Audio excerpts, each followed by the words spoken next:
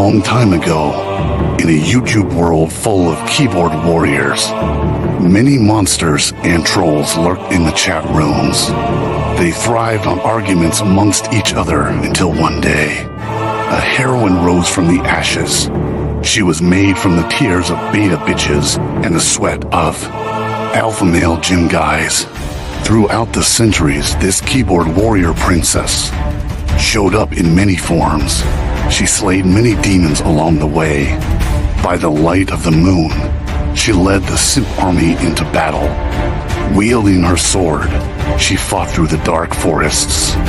With each new era, the monsters evolved. The keyboard warrior princess grew stronger, with new skills to bring them down. The world around her advanced, but so did she. Her heroism became known to society as technology advanced, and with each new generation, she had to learn how to blend in to keep her identity hidden. Now known as the Raging Tomato, this keyboard warrior princess fights for justice in every debate. She fights for freedom, for moderator bias, and she fights for your ability to battle on an open panel for your beliefs.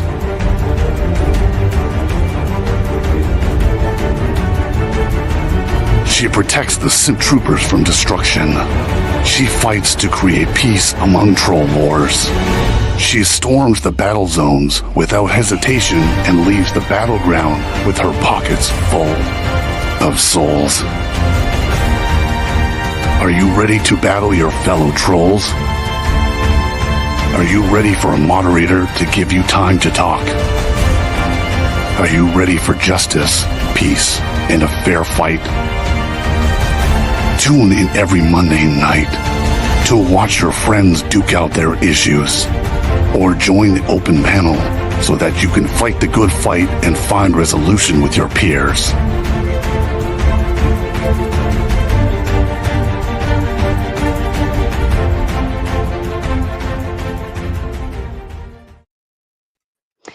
And good evening, ladies and gentlemen. Welcome back. I am the Raging Tomato here, bringing back to you live another round of Moderator Monday. This evening, we are hosting Secularism versus Christianity. And the question is, can we ground morality without God? From my left to my far right, I've got Flow State here, my brother from another mother and father.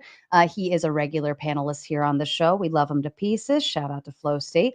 Godless Engineer, a newbie to this panel. I'm glad to have you and bring in some more of the secular level of things so we can kind of balance this show out a little bit. Very glad to have you. Also, David Patrick Henry, shout out to you, another newbie to the panel. Maybe we can grab some more ortho bros and see how many more we can gather. And then, of course, last but certainly not least, we have Jim Bob, the great impersonator of many characters, and also not a new person to this screen. Glad to have all of you, and thank you, gentlemen, for joining. I do have one rule that we stay on topic. We not venture out into personal matters or anything of that sort. I don't think that's going to be an issue. Wrenches, please do keep the chat clean. This will be about a 2-hour debate. We'll go from now until 11:15. We will begin with our closing statements. After that, please stick around. We'll do questions from the super chats, anything that's $20 or more. I may consider other things less if we have time, but $20 or more for sure are guaranteed to get asked. We will not host a hot seat this evening. There are enough strong voices on this panel. There's no room for any more. However, I will go into open panel after we're all done with reading super chats and closing statements. The panelists are certainly welcome to stick around and hang out for open panel, but they are not obligated to. That is only up to them. There are multiple people dual streaming this evening, so please be sure to get out to each of the gentlemen's shows, like, subscribe, share, do your job as a viewer and chatter and loyal supporter of all of us. We're here for you. Again, the prompt is, can we ground morality without God? Gentlemen, are there any final questions before we get started? All right, let's start left to right. Taylor, if you want to kick off with your opening statement. Sure. Thanks for having me on again, and salute to the chat. I definitely believe that you can ground morality without religion, without God, and I think I can make this debate short by just pointing out that we have done it throughout all of human history. If you look back throughout time, you can see that every society has had a set of morals, regardless of their religion in that culture. Thank you. Godless engineer, to you. All right. I hope y'all don't mind, but I wrote something up that probably will take about 3 minutes to get through. So morality is better grounded without God than with God. As far back as Aristotle, we have recognized that human beings are inherently social. With the advent of modern science, we have discovered that we are not the only social species on this planet. Sociologist Emil Durkheim has argued that morality reflects the collective consciousness of a society, which binds individuals together. Morality is an essential attribute of social species and their survival. This social cohesion allows them to survive and thrive in severe adversity. So we see an evolutionary advantage in developing moral foundations immediately. This shows we don't need a God to develop morals because morality is inherently developed. After all, we are a social species, like I've already stated. The complex nature of morality has spawned many different ways of reaching moral conclusions. I take a humanistic approach, valuing my fellow man's health, well-being, and freedom above any divine considerations. This is the best approach because morality concerns human behavior and interaction. A humanistic and secular approach to morality has the advantage of being flexible enough to change as our societies progress and mature. This is in stark contrast to a religiously grounded moral foundation in that the commands are rigid and quickly become outdated with the progression of society. Secular ethics also focuses on universal human rights regardless of religion, gender, or sexuality. A religiously grounded moral framework promotes one religion above all others and focuses on appeasing whatever the spokespersons for that religion deem what their deity wants. Secular ethics promotes holding people accountable for their actions and judging people by real-world consequences of their actions. On the other hand, religion adheres to an interpretation of ancient texts that only focuses on appeasing whatever deity the text described. That deity could or could not have the best interest of human beings in mind. In the case of the Christian God, that is not the case. Grounding morality in the Christian faith causes people to justify atrocities because God commands his chosen people to commit those atrocities. Using the Bible, you can justify rape, racism, genocide, sexual slavery, chattel slavery, and many other horrible actions that a secular form of morality could quickly identify as abhorrent practices. While there may be varied ways of developing a moral foundation using a secular moral foundation, using Kant, Mill, Bentham, Aristotle, or any other kind of secular method. Secular moral foundations do not bend to the whims of celestial deities. These deities are not concerned with how people treat each other. They are only concerned with what personally pleases them. And so that is why I feel that morality is better grounded without God. Thank you. David, to you. So the premise of tonight's debate is a grounding for morality without God. So our opponents this evening are on the affirmative side of this position, and they're going to make an objective case, which is going to be difficult based on their starting premises.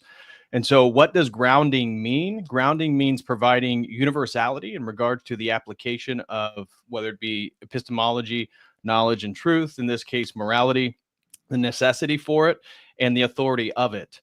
And so morality must come from something that's unchanging and transcends the material world itself, given it's, if they have evolutionary presuppositions, it's ever changing. And that would also include the perceived facts and truths that we derive from inductive empirical methods. So a non-theistic moral framework, if they're coming at it from a naturalistic perspective, I appreciate my opponent referencing Kant, because he just described that as a secular foundation for morality when Kant's deontological argument was actually his apologetic for the existence of God. So a little bit ironic there. But their non-theistic approach to grounding morality is going to have a few difficulties this evening. One is going to be avoiding relativism. So how exactly they ground something outside of their own subjective preferences is going to be difficult, because if they appeal to their own subjective preferences, we're already going to see that they're going to concede the debate, because therefore, if it's just based on their subjective preferences, I have my own subjective preferences, and then essentially it's a draw. But given the rules of debate and logical premises, they would actually lose the debate. So relativism, subjectivity, and establishing a sort of moral obligation. So if they appeal to something like empathy, that's going to be very difficult to actually make a affirmative argument for why it is morally obligated for people to act in certain ways. And so our opponent this evening has already failed to understand the is ought, what's often referred to as the Hume's guillotine, and that you can use empiricism or inductive methods and describe a lot of ises, but they're going to have a very difficult time getting to the point where they can describe an ought. And so they only have a few ways to go. They can talk about morality being socially constructed, which is going to then fall into relativism and subjectivity, which would then concede the point of grounding something, which again refers to universality and necessity. Or they can go a utilitarian route, which would probably be their best approach. However, utilitarianism is going to be subject to the same problems. We're going to see the ambiguity of happiness. So if they're going to root morality in the happiness of the greatest number, how do we exactly define happiness? How do we quantify happiness, especially if they're using an inductive empirical method?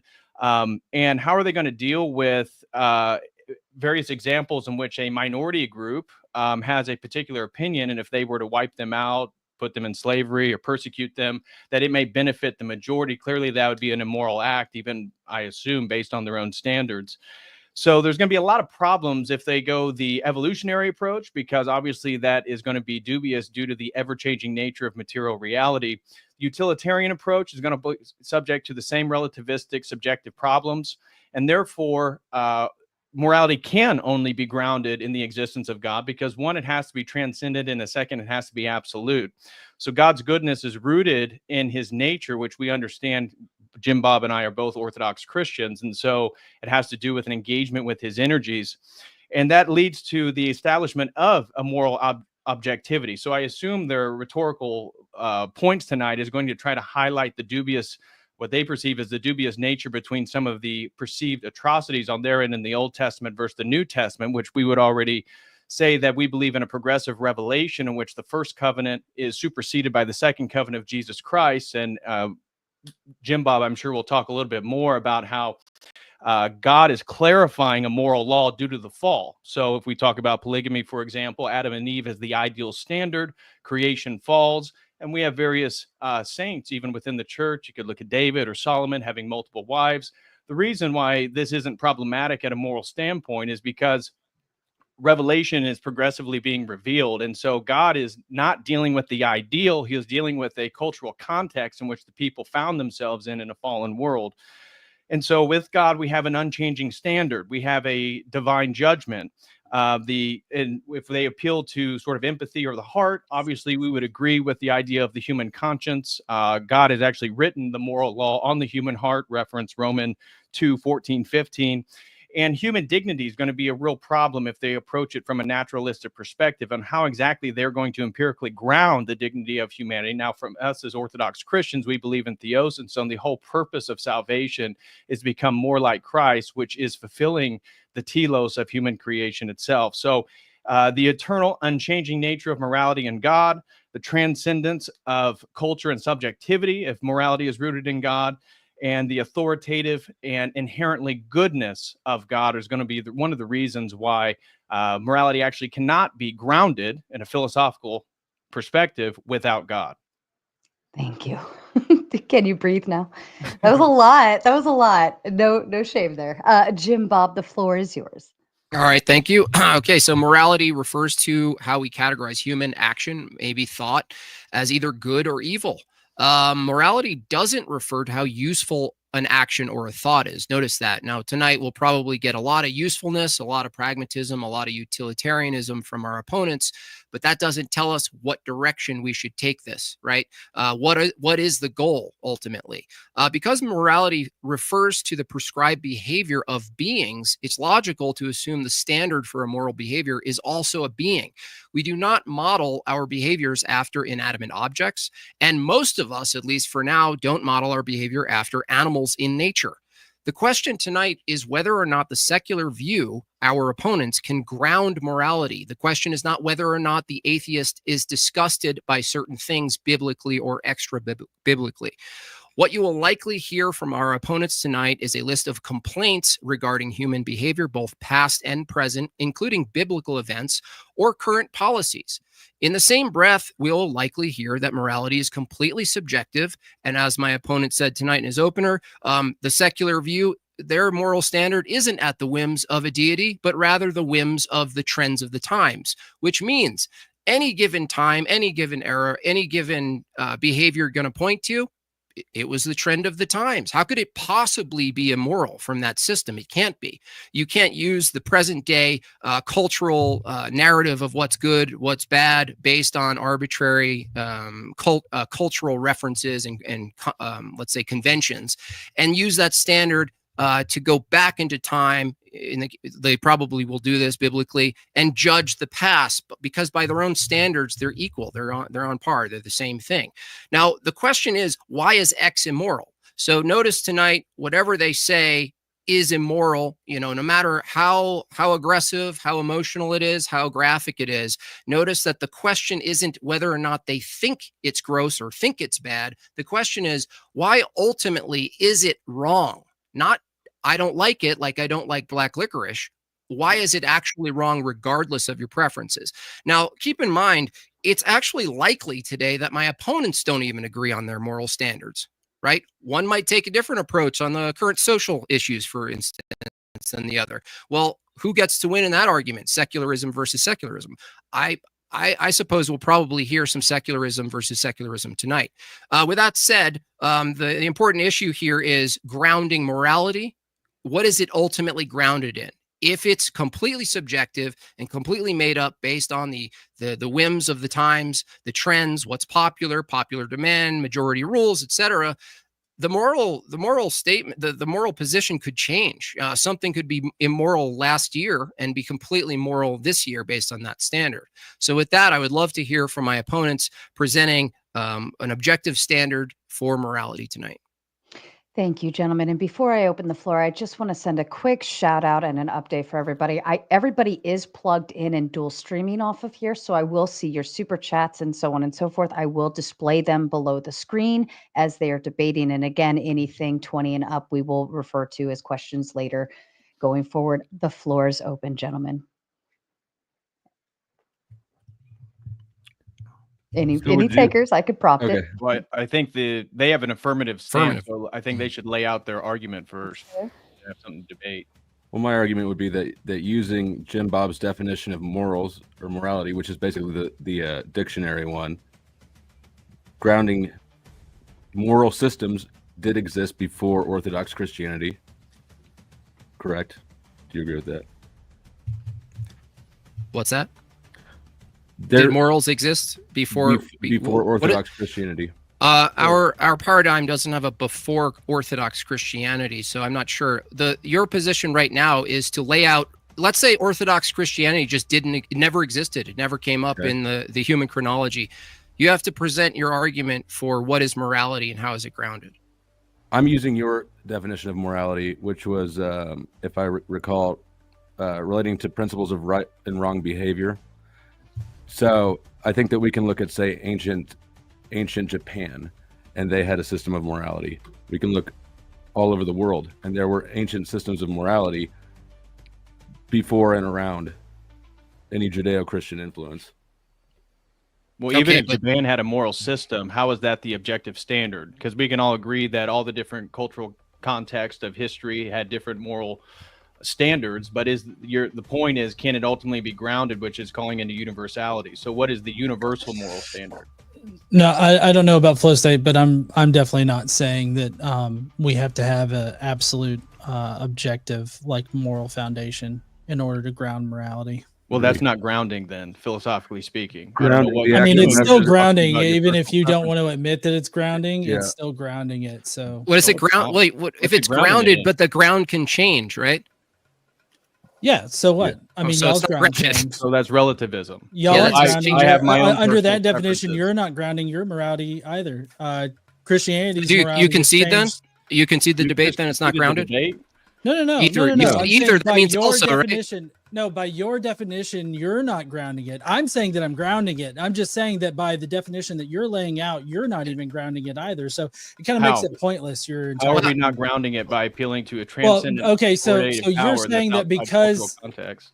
right, you're saying that because my moral grounding changes with society and with our understanding of social situations, then that means that it's not grounded. Y'all's social situations have also changed, and Christian morals have changed over time. So it seems like So y'all are ours is just grounded as too? grounded as we are. Wait, so we're grounded and you're grounded?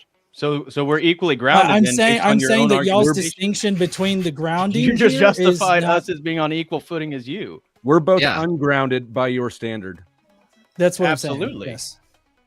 You both are But I don't- both but I don't agree with ungrounded your in standard. any I of don't We our all think do. that's either. cultural. Right. You're the permanence part of it that you keep trying to put into grounding. That's what not it fair. means. So wait a second. Let's apply this to truth for a second, okay? Is truth grounded in Why are we something applying objective, it or to is that truth? because the claim about morality is an epistemic claim as well? So it's relevant. So I would don't, that I don't apply? think that morality is an objective, absolute truth. Okay, but do you think that truth itself requires grounding or not? Do you take the same approach to truth as you do morality? I don't know that I understand the question. I think that truth is a feature of. Is truth Right. ultimately grounded in something, or is it just like morality is just grounded in the whims of time, cultural? I think these are category errors. Like, I think you're trying to compare two things that aren't compared. Okay. What's the category error? They're both The transcendental category error categories. being that there is an overarching truth about reality. Like there's a truth about what happens in reality and everything, but I don't think that morality follows along that paradigm, making it a category error between the two. How is that Okay, universal truth justified or grounded? What are you talking? Like what Universal truth? Like I'm just talking about the truth of reality. Like there's a Like what like is there, that? there's a Describe it to truth. me. There's a truth as to whether or not one asteroid strikes another and there's nobody around to observe it, kind of similar to the whole thing of like if there's a tree that falls in a forest doesn't make a sound. I think that there's an overarching Based on your- truth. Are you a naturalist? Because based on your own methods, you wouldn't be able to make a truth or a fact claim based on something that can't be observed. Same with the asteroid. or the tree falling. I'm a methodological naturalist, so I mean I think that I can definitely make those kinds of statements. How? So you have to make an argument for why you can do that. Okay, yeah. So like to answer the question of if a tree falls in a forest, does it make a sound? Yes, it does, because sound is the compression of air molecules, and so when a tree falls, there's still a compression of air molecules that happens. Therefore, a tree still makes a sound. Even But if this is nobody's the there to Hume's hear it. guillotine, because Hume highlighted that we can expect the sun to rise tomorrow, but we can't prove it inductively. If you're going to be consistent as an atheist, you can't prove it until it's observable. So I agree with you. The probability of the tree falling making noise, absolutely, I agree with you. But in regards to justifying that as a truth claim through inductive measures, you can only do it by actually witnessing it. No. I mean, we can use the basic principles of physics and like reality in order to know that it would still make a sound, as long as it's like a tree that You falls on can't know Earth it in and an not some ultimate others. sense based on your own epistemology. No, yes, I can know. Like, and under what conditions would a tree not make a noise if it falls? Well, if your magical wizard Hume deems is it to be literally one of so, the is greatest that atheist what it is? philosophers. The definition of what a sound We is. obviously expect the sun to rise Fascinating. tomorrow, but he's making the philosophical. I'll tell you. Is it possible for air not to be present in the natural world? I On Earth, we are filled with on Earth we are filled with a mixture that we call air, and so no, Is I it don't possible? I didn't ask if air exists right now. I said, is it logically possible for air to not exist? Hold on, Flow State. I'm asking a question to your opponent. Is it logically possible for air not to exist on Earth? Wait, to his opponent? Oh, I feel like we're on the same side. No, sorry, your teammate. I apologize. Did say opponent. Yeah. So is it possible, logically possible, for air not to exist, say on another planet? Technically, anything's possible. But okay, so to make it probable, you would need to make. Okay, so then it's possible then logically for a tree to fall and not make any sound, given that sound requires air, right? Well, I mean, it requires a medium in order to. The answer is yes. Yeah, the answer is yes. So, no. I mean, so it's not just air. Like if a tree falls in a mixture that's not necessarily what we would consider to be air, it would still make a sound. Is it possible for a tree to fall in a vacuum and not make any sound? Practically. I mean, if there's no medium to compress, then yes. So yes. Okay, so what David's pointing to is, well, something like that, being that it's logically and practically possible to produce a tree falling without sound in the current state of things, what he's pointing to is that you have to assume induction, the regularity of things, such that you could know a tree is falling in the past or the future and making a sound. I'm sorry, you're really pulling nut hairs off of a fly here, because I mean, we're seriously just talking about a regular fucking forest on a regular portion of Earth. We're just let Jim Bob finish though. He was no, that's not a counter to what I said. You're just kind of mad that you just got caught in a problem. No, I'm not mad about anything. I'm saying that you're making a mountain out of a molehill or whatever in the fuck that saying. I like platitudes. Do you sell those as bumper stickers? What? Do you sell your platitudes as bumper stickers, or do you debate? No, but you do, right? You do. You do. Great one. Gentlemen, back to let's get point. back. Let's get back to morality. I just don't see why you're shitting on selling bumper stickers when you do the exact Let me ask you a question. Let me ask you a question. If morality, from your view, can be grounded in some culture, right, that just declares its standards, right? If we currently live in a culture where you and Flow State don't even agree on your moral convictions, who has the properly grounded morality, Flow State or you? How do you know we don't agree? Because do women have penises? No. Yeah. Okay. Okay, so let me ask you this: is answer our question. Yeah. I'm not going to play y'all's game. Is child rape okay or no? Oh, let's use wise words, please kindly. Okay, sorry. Is child rape okay? Is child from your rape view, okay? yes. Yeah, from your view, yes. No, not from my view. From your view. Well, how can you argue against a culture that says it's okay? Yeah, it's totally relative to the culture. Your view. My culture definitely doesn't say it's okay. Matter about I your can justify culture. why it's wrong. Morality. I'm looking for you to justify using the Bible that child rape is not okay. Justify using the Bible, using Yahweh's morality. Child rape in a different culture is not okay. What's your standard? Based on your standard. I'm asking the question. Hey, listen. I want to know the viability of your moral foundation. So using Scripture, justify to me that child rape is not okay. What do you mean using Scripture? You don't even appeal to Scripture, so why would genital mutilation if you like that one? Hold on, just so you know. If there's something in the past biblically that's described as occurring, and from your own view, at that time is totally permissible, right? It seems like your argument is child rape is okay, but it's okay for you. Is that your argument? No, that's not what. So is it okay? It is your argument. On your moral foundation, is child rape okay? Do you notice that I asked you a question first and you dodged it? Okay, so the question is... No, first of all, you asked... I asked you a question about your... No. You dodged the question. Hold on. You did dodge it. We asked you about Skittles stuff. Can a man have a baby, right? Can, this kind of stuff, this cultural relevant stuff today that you two probably don't agree on. I'm asking you, if it's the case that you don't agree, let's say hypothetically, you guys are both secularists arguing for the same position. Right. If both of you disagree on a moral statement and you both hold the same standard and you both think it can be grounded, right? Which one has the proper grounding if you disagree on a moral statement? we can disagree on things, and it has no problem. Like we have no, we don't have a conflict right? between us.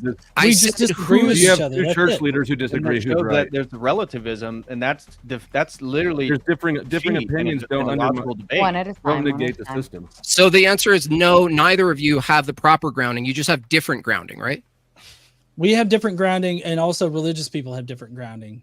Like you have different grounding from Christians of the past, so I don't see a No, difference here. no, you're can't. you're making a distinction You without don't. a difference. So What Christian of the past has a different morality than myself? Well, Paul the apostle, I mean, he was perfectly fine with child grape. Are you fine with child grape? He was absolutely How's not that? fine with child grape. What are you talking about? Cite the scripture where Paul says, No, it's "Don't your rape job. children." No, Don't- you made the claim. No, You made that's the not how this claim, works, buddy. dude. You don't get to make the claim that Paul's okay with X, and then you say, David, cite the Yeah, scripture find- for find me. the verse I that do refutes agree. it. I do That's agree fine. with that. If you're going to make the claim and you want You have to want cite. it You have to cited, justify it. right? what We about- don't, we don't cite it what for you, about the buddy. tradition of genital mutilation in religion. Well, What? absolutely against Gen- it. We're Orthodox general Christians, not religion? Muslims. Genital in Judaism and then Christianity, of course, Trinity penis. Yeah. Are we Jews? Are we Jews? Wait, I don't- hold on. Where in Christianity is there genital mutilation? Circumcision. That's and the Council of Jerusalem said that wasn't necessary. So that was literally the first council in the 60s AD, 62, 63. Right? Is So God if the it was- same in the if it was past under as He is Judaism, now? Did God change his mind? Was he wrong? No, it's progressive revelation, as I laid out in my opening statement. Is Right, that right. you Is don't God need- is so Am I so able you're to- saying that God You is gotta- not you gotta let him omnipotent? answer. Hey, you gotta let him answer. Whoa. Hold on. David, please finish and then back to you, John. Thank you. So he asked, did God change his mind? So in our paradigm, which really was what this debate is about, it's about different paradigms of understanding, that God in the Old Testament was revealing himself in a fallen world in which we would understand them as, in a sense, sort of spiritually adolescent. And so he's clarifying rules throughout the Old Testament in which is fulfilled in Christ. So when you get, like I said, with polygamy or what any sort of perceived violence or atrocity in the Old Testament, you guys would have to show me a context historically in the ancient period in which that wasn't the case, because God is clarifying rules and obligations that then are later fulfilled in the New Testament with Christ's arrival. And we don't uphold most of those things. He fulfilled the law of Moses. Yeah, for instance, if Right, I'm a you're father, especially pleading. Well, hold on. Let John. It Go was ahead. his turn. So what I'm hearing is that you're specially pleading for God. I'm assuming No. since you're Orthodox Christians, you would agree that God is the same in the past as he is now, as he would be in the future. Absolutely. Jesus Let him is also God. Therefore, Jesus is responsible for ordering the Israelites to force prepubescent girls into sexual slavery, also prescribing chattel slavery, and also the raping of children. First of all, again, whatever appealed dislike you have with the Old Testament, you're going to have to provide a grounding for why that's wrong, an objective grounding, which obviously you can't, because you've already conceded that your morality is subjective. And as we said, No, actually, I don't have to. I'm sorry to interrupt, but actually, I don't have to do Keep any going. of that, because what I'm trying to establish right now is simply that y'all's morality offers no more objective moral truth than our Absolutely. morality. so right you now. concede the debate then. you concede the debate. No, I It's don't. a I don't concession concede of the the debate. I'm You saying just that said it with y'all your own are words. trying to stand. No, hold on. Y'all are trying to stand on this hill of like objectivity and transcendence and all this other stuff. I've got my notes written down right here from when y'all were yapping earlier. Essentially, y'all think that y'all have the moral high ground here when you really don't, because you can find places in the Old Testament where God specifically commands that Israelites force young prepubescent girls into Where at? marriage, which is equivalent to grape. Where, And I'd where's like to that point at? out that David just said that Numbers we 31. we can't demonstrate that any of Numbers these 31 things has are to do with immoral. Midianites. Let Flo go, please. Okay. And now, well, Thank you. yes, go ahead. That's it. I just wanted to point out that your response to these, David, was that we can't prove that those things are immoral. Well, can you? Which I think is telling. that's an opportunity for you I don't- guys to I don't provide think an that- objective standard. It's not even a Some things proof are issue. innately It's not an known. issue of proof, by the way. It's an issue of presenting a standard by which you're going to refer to and say, against this standard, this is Which- immoral. Which if those standard are would you guys relative- reference to show that these things are immoral? Well, first of all, you have to start with acting against humans, right? What is a human being such that he has dignity? A Christian perspective has a distinction for why humans have dignity. You guys don't have that. Why would it be wrong to act against any human being, let alone any creature, if there's no dignity? You can't ground dignity in the natural world. You can't ground morality in the natural world. From your guys' view, you have some sort of pseudo evolutionary view that just basically says whatever behaviors happen in humanity across time is selected for, whether it's temporary or maintains itself. So from that view, you don't really have a position to critique the Bible, even if we granted every perverse upside down take that you have biblically. This question of tonight is whether or not you can tell me from your view if that's immoral anyway. Right. Let's So say you said the word. Did you just answer my question by saying humans have dignity? But that's You need dignity to make moral claims about human behavior. Maybe. You know, how we act with Maybe. each. Maybe or not. maybe. What, is there a value to human beings or not? I think that you can get there through self-interest and respect. I think that you can Self-interest you can get there without it. Because did Mao have some pragmatic. self-interest? But did my question was, did Mao Zedong have some my self-interest? question was how you would demonstrate that child rape, mutilation, genital mutilation, things like these that occurred in the Old Testament with God's blessing, how you could demonstrate that these things, which are obviously atrocities, I think we'd all believe that, are not moral. Well, the Or would you distinction, say that those things are moral. I think you guys are confusing two things. One is the ontological standard for morality as a being called God, right? In our view, God is the being. I am talking right now, dude. Yeah, do let him. Listen, Please let him finish. shut your mouth. So, if this is a case, it doesn't follow that the prescriptions or the guidance that's delivered is identical to the standard of the being. So you're saying what God says is the moral law, kind of in a sense, right? As opposed to God himself. For instance, I'm a parent, right? Anyone else a parent? Are you Flow State or John? Is that your name? Okay. So do you deliver the full moral law to your kids, no matter what age they are?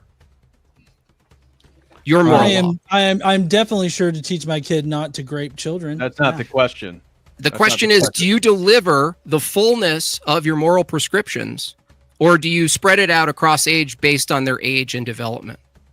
You know what I won't do is So I you're not won't going to answer? Answer the question. I won't. No. I'll tell you question. because what I'm not going to do. No, listen.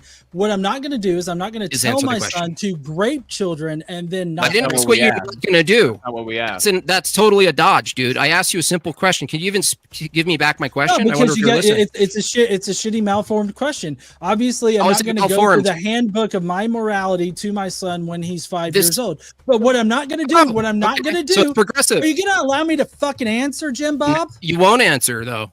You're a dodger. But I am. I'm currently He's trying to answering. I'm answer. trying to Here's what I answer. Are will you going to let me say, fucking answer? Gentlemen, Okay, what little I will dodger. say, there's almost 700 watching. Please be sure, whatever end you're watching on, give it a like, subscribe, share, do your job on that end.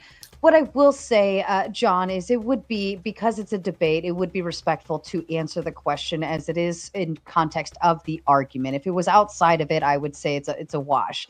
But I do think for purposes of the debate, it would be respectable to answer it however you need to. I can frame it differently if you think it's And informed. I'm trying to currently answer, but he's not allowing me to answer. You didn't So even maybe tell you me can tell you him to understand shut the fuck question. up and allow me to Jim fucking Bob, answer. let him Tell him to repeat answer. the question. I bet he can't even do it. No. I understand the question.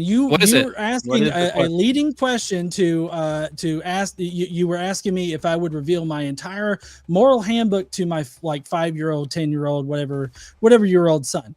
All right? Mm-hmm. It's a leading question. You're trying to paint me into a corner, and you're trying to get me to answer in a very specific way. And it's a very disingenuous trying to debate do? tactic that you're trying How to do. dare here. I? What I'm trying to actually do is answer your question in that I would not reveal the entirety of my moral handbook to my son, but as a caveat, I There we would go. not on Rest one of hand Revelation. tell my Let him hold on, I'm finish. fucking talking, David. Please let Aw. him finish. Am I talking? Sounds like you're crying. No, I'm not crying. I'm trying to state I'm fucking talking here. Allow me to actually finish answering the question. Is that allowed? If you ever How get many to times it. have you interrupted me? Come on. All right, gentlemen, please behave for just a moment. Let him finish. He's sensitive. Okay. You haven't earned that what cutoff, I'm by the not way. what I'm not gonna do, Jim Bob, what I'm not gonna do is I'm not gonna in one breath tell him go and grape children, and then in another breath tell him, hey, it's not okay to grape children, which God doesn't actually say in the scriptures. So all I really need to get from you, I don't need your shitty interpretation of scripture. What I Exactly, need that's from where I you was just gonna is mimic. what I need from you is admitting that even in your own parenting, even as a secularist, you have progressive revelation in a sense, not in the scriptural sense, but you reveal to your children what's appropriate of the time, right? Wouldn't we have What's higher what standards they of need to God? know. But I don't change. Is it a I don't- yes? I would- I don't I would change my say, moral. here's what I'm going to say. Jim Bob, I would land the plane quickly before it flames out Gotcha. into hell. Yeah. Okay. I see where you're going with it, but I would land it quickly. Well, that's what I just needed him to get to understand the concept first, right? His view of how or what's being prescribed is not what's in question right now. What's in question is whether or not progressive revelation in regards to morality is logical, and under your own view, it actually is under your own system, correct? Right. No, it's not, because It's not. It's not. my No. particular Okay. no. So my particular moral foundation would not contradict itself. See, that's the thing. I'm not the one claiming transcendent and absolute moral foundations here. Y'all are, but yet your God has two different proclamations as far as child grape goes. And What I the do timeline. know is that as far as what I would tell my son is that it's not okay to grape children. But what we find in the Bible is God explicitly commanding the Israelites to grape children. And if So you're it kind of seems like you need to justify That's not on even your accurate. end why That's God would great. prescribe that. However, we would say if we lived in a culture that permitted it, it would be okay, right? You would teach your son that. Exactly. There's no reason to think that we Supposing would. what if Hold on. situations All is right. not Listen, conducive to this, discussion. Hold on. boys. If you ask a question, allow the answer. I know that you're all worked up. I love it. I love the tension, but it is getting like loud up in here, and that means it's loud for the viewers too. So if you're going to ask the question, take a breath, let them answer. Then you can make fun of them after they give their answer, and so on and so forth. But at least allow the answer. Okay, back to you. There is no reason to think that we would allow that, while we can look at history and know that you do allow that. What do you mean? That we have every reason to believe from your system that you would participate in the times, because that's you're your model. Speculating, and we're not. No, Well, I'm you basically said- using your standard, dude. Yeah, you guys That's are not speculation. moral as a cultural construction based on your guys' Right. arguments. We're putting you in the ancient period and asking you to, one, show any diversion amongst ancient cultures, which you won't be able to, and highlighting that if morality is a cultural construction, then you would have abided by the precepts during that period. Right. Take it. Okay, so if that were the case, then please, using your orthodoxy, justify why child grape is bad and why God would specifically command child grape. Well, he doesn't. No, you He just smuggled definitely the does. assertion. Numbers 31, and also Number any 31 is marriage in the describing Bible. the Israelites going to battle with the Midianites. And why did they go to battle, John? Tell us a little bit, since you're such a biblical scholar. What happened Race in Numbers mixing. 31? Why did God command Israel to battle the Vengeance Midianites? for race mixing. No, actually, it had to do with them luring them into idolatry, in which the Israelites began worshiping Baal and performing rituals, included human sacrifice, child sacrifice. and Oh, such. So you're I'm so glad you justifying brought that up, David. Because Can God I is answer this? clarifying that these Oh, things. You're not letting him finish. Let him finish. Let him finish, Exactly. and then to you, John. You God, guys are dude, killing shut me tonight. So what's happening is God is clarifying that these things actually transgress the moral code, given the fact that the Israelites are in an adolescent spiritual state, since the law is still being developed through their understanding. The moral law doesn't change from the beginning of creation to the end of creation. There's only one standard. But the people who are abiding by the moral law don't understand it, which gets back to Jim Bob's hypothetical with your child, which you've already conceded and said that you do the same thing. God's doing the same thing with his children, which is us. And By the because way- Midianites lured these Hold on, let the me Israelites finish. into Sorry. temptation and debauchery, he is demonstrating that the transgression of sin actually comes with divine judgment. That's what's occurring in What Numbers good does it do 31. us to learn these Also- things also, over many, wait. many generations? Also, where is in Numbers is there child grape? Where are you finding that? Okay, I'll first answer DPH before I get to Jim Bob over there. Thank you. So you're trying to tell me, DPH, David, that in order to stop child sacrifice, God directly commands child sacrifice in order to stop child sacrifice? So I guess under God's eye, it's not okay to sacrifice children unless you're sacrificing children for God, for Yahweh. Is that right? When are children sacrificed for the purpose of devotional worship? Do you know what sacrifice Well, means? Do you even know what human No, sacrifice? no, You don't know- yeah. you're Okay, talking okay. about, So dude. if y'all have a problem with sacrifice, then just unalive or murder.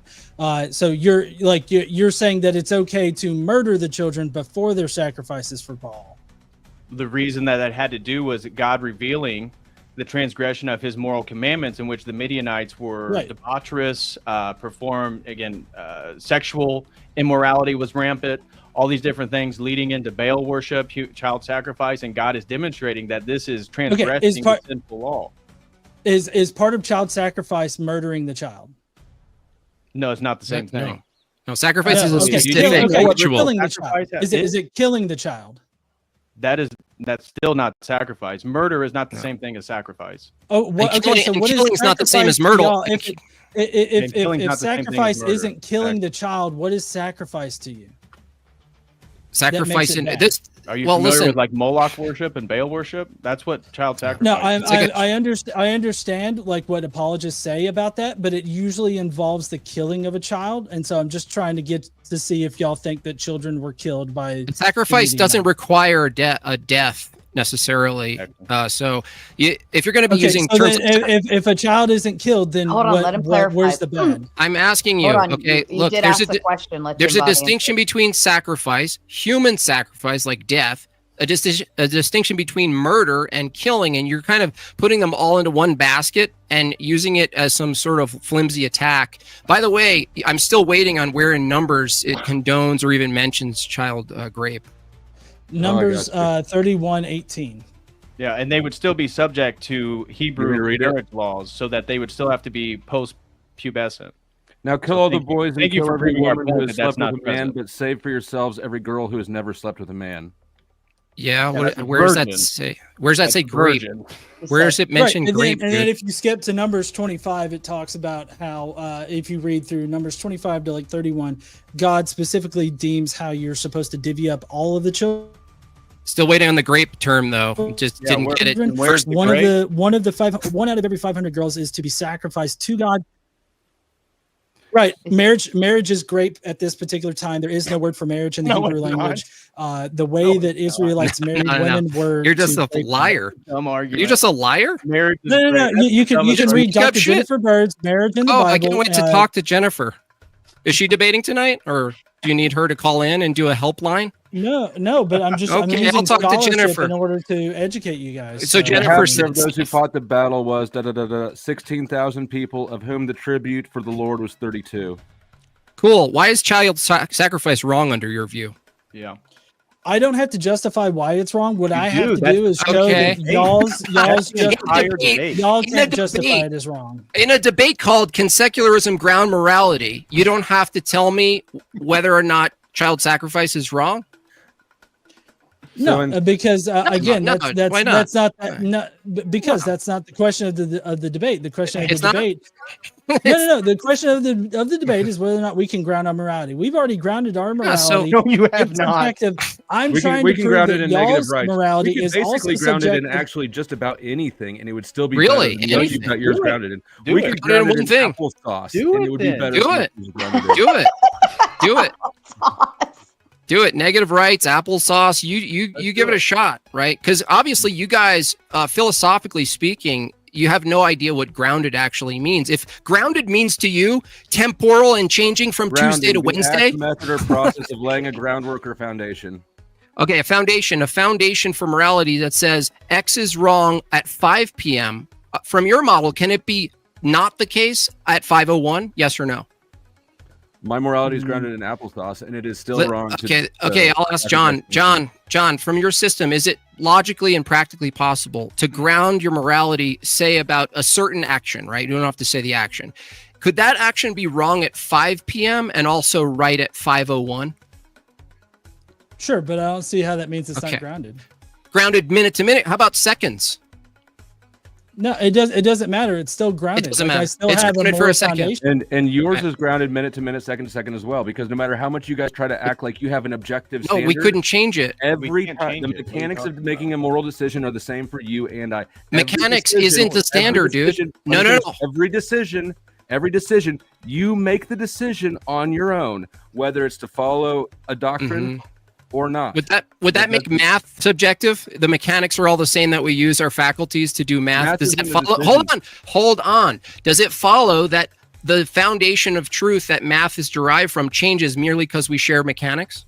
We're talking about No, moral math decision is a- making, not math. That's Your not a good reasoning comparison. is no. Your reasoning is that it's not grounded because mechanically it's the same. So if that's your reasoning, that reasoning should apply to other objective things. Right. It's not objective. Your Morality's morality not is not objective. objective. As Right. much as you try to insist So it is, you, it's not. so you conceded the debate. So there's no grounding for it then. You just No, you're conceded the ad hoc debate. stating what it means to be grounded, and we're just using the definition of what it means to be Hey, grounded. hey, So, flow state. Other than to bring is- your own definition. Right? Flow state, is No. homosexuality immoral to you? um, I think that it is not immoral. It is unnatural to a degree. Okay, and then what do you think, John? I think it doesn't matter what I think in this particular context.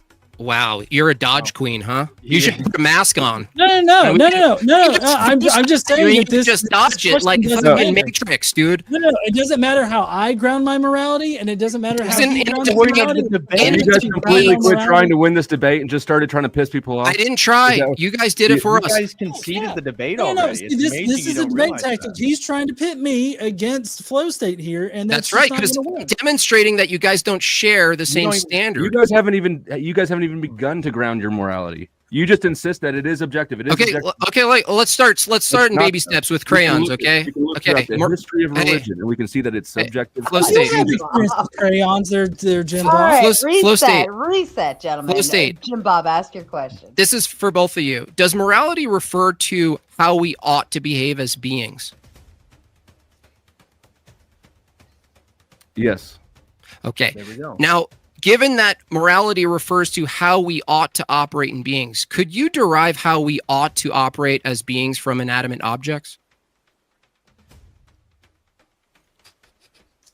Could you derive it? No, it doesn't apply to inanimate objects because they can't behave morally.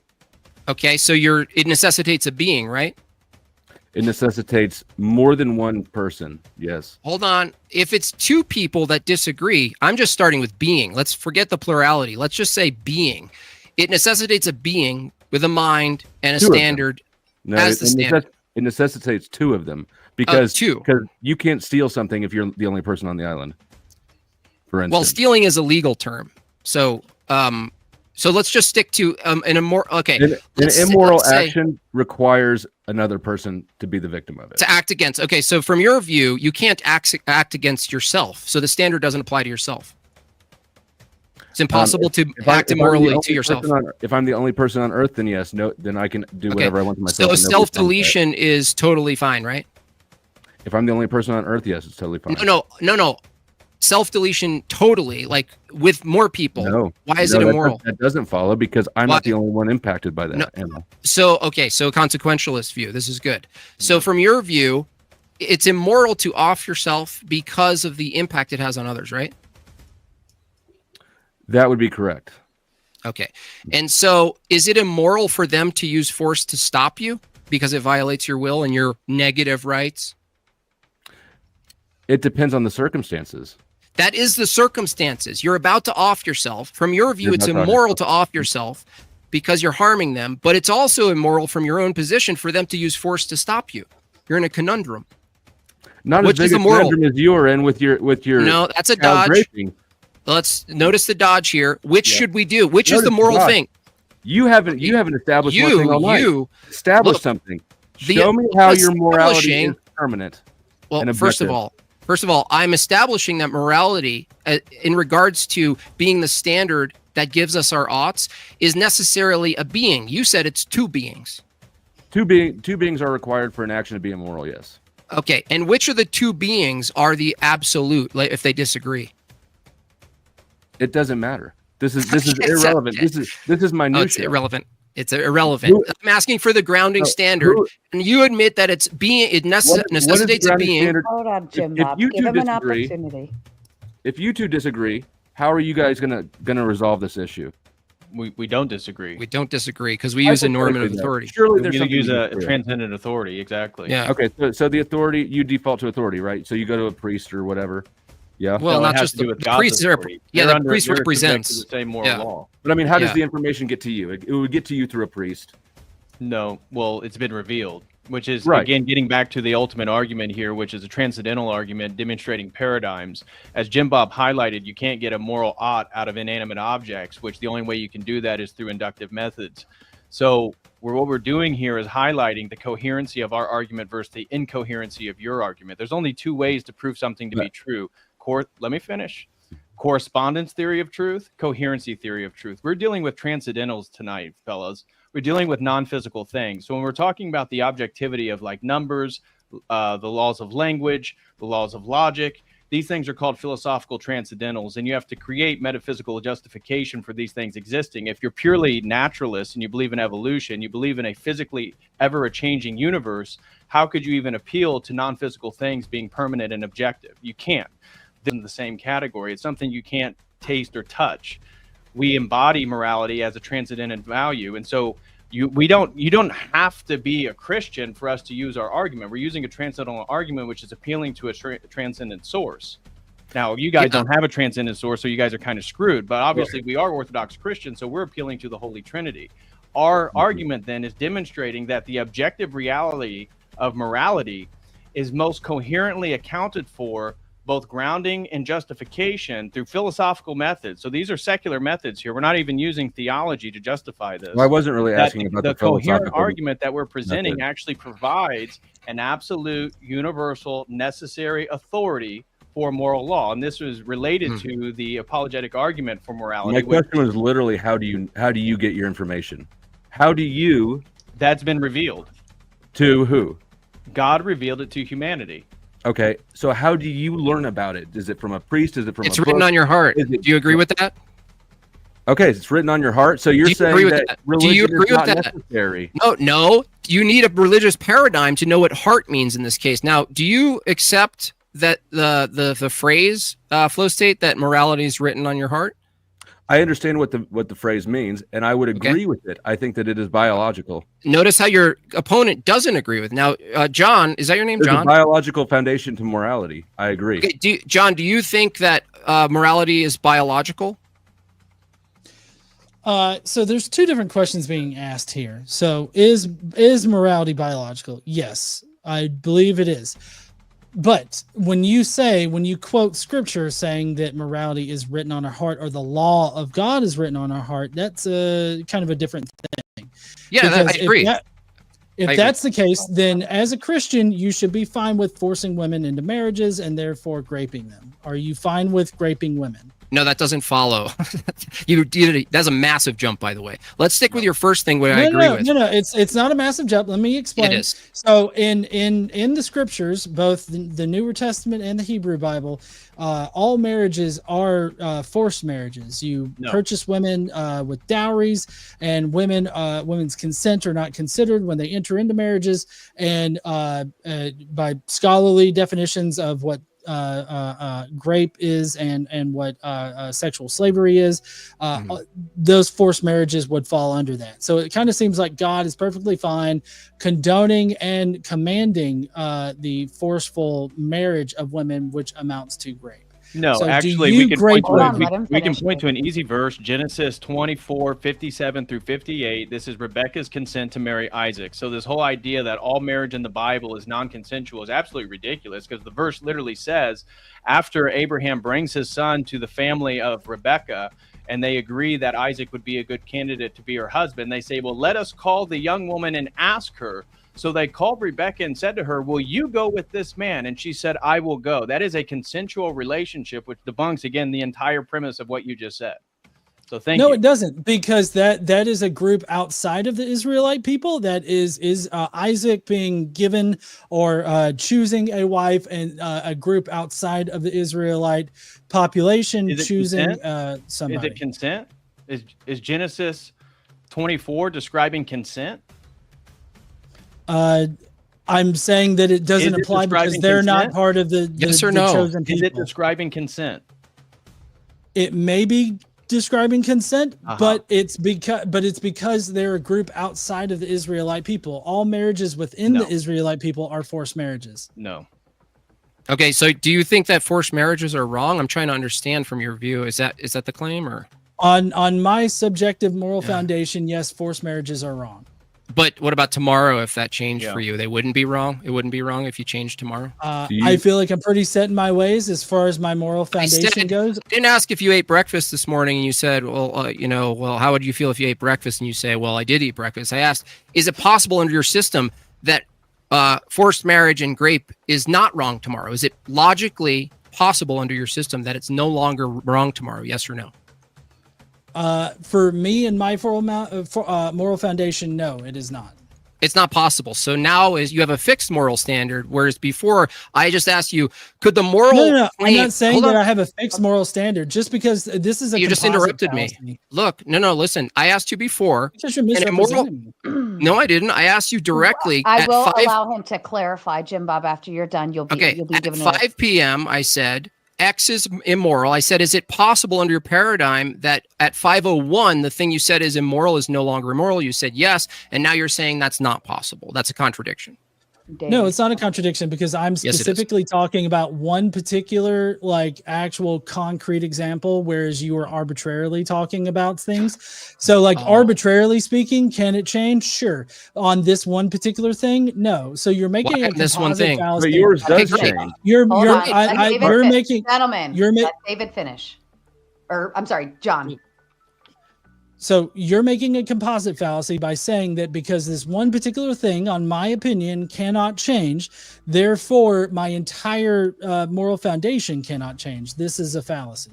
Okay, listen. Now you're appealing to one instance, in this case, forced grape or whatever, and you're saying it's absolutely wrong. It'll probably be wrong tomorrow. So what is it about this one instance that makes this an objectively fixed moral position on child grape, and the other things hold are on. not fixed? Do you think it's Look- wrong or not? Dude, what the Because what so the far hell? we've only been Stop talking it. about No, our.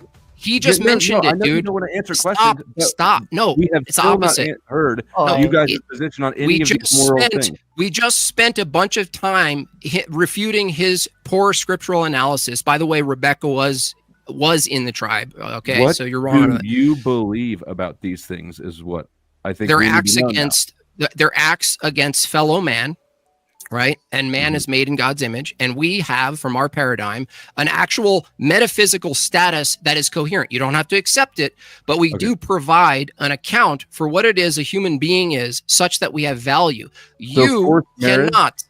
is wrong. Is that what you're saying? You're assuming we appeal to forced marriage. Okay, Well, I'm not trying. I'm trying. That's not to already do anything. wrong. I'm trying to ask you the question.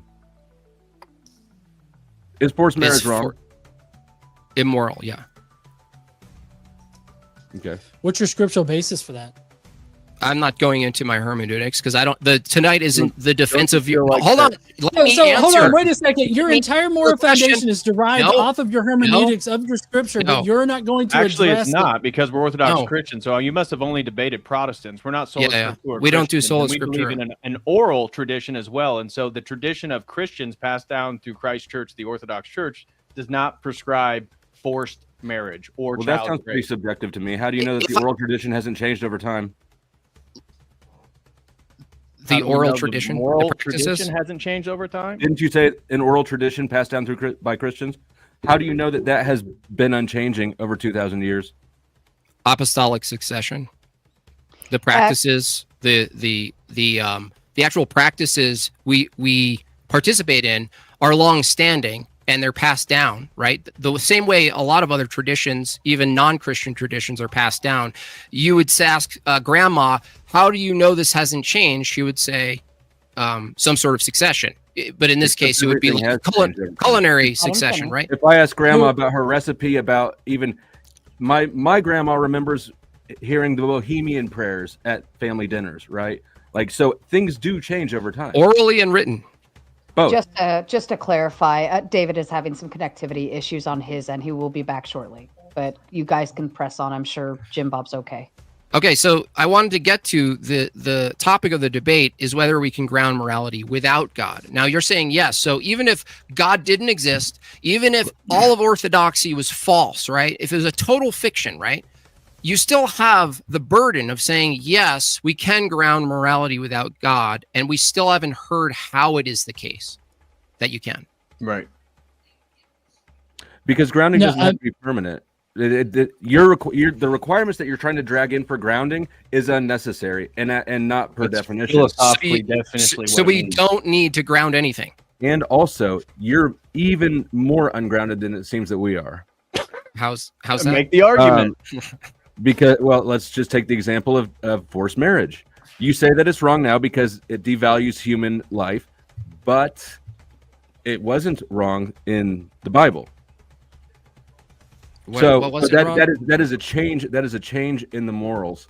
No, it's not. We've already talked about a revealing of revelation throughout. Your opponent already conceded to. It wasn't wrong, but now we know more, and it is you guys wrong have already now. conceded that teachings Go ahead, are Flow dependent State. based on the maturity of the individual taking the lesson.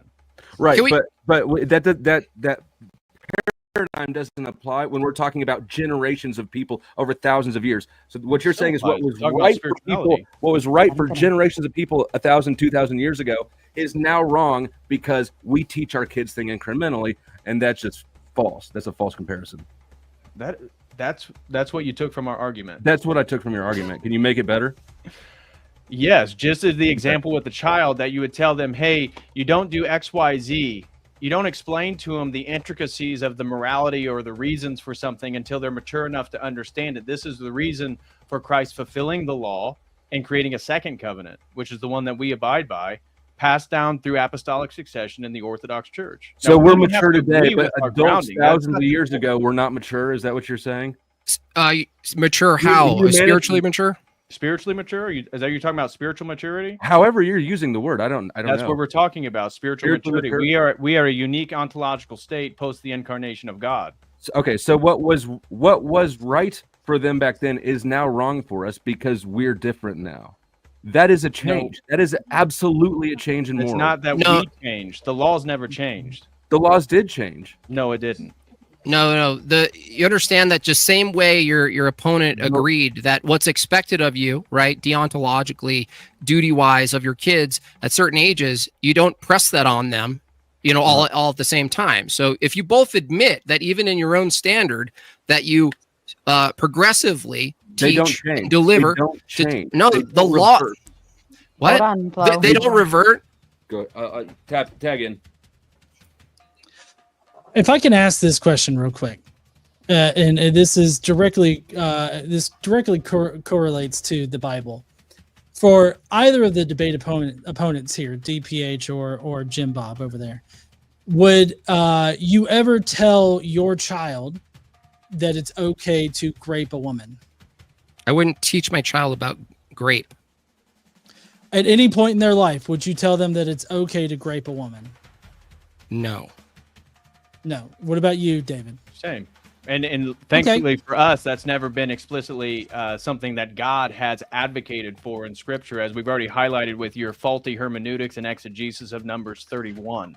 Yeah, garbage. Okay, well, so Numbers 31, Which is definitely has relativistic because it's child just your grape in it. interpretation.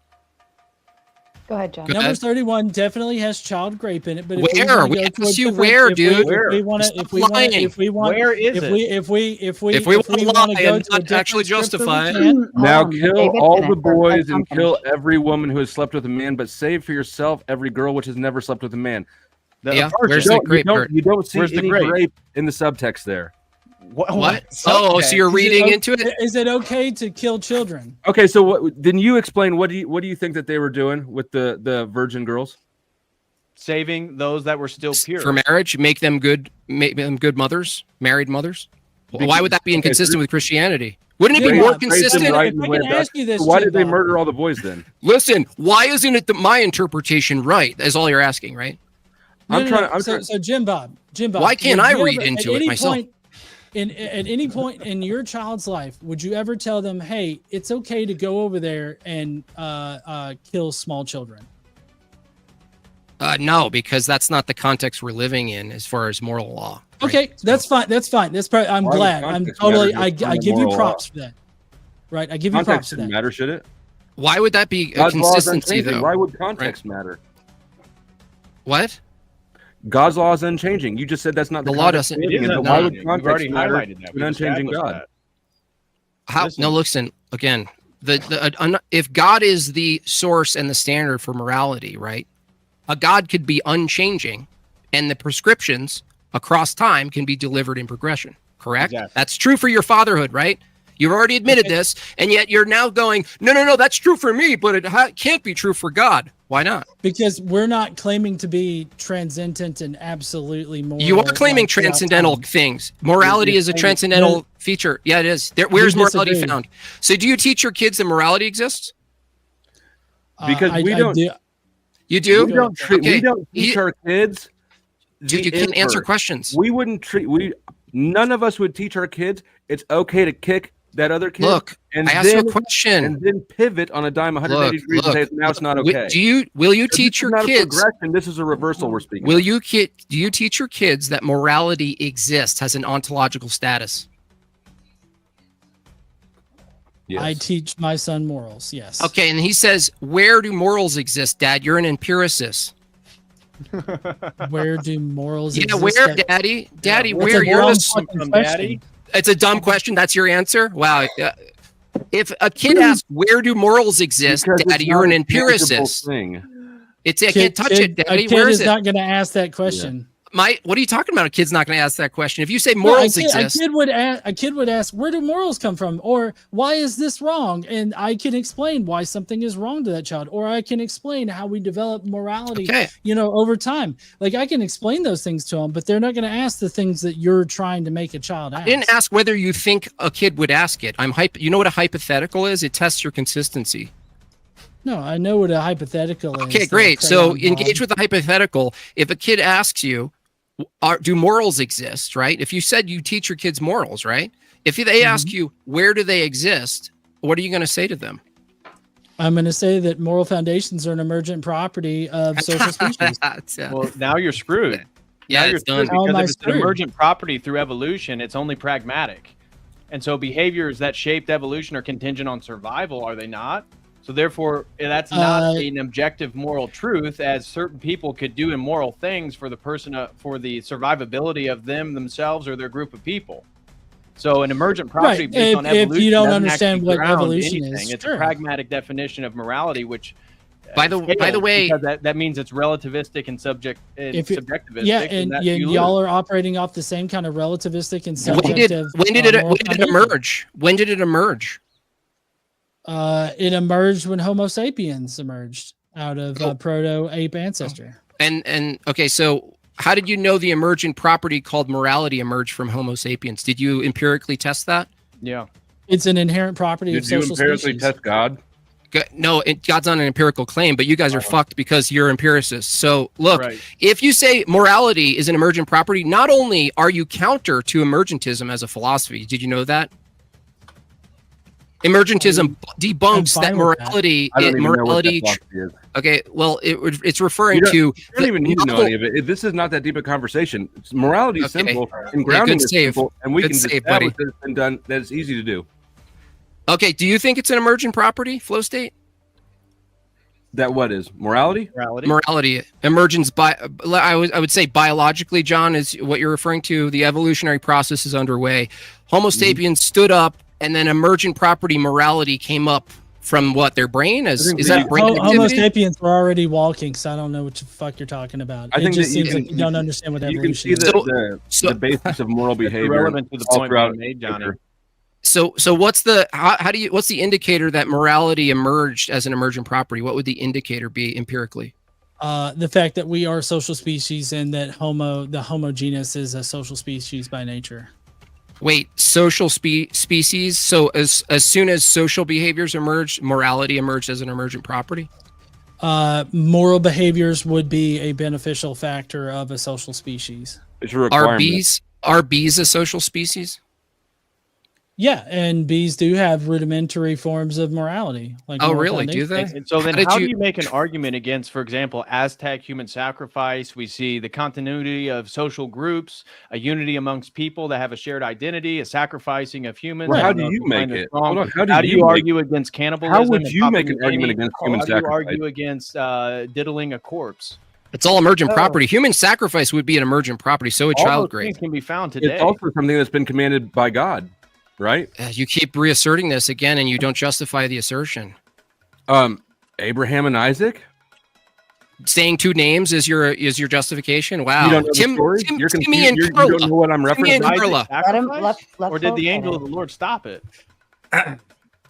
At the It very didn't last even moment, prove he your did, but point. that It's a tells dumb something about the nature of God, doesn't it? It tells us that God would and has commanded sacrifices, isn't that? No, what it has to do is commanding that God's actually ending human sacrifice and testing the heart of Abraham, which is again fully revealed in Christ, the morality being revealed in the law of the heart. So they have societal laws moving you this think that progressive us revelation interpreting- to ultimately You Christ. think that us interpreting child grape out of the numbers verse is too much? It's too big a stretch. But what you just said is not too big a stretch.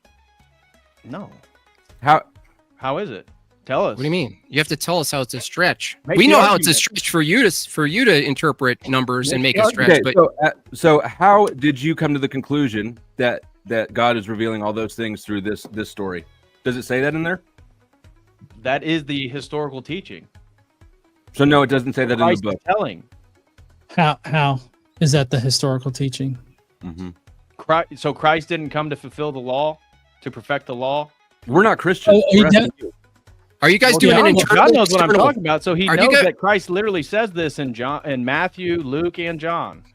Yeah, but I Analyze. also know that Jesus said that not one jot or tittle will be erased from the law until the new heaven and earth come. So let me ask you this: Has Exactly. the new heaven and earth come? It was supposed to be within one generation, wasn't it?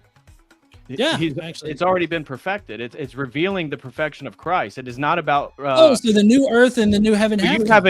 You have a Hebrew roots hermeneutic. So you're with the heretical group that believes that we still uphold the Mosaic law. So is that what you're saying? John, is your argument is that you take a Hebrew roots hermeneutic? Take the Hebrew roots of the Newer hermeneutic. Testament and the Hebrew of the older of the Hebrew Testament. Yeah, of the Hebrew and Bible. tell me the Christian traditions that we still uphold the Mosaic law. When, as I said, the Council of Jerusalem, the first council, Christ annihilated the distinction between Jew and Gentile. We don't uphold the Mosaic law, but the law in its essence is fulfilled through the revelation. It's never changed. Right. The moral That law has sounds never like changed. later church fathers that dictated that, and not anything that Jesus directly said. It's in Scripture. It's in the epistles. What are you talking about? So It's in the where? New Testament, and we're not even sola scriptura Protestant, so it doesn't Where? matter. Yeah, I'm not sure what you're critiquing. I don't know. No, I no, can't I tell get if it it's that you're external or not- internal. Hold on. You haven't Hold on. given us Go any ahead, kind John. of like Obfuscation of the Go ahead. fact that they can't actually Or- perform the function of the debate. I'm still waiting on one named immoral bee behavior. Nope. One immoral act. behavior? One act B does that's immoral, please. One act that bees A do. bee. One immoral. Why don't Yeah. we I point don't out- know why that Opposite. suggests.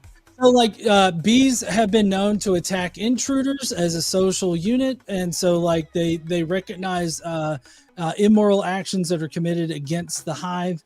Just because they have a high social cohesion doesn't detract from the fact that they still Okay, have how did you morality. determine that a bee isn't merely reacting to stimuli, but they're evaluating moral transgressions, sir? I'm not saying that they perceive it as Not- moral transgressions. Moral I'm saying behavior that You doesn't are. always require. Okay, so cognitive are you conditions. transposing a human construct of morality onto bees and saying bees have moral behavior? Why do you assume it's a No, human I'm saying- construct? From your view, it's a human construct. That's your presupposition, duh. You've already said this. Duh head. No. We're actually No. we're saying that, How dare you. morality or moral actions, moral foundations are like foundations of social species, which are not just human So they're things. socially constructive, therefore Right. relativistic. Therefore, you actually can't say. So, if you want to focus on the grape, if there's a civilization that says that's actually part of their cultural practices, you Mhm. have no foundation or the point of this debate, grounding, to actually say that that's wrong. That's the whole. Oh, you mean point like of the this debate. Israelites? They definitely were fine with grape. All of your criticisms are things No, that your show us system how you doesn't can do say- better. It actually has a history of doing worse. Okay, well, It can't why be don't we worse do or the- better. It can't be worse or better under your view. Do you understand that? They don't. They It clearly can be don't. worse or better. No. There's You no understand standard that. for best, better, or so worse, right? We're decoupled from this idea of pleasing a deistic God, like Jay. not Let deistic him God, finish. but Let him finish. a God. We're decoupled from this idea of God and pleasing this God, and so we don't have to be dogmatically held to any one singular like moral foundation. But I would contend that Christians are also not held to that same that standard. Okay, but Can the I point of ask the you debate guys- is the grounding yours. There's They are, it just changes relativistic over and time. subjective Can I- foundations in Christianity. Can I ask you just a more fundamental question, which I thought was covered in the opening for David Patrick Harry did a great job there, is what do you guys think grounding means? Here, I got it pulled up right here. We literally defined it for you. The act No, you method or didn't. I process did. of laying a groundwork or foundation. Okay, and what does that mean philosophically? For example, in a formal debate, what does that mean? Grounding or justifying a claim? We Yeah, can. I mean, you can ground it in anything. No, you For can't. the John, definition. you go Hold on. ahead. I've already said you could ground it in culture. I ground mine in negative rights. You could ground it in religion. It could be grounded in lots of In different things. epistemology, grounding, it doesn't mean the same as laying a foundation, right? The first thing you highlighted and read. Okay, John, why don't you give it a shot? What do you think philosophically is meant when we say, can you ground morality? What do you think is meant? Philosophically, I feel like what you mean is, can we ground our morality? Can we establish our morality in some kind of foundation that would be used to dictate or come to moral conclusions?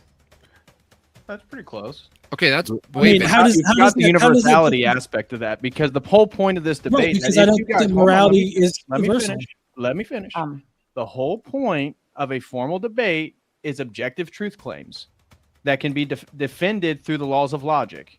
And so if you are saying that morality is a social construction, you are saying that it's relativistic. So as Flow State has highlighted that he can ground it in anything, John has said that it's his own subjective preferences. This is actually a conceding of grounding, because if that's only your preferences, then our Christian preferences are just as equal to yours. No, because the because- point is, you guys cannot critique Here- another moral system as less than yours. Here, we can shift- The we objective can- truth. The objective okay. truth here is the definition of the word grounding. You're trying to Okay. change that into something that it's not. Okay, forget if you don't want to get the understanding of grounding, give an account for morality, how you bind it to a being. That's absolute. Do you guys agree that if you're going to argue morality, does that necessitate free will? Because I think under a Christian paradigm, we can actually make an account for free will, how we have free will, why we have free will, what is our duties given our free will, given free will, what is missing the mark from our view, what is aligning ourselves with morality. From your view, do you guys believe in free will or not? Hold on. This sounds like a different debate. Are you conceding It's the not. morality one? Or are we moving on No, to free will? No, nice try. Morality, I asked you a question. Does morality necessitate free will, yes or no? Yes. Okay, so it is about the debate then. Okay. don't If believe in you free say it will. is, I was just asking where So, you're okay, taking it. so John says he doesn't believe in free will. From that view, is it possible for anyone, let's say even in your inverted account of Christian events in the Bible, isn't it from your view that they couldn't have done otherwise anyway? All of the worst things? I mean, on a naturalistic perspective of the cultures at that time, no. I think that they operated in the ways that they saw fit to operate. Okay, so if you say don't do that, again, let's stick to parenting. When you tell your kid don't do something, from their view, if they hold your system of epistemology, and morality, they could say to daddy, I was determined to, you can't punish me, I was determined to do that, right? No. Why couldn't they say that? That's consistent with your worldview. Yep. They would still be subject to the real world repercussions of their actions. But if I can, Yeah, you want to get off of this highlight- real Yeah, he wants to. He just No. Hold This on, is go still ahead. on. I can. Hold on. Go ahead, John, and then you guys. Can, Eject button in the F-18. go ahead, John. Okay, so basically, as far as like this whole topic of like, you know, proposing this whole idea to like a child or whatnot, I kind of feel like under y'all's paradigm, you're saying that God is not omnipotent, like he's not all powerful, but yet at the same time, he can prescribe very minute things and expect the Israelites to adhere to them and even punish them when they don't adhere to those things. Like, for instance, the commands about their dietary laws, or commands about, you know, what clothes to wear, or other commands that are very minute and very specific to like what God wants. So if God wanted them not to rape women, rape children, take chattel slaves, or implement sexual slavery, if he did not want those things to happen, all he had to do was prescribe those things and then punish the Israelites when they did not follow his prescriptions. Do you know that that's an argument from personal incredulity fallacy? No, that's not. How is that No, it's personal not. incredulity? Because all you're saying is, if God was all powerful, how he not do stuff I think he do? No, it's not at all. It's saying It why is. It's would literally we that. have to take the long way there? That's literally the argument. No, it's not at all. If God all powerful, why not he is do God's things that law I would do if fixed? I were power? Yeah, literally. Is God's law fixed? What do you mean fixed? You mean fixed in place? Is it unchanging? God's law is unchanging. Yes. So I assume that means that God's law has always been don't grape, right? Of course. So why did he have to take us through thousands of years of grape in order for us to You understand? guys have yet to don't even grape? prove this idea that the Old Testament advances. You the guys have narrative yet to grape. establish a damn thing at Why don't all. You choose are. something That's actually You are. somewhat accurate. You could choose like polygamy or something like that. Right. Take an We example could go we agree with both with. polygamy and forced marriage if you wanted to. You go And with girl. without doing genital mutilation. What the hell? So look, again, we've already established the law being fixed and being delivered are two different things, correct? Even from our parental experience. Yes? You're trying Well, to establish that. no. I disagree with it. I don't I've already think established it. Your No, you opponent, haven't you're sorry. established- You're making. No, the I keep claim. calling you your opponent because you guys Why- contradict no, each other. If God is all powerful, why can't he explain don't grape? He as simply can. as He don't can. That's grape? not an argument. Why can't he? Isn't an argument, bro. If God was all powerful, Flow State, why can't he What make I'm it so saying we is that don't your need to? Hold on, morality is not hold on, fixed. dude. Hold on, If John, hold God's on. so powerful, why can't he make us breathe underwater? Your morality is subjective and it changes over time. Does it? Yes. Okay. Who's the subject? What Do you know mean? rape is condemned even in the Torah? Where? No, they don't. They don't. Okay, they don't. have no Just idea. say you don't. Okay. Yeah. So Oh, I asked yeah, where. what's the title of the Show debate? me where. What's No, the you're title? saying- Of the you debate? made the claim, so show me where. I'm not going to look it up right now, but I'll look it up in a Oh, second. fuck me. No. What? If you're interested, He I'll look it up. provided But, Bible verses when you ask for them. but I'm just demonstrating to you that even your shitty appeals to scripture that you guys try to do, right, are valid from your perspective. Yet you don't even have a normative authority to interpret scripture. We're talking about Oh your no, morality. I absolutely do. What's your- So I've got Oh, what Dr. is it? Joshua Bowen on chattel slavery. I've Joshua. got Hold Dr. on. Jennifer Let him Bird finish. on Let marriage him in the finish. Bible. I've got Mark Kompberg on the forced okay. sexual Oh, so this is enslavement. appeal of to women. authority? They're the No, normative it's not an authority. appeal to authority. You're talking about how I've got shitty shitty Yeah, it's relativistic. analysis It's your, of it, it's your and interpretation. I based my It's analysis. your interpretation. Hold on, Yeah. on, David. That's his I based my analysis morality. He's on behaving morally by scholars, on understanding it. scholarly You guys are interpretations now of talking to scripture. each other. Okay. And so I Let John am finish. providing you. Let John finish, please. And then I 12. am providing you with what I feel is the best interpretation and the most faithful interpretation to the cultural aspects of the Israelite people, as well as in the Roman period for the Newer Testament. So, like, I'm providing you with actual scholarship on this. I can quote you exactly where all of this says. Like, did you know that in the Jewish culture, it was perfectly fine for a father to sell their 12-year-old daughter into sexual slavery or marriage, as y'all would prefer to say. So we're supposed to take your hermeneutics because of your fifis? Yeah. Because the way that Johnny Boy No, feels? not my fifis. No, Yeah, no, that's not how my I'm fifis. telling you how I feel. That's literally what you just said.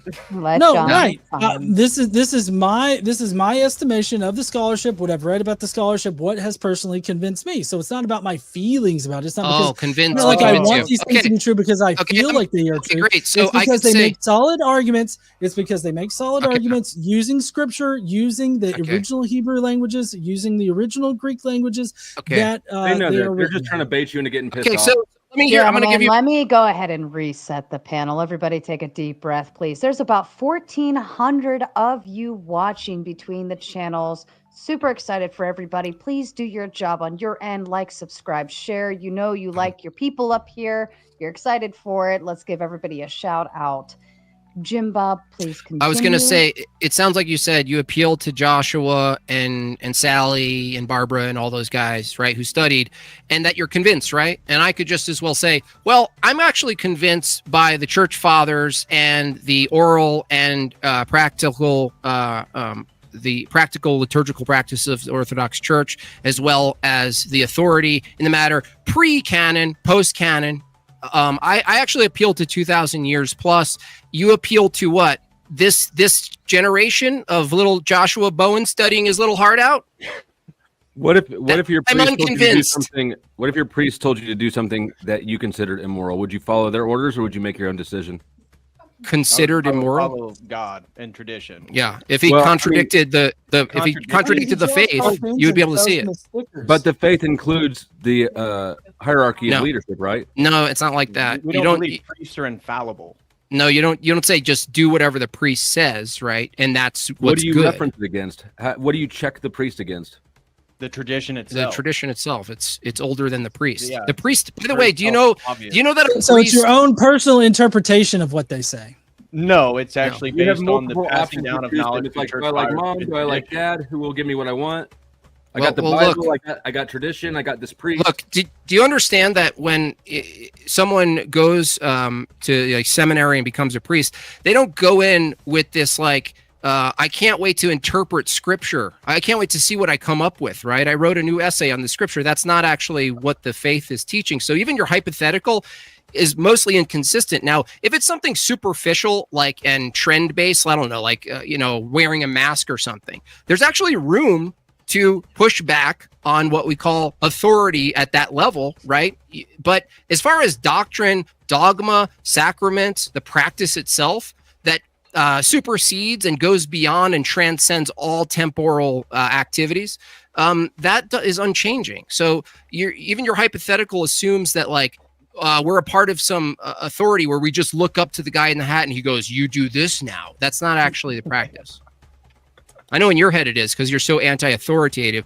Meanwhile, your own system I'm just trying to figure out necessitates a state. which takes precedence. If hypothetically, I know that you don't think this is going to ever be possible, but hypothetically, if a church leader comes into conflict with tradition or with scripture, which one is the controlling authority here Tradition. over the Bible? Well, that is. No, that is What are you talking tradition. about? That's the same thing. Retarded. How do you think the Okay, Bible was compiled? Can I ask where in tradition does it say don't grape a child? You are obsessed with children. Dude, and where touching does them, it say? bro. Dude, do you understand this is a problem?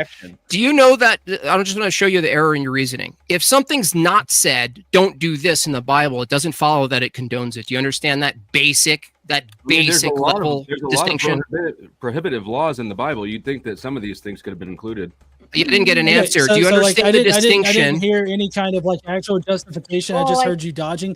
Can you please state to me in the tradition where it says don't grape a child? And this is from Mark. Or Genesis 32, the rape of Dinah. There you go. Do you understand that even if it Genesis didn't say 22, that? what? 32, Yeah. Genesis 32, the rape of Dinah. Do you understand that God logically condemns rape. speaking, John, that you understand logically speaking, even if that scripture didn't exist that you can reference, it doesn't follow that it's condoned? Do you understand that? That's like saying, that's like saying, do you know your scripture doesn't say specifically to murder a an 18-year-old bald albino with a chainsaw? Huh. Gotcha, Christians. You know how stupid that reasoning is? I mean, it says You should all be sorts ashamed of of yourself. No, actually, but it does have God ordering the deaths of 42 children because they made fun of somebody with bald hair. This is the perfect Jim word of Bob, if God. somebody You made could have fun of your conveyed these shitty ass things. drawings, Your would hermeneutics that is really mean that they should justifying your die? subjective morality. Again, you No, guys but- already And conceded hold the on, I want to entire hear debate. John's question again, please. You're just mad because you're balding. I mean, I can understand. Did you say Genesis 32?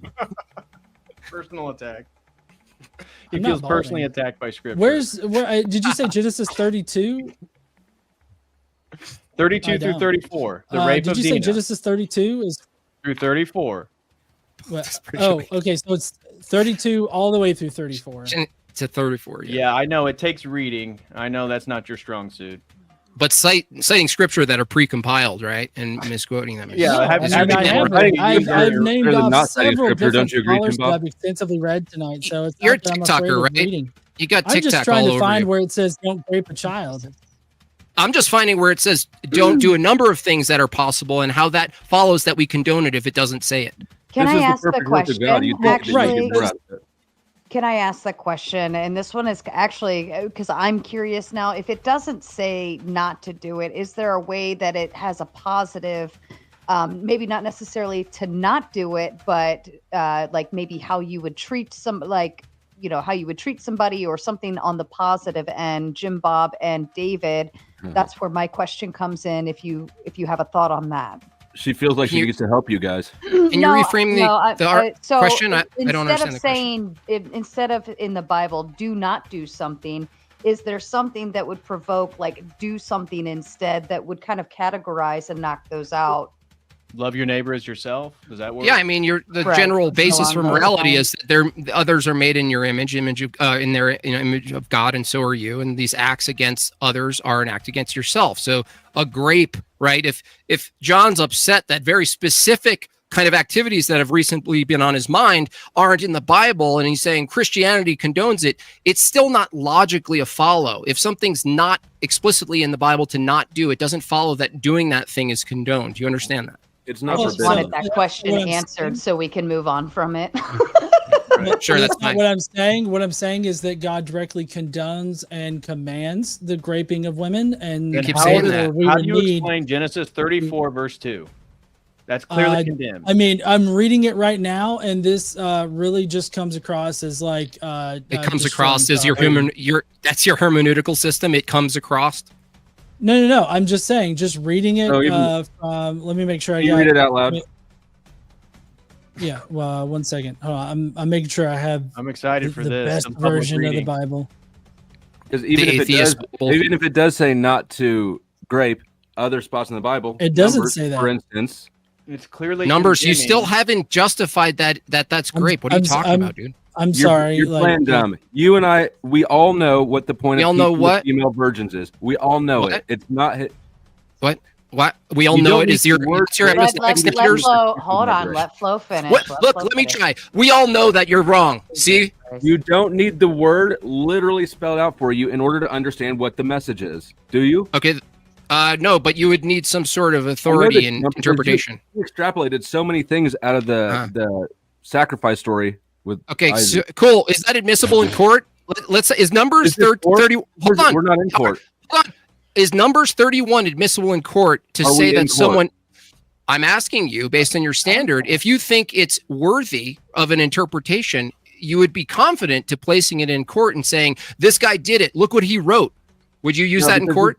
This is No, I didn't think so. Get out of town. Get out of here. I can say something, and I know Get you guys out. understand it. I know the audience understands it. Why wouldn't it be Oh, if things don't useful? have to be spelled out. Why would that be applying to us too? Where you say that we have to find a specific verse that's worded the way that you want. The same thing can be true for our argument. Raping people, children, anybody doesn't have to be explicitly spelled out when we read Genesis 34:2. when Dina is raped, and we can clearly see through that narrative that it's condemned by God. So what's your point? You just defeated the argument that your buddy John has been trying to make for the last 30 minutes. By the way, that activity is totally permissible under your moral system. You keep saying that. Neither of us agree with it. Is it wrong? Cool. Why is it wrong? Why is it wrong? And Bob, let Flo finish. Let Flo finish. Flo. No, it's already established as permissible under yours. Your scriptures has instances of God telling people to slaughter children, right? Yes. And why is slaughtering children wrong? Still waiting. This is exactly. No, we're waiting. I ground my morality in humanism, and humanism would dictate that killing a child is wrong. Why? Why? Because we place the health and wealth. We place the health and welfare of our fellow human beings above others. Not others, but like above all. The health and welfare above all. Okay. That's your standard. Health and welfare above all. I'll ground mine in negative rights.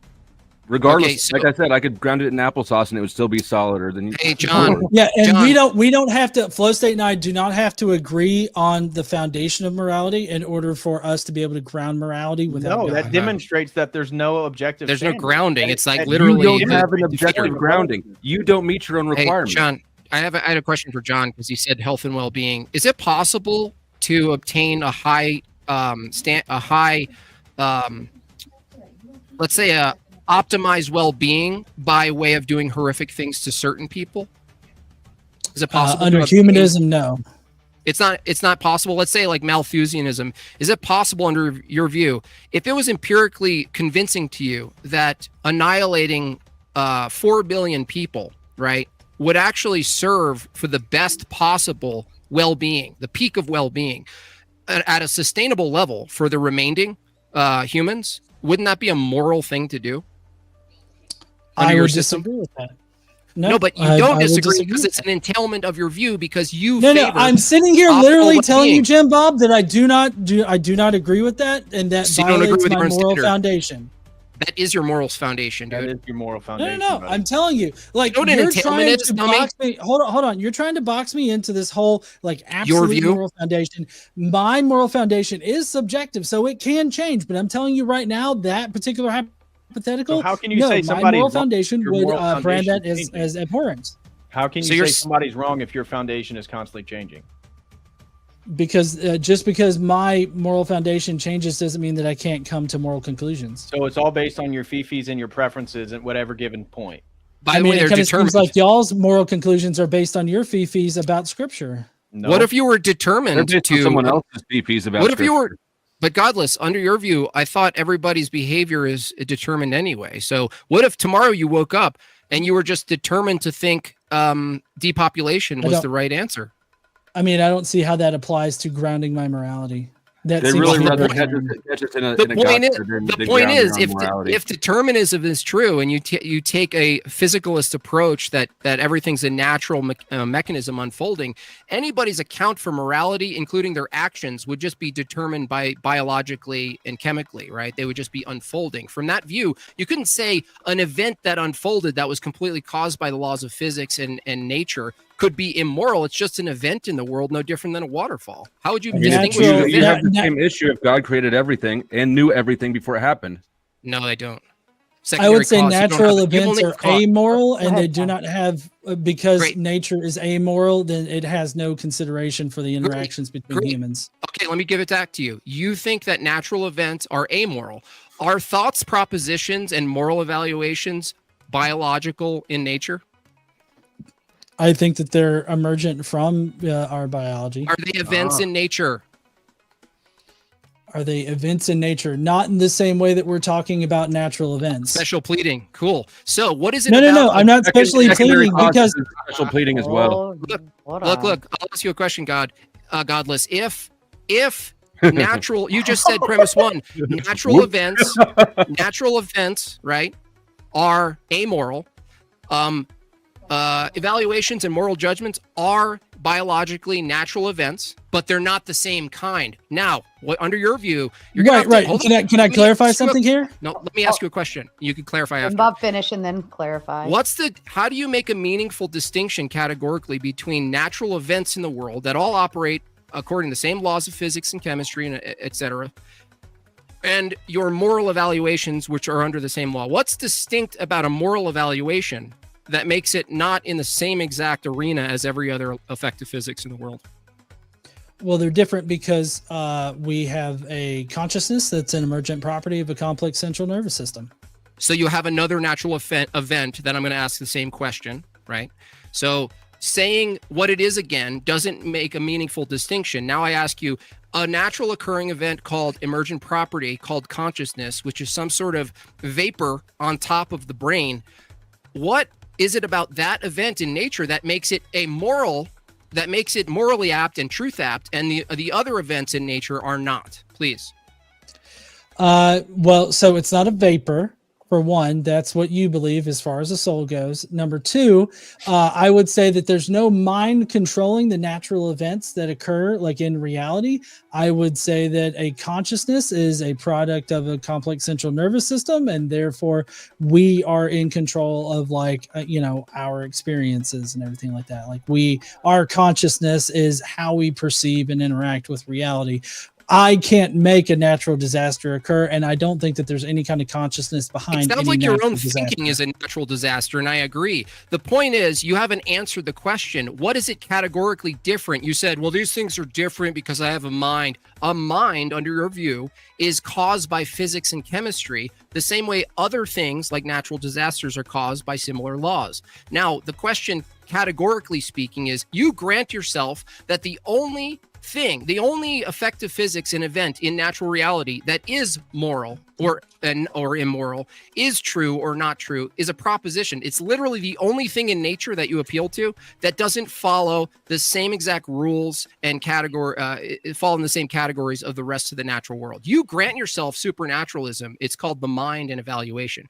Under your own view, John, evaluations are determined effects of physics caused by a machine you call the brain. And from that view, there's no right answer or wrong answer. It's literally the effect of an event happening. Right. The knowability of the evaluation is lost to you, buddy. Yeah, it's gone. Have a beer. Get a beer. I didn't follow that at all. You're saying that since we have a mind, right? You're granting that mind. Hold on. Let Flo finish, please. Let Flo finish. What about that question so far is wrong? Well, I'm just clarifying terms, but do you believe it's an emergent property as your partner? That's all I want to know is what you consider a mind. Well, I'm asking you the question now, so you can wait on that one. Okay. So are you saying that because we have a mind and that's intangible, that it therefore necessitates God or the Bible somehow, or religion? What? No, it removes the possibility of materialism, which is why, Taylor, I know that you don't really hold to a strict materialist, physicalist view, but that's why you guys are incompatible as debate partners. Because we're absolutely compatible. No, I'm going to tell you why. Because morality requires, and you admitted this, free will. But under your partner's view, there is no free will. There's just the unfolding of a mechanism. Under your view, there should not be free will either, except that you have special pleadings. You try to make secondary causes or whatever. As if God's not in charge of everything, as if there's some subset of behavior that God isn't in charge of. He just knows what will happen before it does. What's the argument? Please tell me the argument with premises that states that an all-knowing God removes the possibility of free will, please. 2 premises and a conclusion, please. If he knows what's going to happen before it happens, that means it's predetermined. What? If he knows what's going to happen before it happens, it's determined? It's predetermined, yes. He has foreknowledge of it. How does that remove our ability to choose what's going to happen? If something is predetermined, you don't have any choice in the matter.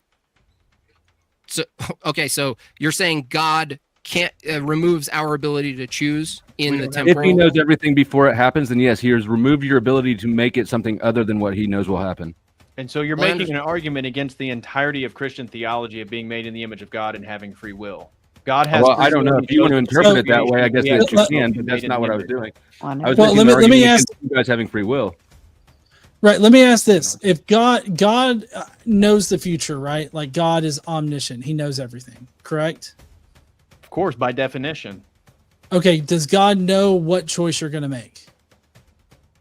In some sense. In At some the same sense, time, we still What have sense is he confused in? we still have free will, in which that's why we're judged by sin. It gets back to the whole point of morality. And if you disagree with free will, so then God there's doesn't know what let you're me going to finish, choose. big guy. Let me finish. So the whole point. Sorry, of there's a morality, lag on my there end. he goes So again. sorry. Man, your mouth just keeps moving. The whole point of morality is something can only be moral or immoral if we have free will to choose. So you've already conceded that there isn't free will in a deterministic, materialistic world.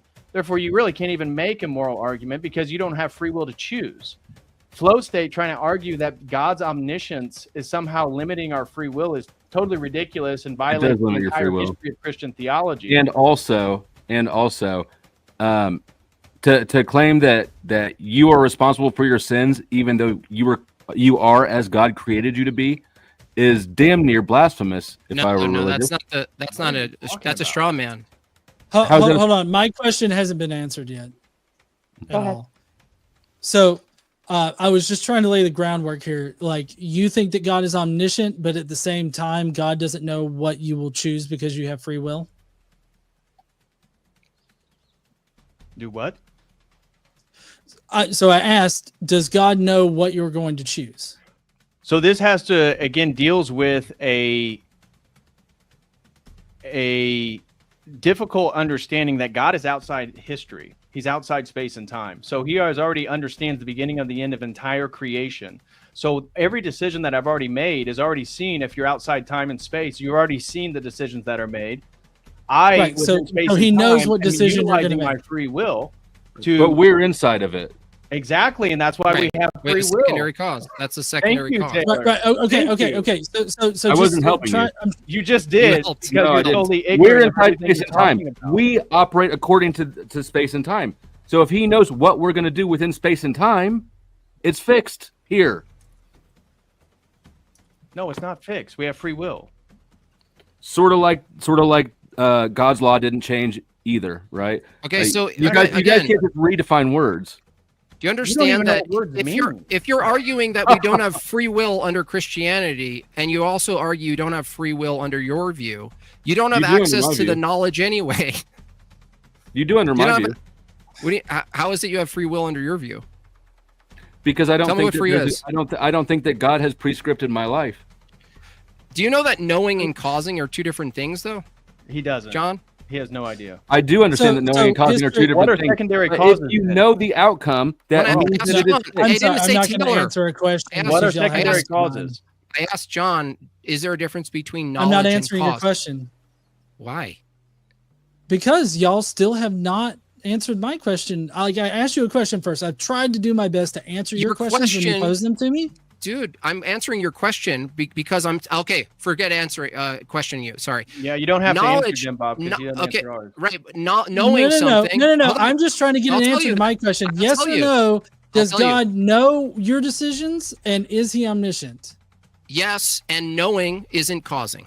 Yeah, exactly. I'm not saying that God causes it. I'm just asking you if He knows what decision free you're will going to make. You granted free will. That. Yes, emphatically. There's only two options. No. Engineer, there's only two options. There's only two options, dude. Either God causes our choices because He already knows them and it's determined, or God knows and we have some cause in the matter. So if you understand the distinction that knowing isn't causing, right? I haven't even made my argument yet.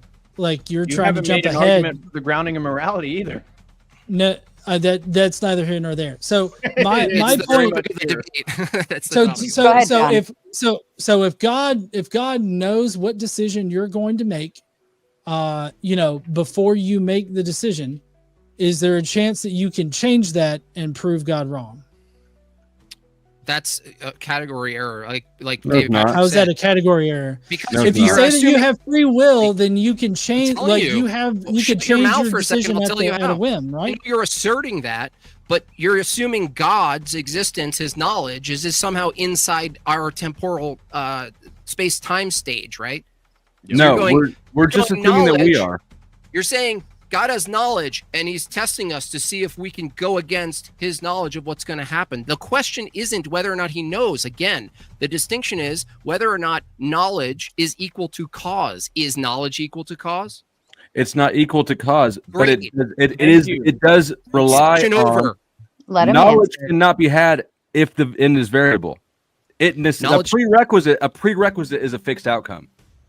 It's not causal, but it is a prerequisite to knowing the end. Again, You can't know how the movie's going to end if the movie hasn't been established. But if you're outside space and time, you can. We're Right. not. Exactly. God We is. have free will. Thank you. We're That's within fine. it. Thank you. Again, you just within it. explained our category difference here, and you're still not understanding. So we got to move. what you're to the saying is next literally subject. no This is a circle. amount of logic applies to God. You can say literally anything, and God's outside of space and time and understanding. You cannot understand God. Of course we You can. have that. You literally just gave yourself a pass to have no foundation for anything at all. Wait, you're saying God exists out of time? God's not constrained by time, space, and matter. Therefore, we can't know anything about God. Is that your argument? That means that you could say anything. I asked you, is your argument? God? I'm answering it. I'm Let him answering. answer. By not holding God to any sort of standard of logic, even within standard. itself, Let him even answer, not being Team self-contradicting, Bob. Nice. you basically exempt yourself from any sort of standard at all. God could say literally anything. He could say that he's one God and three gods at the same time, which he does. Interesting. And you're good with that. So wait a second. You're saying God? It only makes sense that God exists the way he does if he's subject to another God called other laws, like logic or something. Is that what you're saying? If we are to understand God, which I assume that that's the purpose of religion, right? To understand God, To know God and participate. to know God, right? Do you feel like you know him better, knowing that he's outside space and time and all that stuff? So he doesn't have to make sense. Well, I mean, I think it's a logical necessity that God isn't bound by creation because we have a creation-creator distinction. If you don't have a creator-creation distinction, by the way, you guys aren't theists, but if we were arguing against theists and you guys said the creation is God, this would be incoherent. So we understand God through revelation, but also through our faculties. For you to appeal to free will and you not to, godless engineer, for you, Taylor, to appeal to free will means there's a being, there's a personhood there that's making choices that's not identical to your mechanism unfolding, right? Your body doesn't fully control your choices, right? That's your view, Taylor, right? Correct. Okay, so that means there's a being that's not identical to the mechanism. Now you've necessitated something supernatural in your view, or metaphysical, immaterial, let's say, so we don't trigger, right, people who don't like the word supernatural. Now, just like morality, by the way, morality doesn't fit either of your paradigms. There's, like I said, I asked John, if his kid asked where is morality, from his empirical dogmatic perspective, he can't tell you. He can't That's tell a straw us man. where. That's a straw man right there. What are you talking about? It's consistent with his paradigm. What are you talking about? It's a straw man. What, It's that logic completely is consistent. tangible, or that morality is tangible? An empiricist, a naturalist, has no justification to believe things that exist. Believe things exist if they can't be measured empirically. Can you show me your sex drive? What are you talking about? It's a comparable biological instinct. A sex drive? Yeah, your sex drive is No, is I don't comparable. take a physicalist. I don't take a physicalist standard, dude. Do you understand what internal critique is? He doesn't. I do. Either. I do. I'm not arguing from my paradigm. You're trying to carry this straw man through. Taylor, I accept metaphysical and immaterial concepts have a different ontology than a tree. Your friend, Godless here, doesn't. I'm saying to even argue morality from Godless's position is already outside of his paradigm. Yep. You can't find morality as a thing. I think morality is an emergent property of a complex central nervous system. Right, which is relativistic because that means it's evolutionary based, and the precepts for survivability are different amongst different groups and based on the environments they inhabit. For example, lying could be something that would include the survivability of a certain group, though I suppose you would say that continually lying is actually immoral. So the entire basis, again, for your grounding, you've lost the debate. It's subjective and it's relativistic. Do all groups have the same emergent? Yours is absolutely changing and subjective. Do all the John, just from your view, are all emergent properties called morality like the same I don't know what you would call it, because you'd have to reduce it to physical, right? Or you're not reducing it to physical. Can you guys try to establish again how your Dude, I'm morality is asking not him a subjective? question. Hold on, Tuesday. let I want to John know answer the godless. question. This is a good faith question for godless. It's not a gotcha. I want to know, when you say emergent property, morality is an emergent property. Do you think all concepts that aren't identical to matter are emergent properties, like mind itself? Do you think a mind is an emergent property of the brain, or is it identical to the brain? I think it's an emergent property of the brain, and I don't think that any of your questions are in good faith, like whatsoever. And That's they're not fine. I don't relevant. care They're what you not think. relevant to grounding morality either. They are relevant. He just said morality is an emergent property. I want to see where else he's categorizing morality, because if truth is an emergent property and making a statement about morality, which this debate is about, reduces truth claims to emergent property, everything DPH just said completely annihilates godless engineers' paradigm. Why? Because it's all relativistic, because each mechanism called a human being with a different brain produces a different emergent property. That means different Oprah Winfrey truths. Game over. You have different truths. You get a truth. Your Hold on, stop. You are. Hold on. Flow State, you started talking first, then John, and then David, if you had something to add, that's fine. So the Ortho Bros are sitting here trying to claim that their morality is unchanging and objective, but it's absolutely neither of them. Neither of them. Could you please establish how it meets the definition of either of those words without changing the definition of the word? If we're using the term morality, there's no use in even using the term morality if it's not referring to a law based on how we ought to behave. If it's the case that what you're referring to as morality is merely a bunch of preferences that change over time, just to use the word preferences, then you're consistent. We can use your definition of morality that you use at the beginning, which is a standard of right and wrong behaviors. Objective. You Well, guys I have want to already. hand it. He I didn't. wanna He hand it did back- not say objective in his opening statement. I want to hand it back to John. Absolutely. Oh, I'm sorry. I wasn't listening to anything they were saying. That's okay. If you started Good speaking debater. earlier, so I wanted to make sure you had the opportunity to kick back in. Tell us Yeah, I about mean, I don't TV have board. anything to say. That they seem to.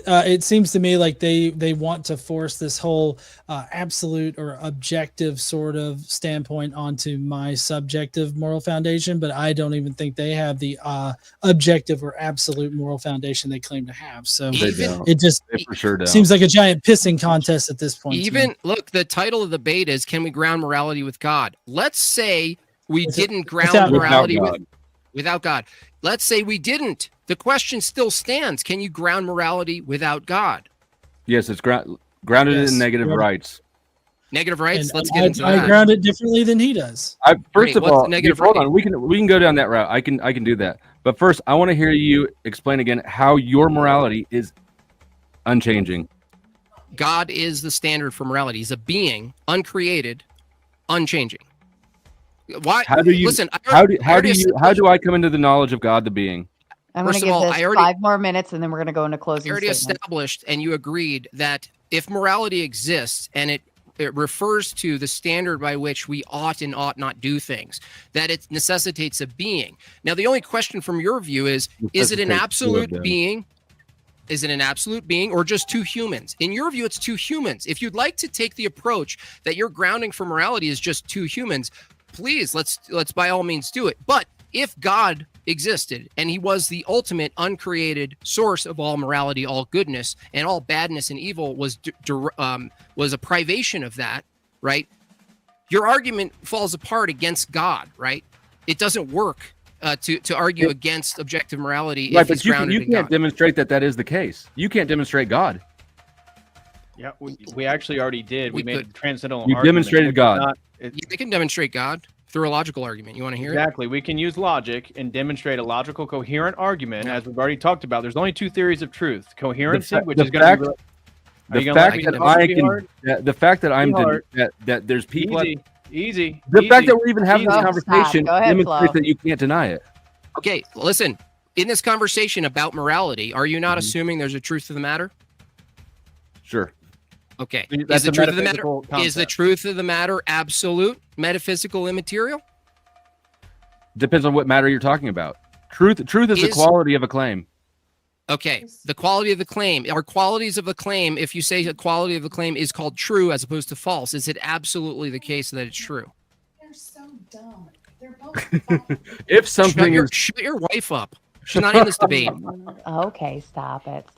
If don't get Or was get in your man? fee-fees. Or is that a man?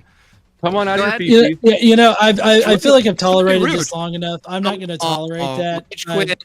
Dude, you're rude. I'm not rage quitting. I'm not we rage violate quitting. your I'm just subjective not morality? allowing You little fuck. All right, gentlemen, let's move into. I'm gonna Stop let my it. wife talk shit, right? But I'm gonna be like, Boys. you fucking unbelievable, you little worm.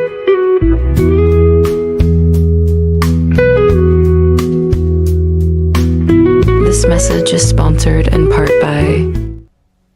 All right, shout out to everybody. We lost one. That was definitely a rage quit. Definitely. All Victory. right. We were so close to the end. So Yeah, you close to blame the victory. end. Talk about rude. Talk about rude. Let your wife insult the guest on the panel that I agreed to don't do a think that debate was with this guy. intentional. I don't give a shit. He was talking to his wife multiple times throughout the debate. Okay. Of course, it's intentional. All right, gentlemen.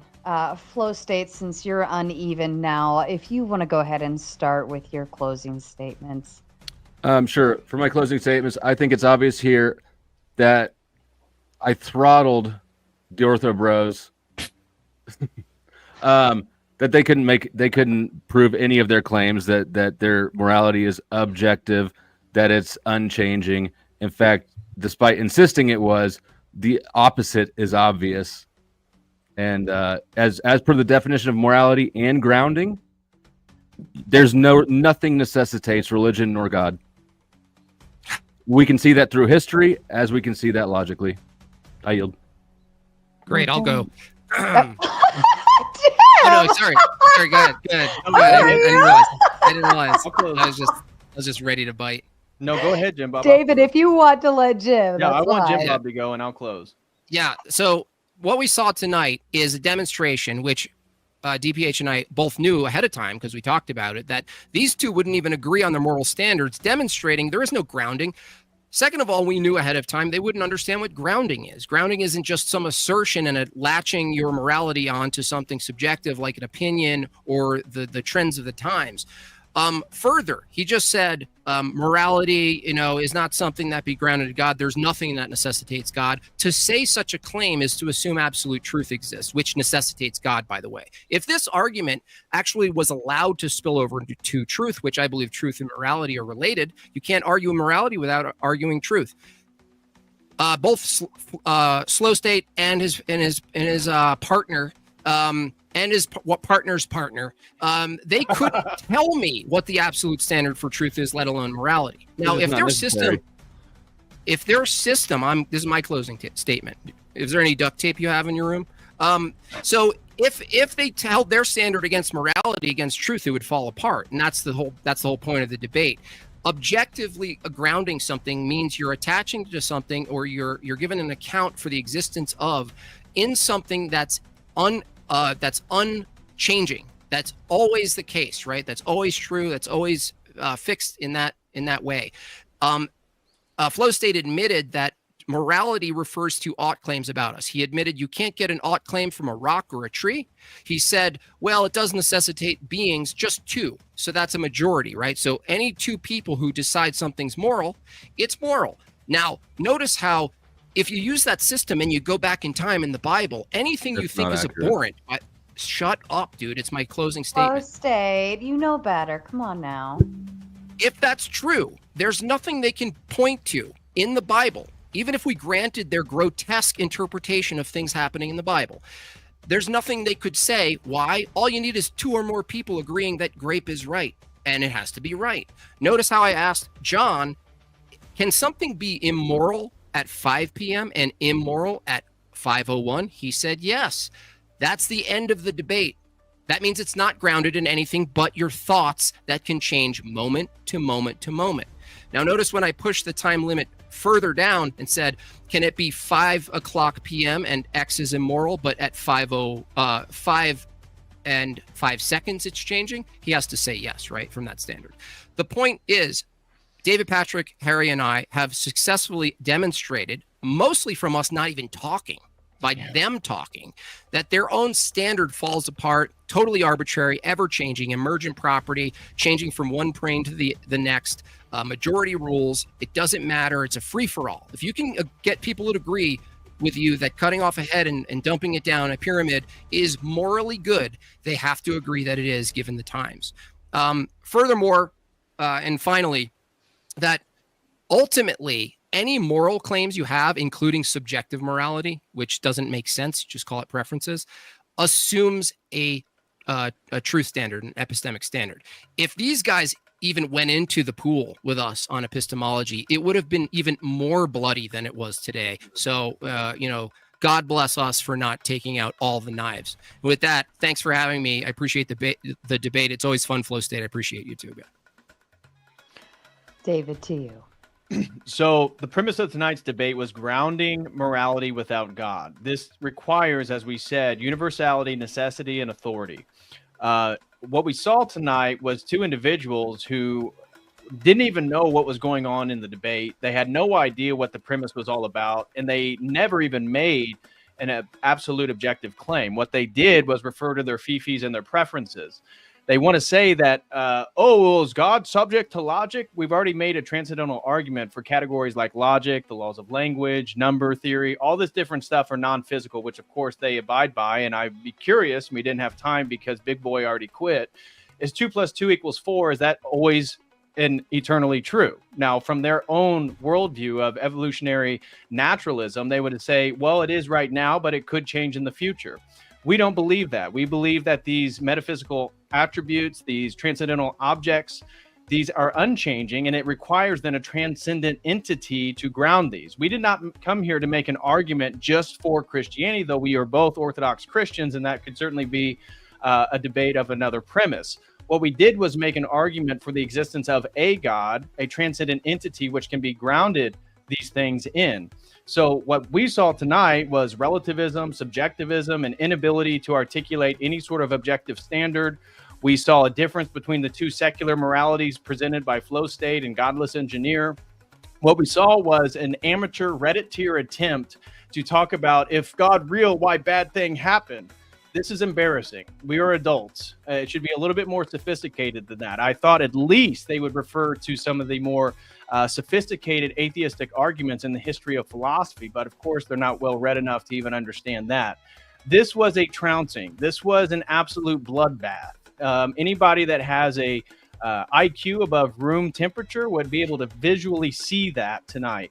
So we made an appeal to God through revelation, because if there isn't a transcendent entity, and again, this is not exclusive, revelation based in various religions is not exclusive to Christianity. Although, why is that necessary? Is because it appeals to something that enters into the moral or the material condition. As Jim Bob highlighted, if you're just using naturalism and inductive methods, you can't create you can talk about what is, but you can't talk about what you ought to do.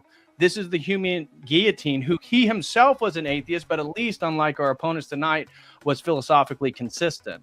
So unfortunately, one of the debaters already rage quit. We conclusively demonstrated that there is no objective standard without some type of transcendent entity. Now, of course, for us, that is the Holy Trinity. What we saw tonight was an embarrassment.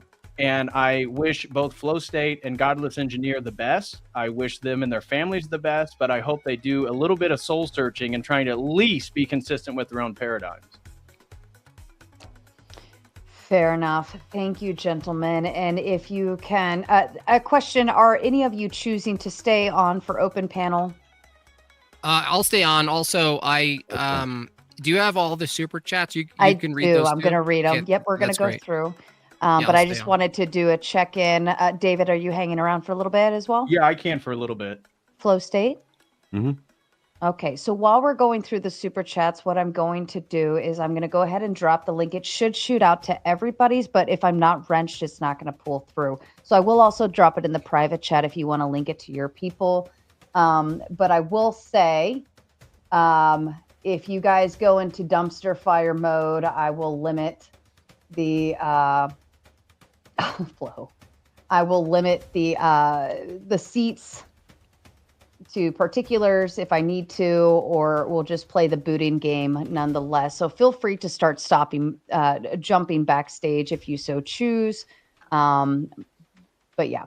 Okay, so quick shout out to all the new members. Jess Margot, Terrence Clark over on somebody else's side, P. Fletch as well. And P. Fletch came in with the big 5. He said Alex Jones was right. Shout out to Order 88, new member, Lawyer Chick as well. And the Joe Mobley Show coming in with the big 10. He says, DPH, putting in work. David Hume's angle is exactly right.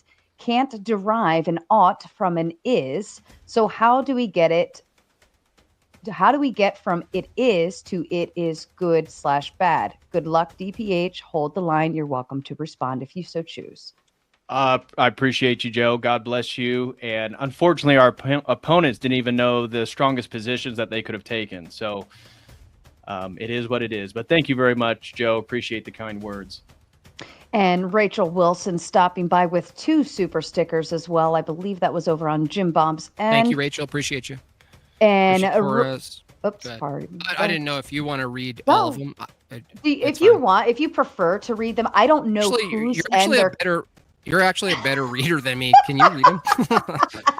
I can. I don't know whose ends they're coming in on. Yeah, I know kind of generally. Yeah. Yeah. So Richie Torres, MMA, coming in with the big 10. He says, given their atheistic presuppositions, why is debate even viable? How does it help us gather food or look for a mate? If anybody wants to respond, you're more than welcome Flow to. state. What was the question? Given their atheistic presuppositions, why is debate even viable? How does it help us gather food or look for a mate? Well, because obviously being familiar with what is and isn't truth is external of the individual, right? That's how we know what's true. It's independently verifiable by people. And I feel like the answer to this is obvious. We have to understand the world that we live in order to operate in it. Fair enough. Limited Light coming in with the big 5. No, Jimmy Rob, tell us how your morality hasn't changed without the tired old. If commanded, commanded it must be good. Try something new. Oh yeah, we don't take the Euthyphro dilemma because that's a false dilemma. So I would just reject the Euthyphro dilemma because it doesn't look at morality as united with God as a being. It looks at morality as a separate thing, like a set of propositions that are external to God. So I just reject the premise. I also don't know if that's facetious or not, honestly. Yeah, I feel like it might have been. It's hard to tell. Jason Scholl coming with the big 5. He says JB and DPH, high-powered duo. These seculars have no clue. Sounds like a cope. And John Smith coming in with the big 10. I'm just happy Trump won and there's only 2 genders again. And we all know what a woman is again. That nonsense was confusing for the last 4 years. Trump 2028, y'all. Jonathan Dinan coming with the big 5. LOL, time to watch Jim Bob. Right. Yeah, okay. I thought it was just me. Something to mindless engineer. Thank you, Jonathan. P. Fletch coming with the big 5. Jim Bob needs to argue doing his Jordan Peterson voice. I would do that. It would get old quick, but I would do it under the right circumstances. Justin Henley coming with the big 10. GE, I'm not playing your game. Even if I believe in morality you don't like, that's still grounded morality. Bad morals are still morals. Tubby. Flo, if you want to respond to that. I feel like Justin just argued his point, but at him. I don't know what to do with this. Yeah, maybe. I'm not sure. AC coming up with the big 20. The bride's taken would still be subject to Hebrew marriage age. You force child grape with deconstructionist sophism. Yes. That isn't consensus. Full of it. Yeah, I would actually agree that the child grape position wasn't a good one. We could have had much stronger footing on killing the boys. There. Blue Skittle comes in with the big 20. DPH cooking. Thank you, Blue Skittle. God bless you, brother. And Justin Henley coming in with the big 10. Left side, guys. If you don't believe God exists any morals a culture comes up with, is subjective just like yours. They just have different source. All subjective, not grounded. All are grounded in the same subjective, changing opinions of the people that exercise them. You can deny it all you want, Justin, but it is the way it is. Can I just ask a follow-up question? I just want to see how truth itself isn't in the same predicament as morality. Like, if you said all morals are subjective and based on the person, what is your what grounds truth itself? Because truth isn't found as matter in reality either. It's another immaterial thing. So from your view, you reject truth as a construct, right? We reject all the blue-haired and all that nonsense, right? So that's why I wanted to get into that a little bit with you, and maybe it's another night if you want to save it, but maybe you can give a short answer. The question is, what's distinct about truth that your own assessment of morality doesn't apply to truth as something changing? I mean, truth is sort of a binary that's externally verifiable, independent of the subjective person, right? Like, I can hold this up, and we all know that this is a lighter. If I told you that this was the keys to my car, we could all look at it independently and go, that's not the case. Morality is much more nuanced and subjective than that. It's how you ought to behave in a situation, and we know that life is complicated. There's a lot of grays in life. Yeah, but before you said basically, or do you hold a position, just to clarify, that we ought to pursue truth as a moral claim? I think that we ought to. It depends on what you mean by moral claims. I think that it is a moral thing, but my definition of what constitutes something being moral is going to be different than yours. Okay. Do you want to hold the rest of that follow-up Sure. and Sorry, we can go into ahead. open? Mhm. Resto Reister Gaming, I like that name, comes with a big 5. Right. Get Jay Dyer on as the final boss of the Ortho Bros. I believe he was over in your chat too, Jim Bob. Yeah. Pretty sure I saw him on somewhere in there. Santi's Bear Balls. What the fuck? Comes in with the big His 5. name's evolving. Oh my God. In Christianity, which is greater, morals, also known as feelings, or commandments, also known as laws? And in a godless society, how do you determine how these two are established? I think you incorrectly framed morals with parentheses feelings. Well, a Christian view doesn't hold morals are feelings, so the question doesn't really make. You can pay again to Sarah here another super chat and phrase the question properly, unless David Patrick Harry, you want to try to take a charitable approach at what you think he means, because I just reject the way he I phrased assume what he's trying to say is somehow morals are feelings, that they're subjective, and commandments as laws are objective. But again, the moral law is written on the heart, and it's not a subjective relationship. And the progressive revelation of the law itself is the point of the Old and New Testament. So we would say the moral law of God is unchanging from its original foundation before the fall, and that is the standard. And the commandments would be inextricably tied to the morals, like what we call morality, the grounding for morality.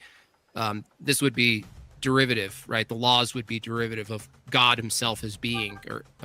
So I would say, Santis, if you're going to, I know you believe in God. I have some background knowledge of you. You can't really say morals are feelings without it all falling apart. So. Fair enough. Resto Reister Gaming coming in with another big 5. R.I.P. Atheists Slow Boys. Thank you, Rick. Resto. I Oh my agree. God, Resto. I'm sorry. I had Resto on my mind, That's apparently. right. It's Love only you, Resto. Australian dollars, so they get Australian, Fair enough. Fair enough. Jordan Flores comes in with a big 20. Why is Jim Bob debating Comic-Con mascots? Because that's the only debates I take. Limited Light comes in with a big 5. At Justin Henry, you're just as subjective and ungrounded. Ooh, people are fighting in the chat now. I like that. Damn. Jonathan Dynan coming in with a big 5. Jim Bob should do his RFK impression and tell GE he is being deported to Haiti for rotting his brain, plus causing his obesity with seed oils and soy. I'll tell you what, I'll animate that for you if you go over to my channel. See you over there. There you go. I don't even want to try saying this name. Coming in with the big 20. These two broskies are completely outclassed. What? Fair enough. AC coming in with the big 20. Godless Engineer, are you aware that the human tribute to Yewa is servants of the Levites. Levites in the temple, not a sacrifice. He is not. He has no idea about anything. He didn't know the distinction sacrifice from just killing or murder. like all these things. Yeah. Fair enough. Limited light comes in with the big 2. Jimmy Robb, did Newton ground gravity? We don't have to answer that. It's only 2. He made that up.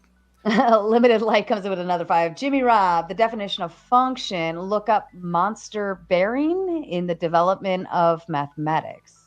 I'll check it out. Yeah, that sounds really relevant to today's debate.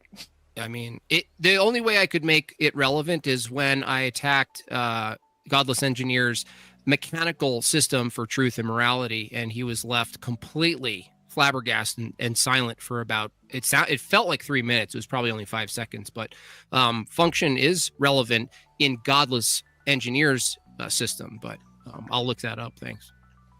Thank you. Oops, I lost my place. Sorry. Excuse me for just a moment. Oh, and then Juniper coming up with the big 2. Mr. E sent me, where am I? And I believe Crucible Crew dropped in over on your end, Jim Bob. You had a raid. Thank you, sir. Rachel Wilson also gifted 5 memberships on Jim Bob's side. Solomon comes up with the big 5. Matthew 18:6 debunks the pedo thing. There is no child rape prescripted at all in the Bible. True. Thank you, Solomon. Enslaved by Truth comes in the big 2. Turn off the music. No, I'm going to make it louder. And Fur Love Bond comes in with the big 2. Tiny incentive to actually moderate, not just host. I can respond to this one.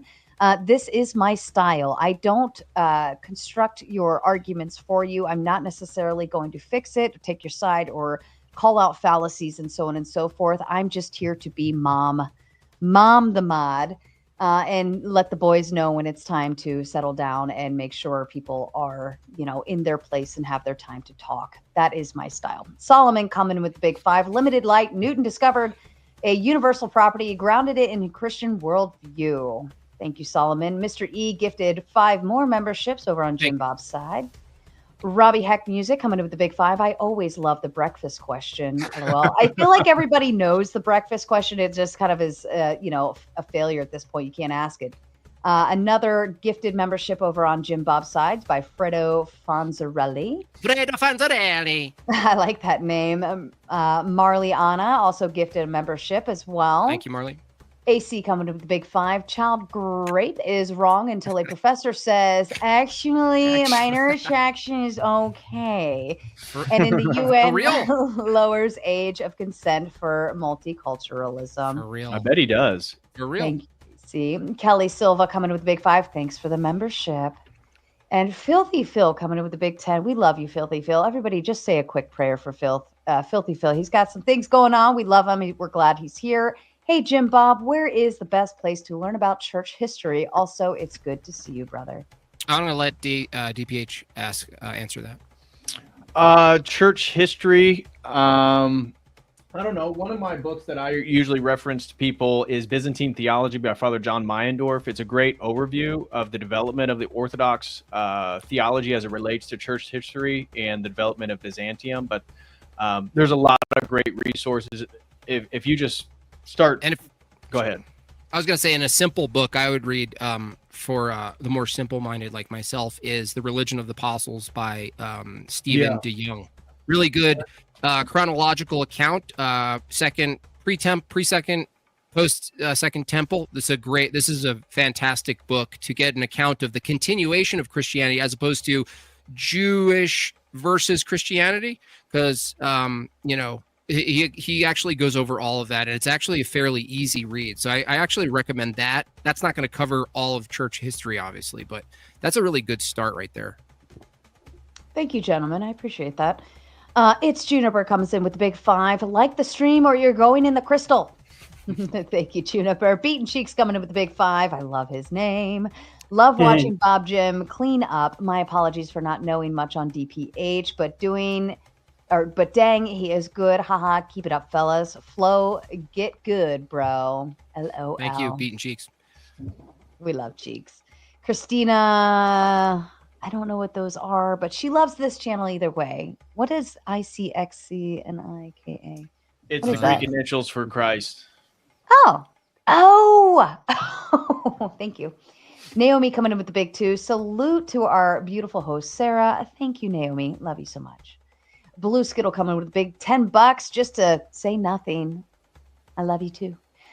Fern Love Bond coming with the big 5. There's no debate when the other side incessantly pretends to win no matter what happens. These two aren't making real arguments and aren't worth it.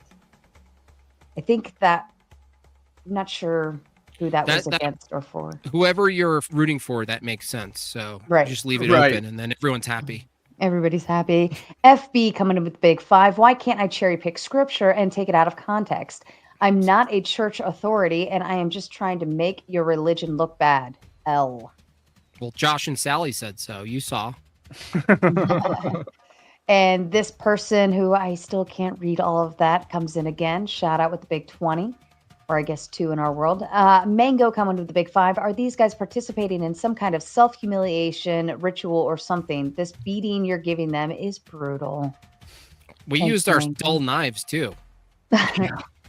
Fern Love Bond comes in with a big 2. If only this debate, haha, good one, had a mod. Yeah, Fern, I already said it. I already answered. Snap. I know. They don't like my style when people are losing. Ticky Tack coming in with the big 10. If bees have morality, aren't wasps immoral? I wanted an answer. Give me one action a bee does that's immoral. And I was like dying for because the memes would never end with that. Fair enough. Justin Henley coming in with the big 10. Abraham said, the Lord will provide the lamb. He did literally, and it points to the prophecy of Jesus' sacrifice. St. John calls Jesus the Lamb of God when he sees him. Abe plus, what is that, LS? What is that? Abe plus LSS is a bad argument. Abe and Isaiah. Isis. Isaiah. Yeah, I guess. Yeah. Richie Torres MMA coming to big 2. B morality. Yeah. Be jail. Be That's jail. actually funny. Daniel Zen coming in with the big 5. DPH be destroying these degens. Thank you, Daniel. Degen for life. Degen for life. David No, Gravy. you're converting, dude. We'll get you. You're gonna be hanging. You're gonna be hanging around my channel for. You'll never 20 take my years. degeneracy from me. Well, that's true. We're But, gonna but I we're will gonna set you on try. a path. That I will set you on a path. And David Gravy, Left Field Liberty, coming in with the big 20. Belated wedding gift, many years, fam. David, I'm guessing that's to you? That is to me. Thank you very much, David. God bless you, Thank brother. Really appreciate it. And congratulations. I don't know Thank how you. far back that was, but congrats. AC coming in with the big 5. Deconstruction. Deconstructionatards. You have to accept our selective use of rabbinic. Is that Yeah, rabbis, Rabbinic? Jewish rabbis. Oh, okay. Rabbinic interpretations of sola scriptura. Thank you, AC. The Spartan up north coming with the big 5. There's going to be a global shortage of straw. All the straw men, these numbskulls, have been using their personal interpretation of scripture. That's actually really funny. That's pretty funny.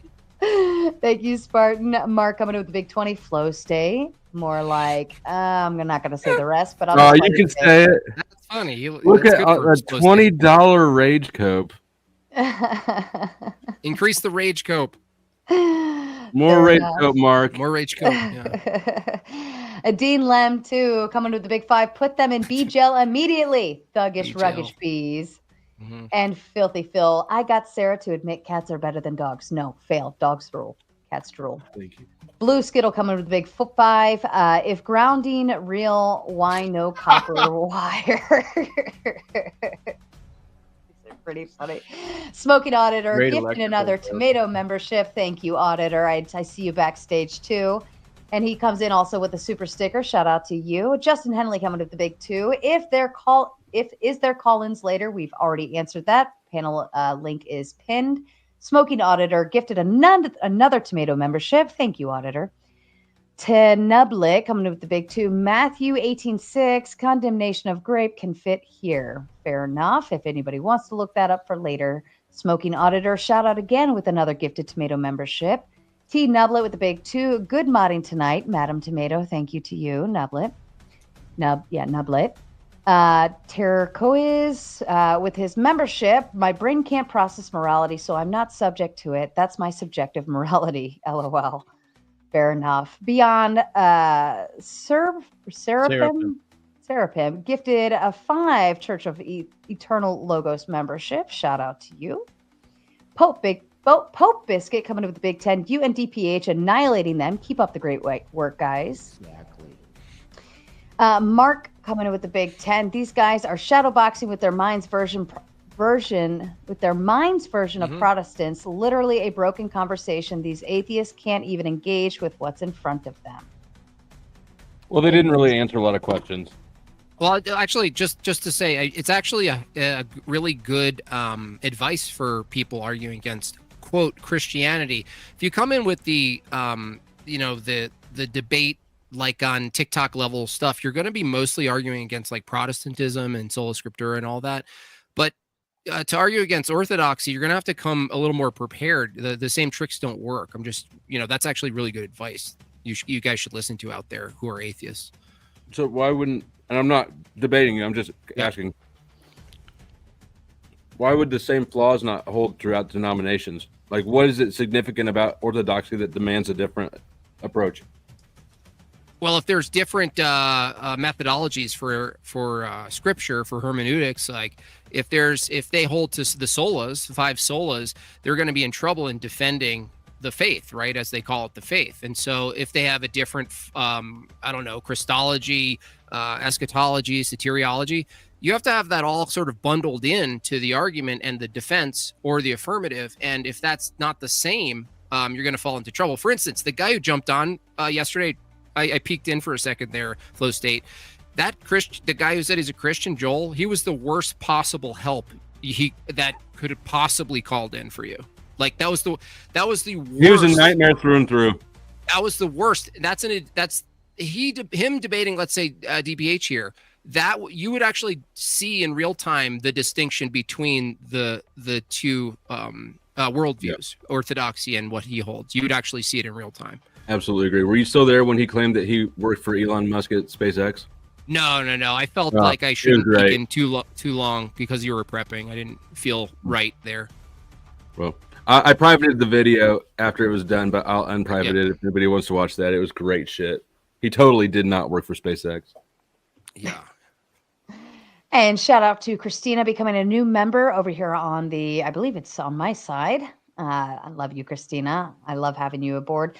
Jordan coming up with the Big 5. Fidget spinner boy and period Flow State have the combined philosophy and debate knowledge of a 5th grade girl. I will say I'm actually disappointed that he rage quit. I feel like everybody's fully aware that Mod Monday does get high tension. So I know we were right at the end too, and I would have let him had all the final thoughts he wanted, but that was very disappointing. I don't like to see that. He had a killer opening statement. He's already privated the debate too. It looks like he's embarrassed of it. Oh, well, Yes. the ones over here don't get privated, so. Smoking Auditor to come up with the Big 2 objection. Don't mess with Mrs. Flow State. We love Mrs. Flow State. Hi, Katie. Sincere Hypocrite coming up with the Big 5. A woman calls DPH and JB idiots. Godless says nothing. They dish it back. Godless cries like a girl and rage quits. Yeah, fell. Hank Aflamio, sorry if I did it wrong, coming up with the Big 5. Godless engineers too soft for the panel verse. Stay away from the atheist cult of Austin script and listen better. Flow State carried. Flow State, you did do very well for kind of being having a softie there. Mendoza coming up with the Big 5. L, soy tits and slow tate. See, once you rage quit, like the chat won't let that one go. They won't. Tulsa Brad coming to the Big 10. Good job, Jim Bob. Thank you, sir. Black Flame Nova coming in with the Big 50. I don't know which side this is coming in. It's over on one of yours. Great debate aside from the emergent Dillahunty look-alike. A BT Wix coming with the Big 2. Your mom. Joe Cool coming with the Big 5. They don't know they lost. John Kell coming with the Big 5. Good job, DPH. Thank you very much. Nathan KB coming with the Big 2. Honey, get my sleeveless tuxedo. John Kell gifted 5 made by Jim Bob membership. Shout out to you, John. Thank you, Kell. John. Joe Mobley Show coming with the Big 2. You absolutely crushed tonight. Well done. BT Wicks coming with the Big 2. Yo mama. Joe Mobley, you absolutely crushed tonight. Well, John. Oh, that was again. Oh, okay, you did it twice. The Trib 1 coming with the big 2. What came first, the chicken or the egg? Rebecca coming with the big 5. Completely wrecked them. Well done and entertaining. P. Fletch coming with the 3. If God infallible, why 2 Bibles needed? If God's infallible, why are 2 Bibles needed? Do we have 2 Bibles? Even if New that and were old. true, it wouldn't follow either. It's not an argument, but Fair appreciate enough. the donation. Oh, Blip 21 coming with the big 5. DPH, I love to listen to your content. Turning this into a debate was fantastic. God bless you and your family. Alexander Medeiros coming with the big 5. Ground your morality, but don't use eternal grounding. It's too old. Trib 1 coming with the big 5. If we thought God was real, if he wasn't, and through that grew into having cohesive morality across societies, would y'all attribute that to secularism? I wish we got into that because of the whole evolutionary purpose for beliefs. If it were the case that, from their view, religion itself, belief in God, was also an emergent property and was useful in the function that matched, let's say, flow state's standard of outcomes. And I don't think flow state denies this. He would then affirm keeping your theology, even if he thought it was false, because functionally it would provide a bunch of utility. So, you know, it shows that from the secular view, there's no standard by which they say you ought to pursue truth if holding false beliefs provide utility. All right. And Vigo coming with the big 5. Your W has arrived, sir. Thank you. Shane Nair coming with the big 10. Just briefly, what would you say would be the biggest argument against something like Hinduism? Does the transcendental argument also apply here as well? Thank you and bless. So, at some degree, the transcendental argument can be used by a Hindu, but if a Christian was going to do apologetics, the first thing that I would call into question is the concept of Maya, the illusion of the material world, which calls into question epistemic foundations and what can we actually know. So for Hinduism, they, like Buddhism, they believe that the exterior world is an illusion, which again causes epistemic problems. And I think you could make that a pretty strong case if you were going to do an apologetic argument against Hinduism. And Sikhism would probably be closer to grounding morality because they do, yes, I would say, borrow sort of an image bearer status, not quite exactly, but they at least know that it's logically has to be grounded in a being, that an immoral act is an act against someone made in God's image, therefore an act against God or privation from his will. But they don't have they don't have the knowable personhood in the life of Jesus Christ, which is absolutely necessary. Right. All right, Samuel coming in with the big 5. Y'all should do a debate with Maya. Miaphysite and Chalcedonian. Oh, thank It's beyond God. me. Thank you. I don't know what that is, but it's a DPH debate and Jay Dyer. Oh, that sounds fun. Let's set that up. David Gravy, Left Field Liberty, coming in with the big 5. Moderation style was just fine. The affirmative side just had no leg to stand on. Thank you, David. Appreciate that. Vesper coming with the big 5. Secularism can firmly ground morality through rational universal principles, reason, and humanity as the source of our goodness. Secularism can't even ground reason. So jump on and get wrecked. Corvo coming with the big 5. Are women allowed to explain that? How can secularism not ground reason? Reason and, like I said, personhood, mind, like these are things that can't be identical to matter. And a secularist, if you push them on their epistemology, it all reduces to a mechanical physical universe. And so under a mechanical physical, it does. It does. We can debate that later, but it absolutely does. A secular view has no account for any sort of metaphysics or immaterial things. Yeah, it's fine. Write that one down, boys.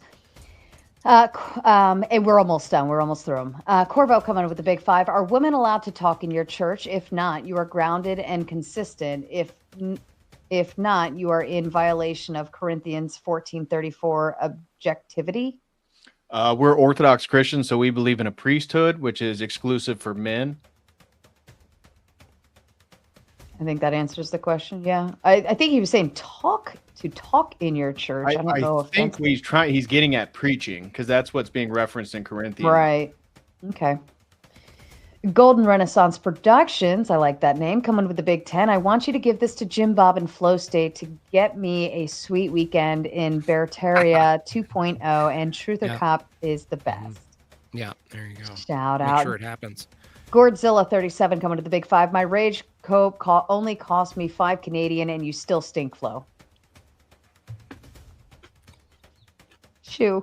Keep coping, I guess. Cope harder.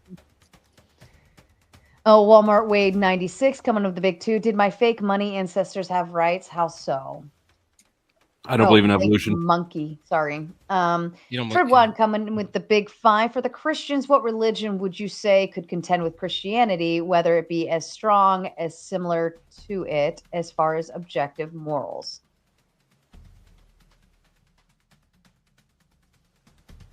I don't think it can, because it's a holistic thing. As far, like I mentioned before, if you're just taking one claim, like I mentioned, Sikhism, if it's just the claim that's similar, like that would be something I reference. But I think maybe DVH, you can take this. But it seems like we're talking about comparative full paradigms. So it's not like one aspect versus another. It has to be the whole thing. And there is nothing that can contend with Christianity in that regard. That would get into interreligious apologetics. And so the transcendental argument in its sort of rudimentary state is just arguing that a transcendent entity is the grounding for the transcendental objects. So another theistic religion, monotheistic religion or whatnot, could do that. However, once you start getting in, as Jim Bob's highlighting, the coherency of a paradigm, which obviously once we're dealing with religion, we're dealing with things that are beyond empirical investigation. Now we can use the coherency of the traditions and systems of thought and theology itself to demonstrate which one's more coherent. And so in that type of context, we as Christian apologists would pinpoint points, whether it be Islam or Judaism, where there seems to be internal contradictions that can't be resolved in their own paradigm. Thank you, gentlemen. Oh, did you have something to add? I was just hoping that Vesper comes on, because he's saying a lot of funny things that I love crushing. I don't see him in the backstage. You better jump on, Vesper, and not be all loud. I'll ban you if you don't jump on. Do you need a timer? There's a timer right there, 59 seconds. You don't call in to Raging Tomato, you get banned. He might have to wait. We do have a full set backstage, so I know I've got a few extra seats back there too to hold. But Shane Nair coming in with the Big 10 also wanted to say, Jim Bob, I saw you on Fresh and Fit, so I have 2 questions. Is hypothetical hypocritical, and how many watches have you given to people? You got a great Mr. Wilson impression, by the way.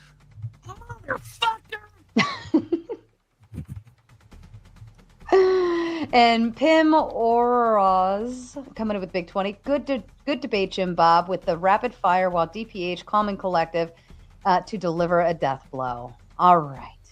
Thank you so much. If anybody wants to add any last responses to any of those, that's fine. Otherwise, we will go into open panel dumpster fire and we'll have some fun. What do you say? I just want to say one thing, because I had a gentleman that was trying to get a super chat on, and he sent it to a different place, so it didn't show up. Sure. So I just wanted to read it for him. Jay Hamza threw in $20 and says, what hope is there if you don't believe in God? You explain morals without God if you choose, but what hope do you have to keep living if there is no God? What purpose do you actually have? Which gets into the euthanasia point that Jim Bob was highlighting. So it was geared towards godless engineer and flow state. That's a good question. I'd say that it's up for everyone to decide for themselves, really. I don't know that I believe that force placing, if you're forcing yourself to try to believe in God so that you have something to hope for, that's the wrong approach. I don't think that believing in something that otherwise you would not believe in because you want to believe it is a good approach. And just one more real quick, I apologize, but Michael sent in $40. He says, if relative universality holds weight in flux and the objective truth standard of orthodoxy is static and consistent, are both true in their groundedness as a result of those who share in consensus thereof. Can you do that one again? He says, if relative universality holds weight in flux, so he's talking about the relativity of material change in an evolutionary paradigm, and the objective truth standard of orthodoxy is static and consistent, So he's demonstrating two separate systems Right. that are both universally consistent, are both true in their groundedness as a result of those who share in consensus thereof. And I would argue no, because the point of a debate is making positive affirmative claims based on logic. So the whole point of a debate is highlighting logical fallacies. And when somebody appeals to relativism, they've lost a debate because their point is just as equal as the other person's point, whether it be on truth or morality or anything like that. Because how can you win a debate if your opinion is just your opinion, and therefore my opinion is my opinion? They're of equal worth. So That's I would why say that the universality of Orthodox consistency is absolutely stronger than a universality of relativity. That's why I pointed out that if it's the case that our opponents say, yes, you can ground morality in ever-changing preference-based thoughts and opinions, if you could do that with morality, you should be able to do that with truth. Like, there's no reason why you wouldn't be able to do that with truth. But as Flow State said, well, you can't do that with truth. Truth is absolute and unchanging, but morality can be changing. Well, if it's grounding, you should be able to, by principle, ground truth in something that's just completely on the whim, the way they do morality. Just that's why truth and morality they're not interchangeable, but they're inseparable. You can't separate the two. And I would say that a grounding, the claim that orthodoxy is unchanging is a falsehood. So trying to ground your views on morality in a falsehood is going to always be the weaker grounding than even an arbitrary one that's grounded in reality. That's weaker than ever changing. That could change from 5 p.m. to 5:01. Really? You think orthodoxy is more changing than the view that you could change morality from 5 p.m. to 5:01? I think it is more unstable, given that it obviously has changed over time, but you deny that it has changed. Even if you granted it, which I don't, but I'll grant it for the sake of argument, 2,000 years, the same liturgy. If you go into any Orthodox parish on Sunday, you'll experience the same liturgy, same sacraments, same processes, same doctrine. By the way, listen, hold on. Same Christology, same eschatology, same Trinity doctrine. All of that's the same. And you're saying your view, which changes from 5 p.m. to 5:01 p.m., is more grounded than 2,000 years of constant practice. My view personally is fixed in negative rights. Your view, I don't know enough about orthodoxy to know whether or not what you say is true about how it's been unchanging for 2,000 years. However, given what I've seen about your claim as to God's law being fixed and unchanging, I'm skeptical. Let's put a pin in that one. Yep. Hold that thought. Yeah. What I'm going to do is we're going to go into open panel dumpster fire. Now, listen, I do have some people who are not cammed up backstage. That's okay, but I'm going to do an overlay. And once I get everybody on screen, if everybody could just be quiet for a moment so I can voice confirm with those who I feel like they're okay. Yeah, I see you, auditor. And to those who are backstage, it is full. So I think there might be the last two that joined who might still be hanging in the background until somebody drops. All right, let's get going. Yes, and I do want to extend my appreciation. I do think that Sarah has been an adequate moderator. I think that there's times where she needs to mind her own fucking business in this space, but she's been an adequate moderator, and I do appreciate her having me on her channel. Listen, I love you, the Raging Tomato, but I would kill myself doing more red pill debates, okay? The Raging Tomato, at least she is attempting, like, she's trying to be a comedian. You know, she's trying to be funny. Okay, so if I could just get I-Fi, I know that's you. Justin Henley, can you voice confirm for me? Yeah, sure. Can you hear me? I can hear you, and we're not going to get any peens on screen or anything gross, correct? No, ma'am. All right, thank you so much. And I think that's everybody else is cammed up. All right, gentlemen. Now, listen, the only rule I have is I don't want to have to yell. If you start talking over me, then I'm going to have a problem. If you see my hand up, that means I'm probably trying to interfere. But let's try to do this kindly and politely, one at a time. You start getting in screaming matches, I just mute everybody and tell you all to fuck off. All right. I believe Flo and Jim Bob, if you wanted to continue that conversation, that's perfectly fine. And reminder to the chat, if you donate on my end, we can put anybody in timeout for a certain amount of time. And when they get put out for that amount of time, it's going to be fun. And then we bring somebody else up, so on and so forth. How much to put you out? I'm gonna give the $200 to throw me backstage, and I'll let somebody Flo, else. is take it my okay? seat. Rules. Flo, is it okay we give the mics to the callers? We don't need to like. I'm good with that. Yeah. Are they just asking questions, kind of like the Crucible does, or is this like we an could, open? we could go that way. It's called open panel dumpster fire for a reason. Usually it starts off pretty cordial, and Here, then, I can help you with that. and then Jim Bob, the last You, time Joe Jim Cool, Bob, you're my little spoon. Flow State, you're a scum. Emperor Dave, you're cool, man. Screw the other guy over here, and I don't even know Justice, so I'm not going to judge him. Talks All right, Let's the callers tell who they think I'm Dave. debate. Let the callers say All who they right. think want to debate. all right, let's everybody shut up. I'm Oh, just gonna Blip say coming in it's with the big midnight. I don't know if other 21. people are East Coast time, so I may peace out here after a little bit. That's just 'cause it's getting perfectly late here. fine. Okay. Oh, Blip 21 coming with the big 5 just to say nothing. I love you too. Jay Hamza coming with the big 5. You worship something. It's just your own God. Therefore, you actually hold a I'm guessing If you agnostic say view. so, I guess. Fair enough. All right, let's start with Joe Cool. Did you have any particular questions you wanted to ask or particular thoughts so far? I guess I could do either. I prefer to give my thoughts. I thought it was clear on the debate. I thought Flo carried it alone. The other guy was a deficit. It was clear they knew Flo carried it because they kept giving all the attention to the guy with the deficit. And also, I'm a fan of the argument. These guys were a fan of tactics. And like, for instance, if they'd avoid Flo's argument and Jim Bob in particular asked an endless line of questioning, drawing you away from the argument, that may please the crowd and what I perceived as a got you moment that may please the crowd, but I consider things like those a deficit, and we could start, well, whenever we get a chance. I like to argue that the one that you guys was just talking about, that you change, that your stuff never changes, is grounded, it never changes. Flo said it great. You do a 180 and you rationalize it. There is some room there for that argument, but everything can't be, we were evolving over time. We were divulging stuff over time. If we see a bunch of complete 180s occurring, which it seems like we'd have to discuss. Do you think you came from a monkey? Jim Bob, stop being so racist, dude. Jesus.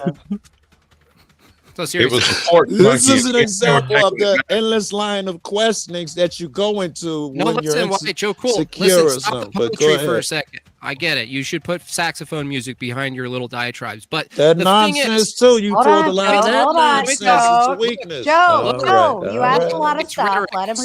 respond. Sorry. rhetoric, tactics, debate, arguments, DPH and I did all of that today, right? So it wasn't just rhetoric. It wasn't just tactics. There's nothing wrong with tactics in a debate. Agreed. You attack the weakness. By the way, you pointing out correctly the weak link, I agree. And the tactic, from your own view, if you found out there was a weak link, I'd have why probably the hell, jumped. Joe Cool, would you not attack it? I'd have probably jumped him, man. Okay, good. High five. Now, High do you believe five. do you I'd believe you still came from a fought my monkey, though? argument, man. I wouldn't have ran from Flo, bro. I'd have fought them arguments, bro. Yeah, but the thing is, when someone says something changed, they have to figure out, first of all, in their view, they think in denominations. So I've obviously, David Patrick, Harry, and I did deny denominations, the validity of such a category. But if their approach is to say you're ever changing, you're changing, they're going to have to point to throughout church history inside the orthodoxy where this change occurs and to what magnitude we're talking about, right? So if you can't do that, and that's another debate. By the way, Joe, the debate isn't whether or not orthodoxy in your view of it and your limited conception changes. The question is whether or not we toss out God. Can secularism without God ground morality? Read it. I wish the argument would have stayed there too. I don't want to monopolize since you just opened it up, but I love everything you just said. Yeah. Got it. All right. Hi-Fi. Hi-Fi, Yes, you with ma'am. us? I know you have thoughts. Present. Where do I begin? I was going to let everyone else go first, and then I'll jump in. Thank I don't God. want Jim Okay. Bob to rage quit. I'll give him some time. There is a God. That just proves God exists. Dave, to you. Hey, that just converted me. I'm with it too. Well, actually, I do have a quick request before we get into it.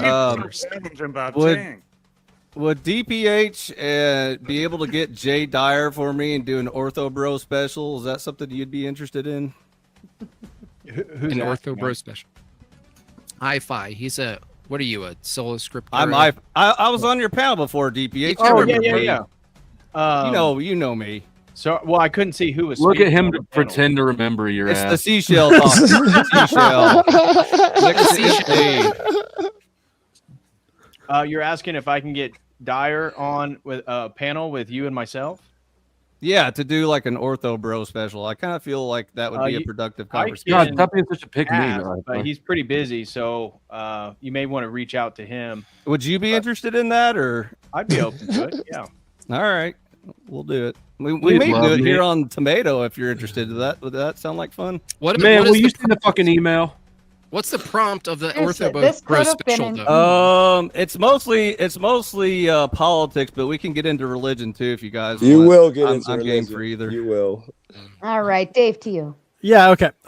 So first, I feel like DPH and Jim Bob had a huge advantage in this, as they're both coming from like a similar line of logic. Like theirs are gonna align, but Flow State and the other guy, they needed to get together before this and kind of come up with a cohesive plan, because I feel like you were both going for something different, and his attacks, his attempt to try to attack Christianity is really just what caused the downfall of your team. Yeah. Because like that wasn't even like what his challenge was. He didn't need to disprove Christianity's Very good.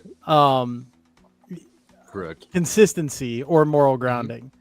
That was just He a also waste needed of to time and effort. Keep his composure together, and these two asshats. I was gonna say, Taylor, you're really good at not being provoked, right? You're so dead inside that it just doesn't. Nothing here. This is the benefit of being an agnostic and having no God. But okay, my question though is to Jim Bob and DPH. Because I don't believe it was ever stated, what is your definition that you're going with for grounding? Like, what did they need to prove for grounding? Did they need it to be grounded to a physical object?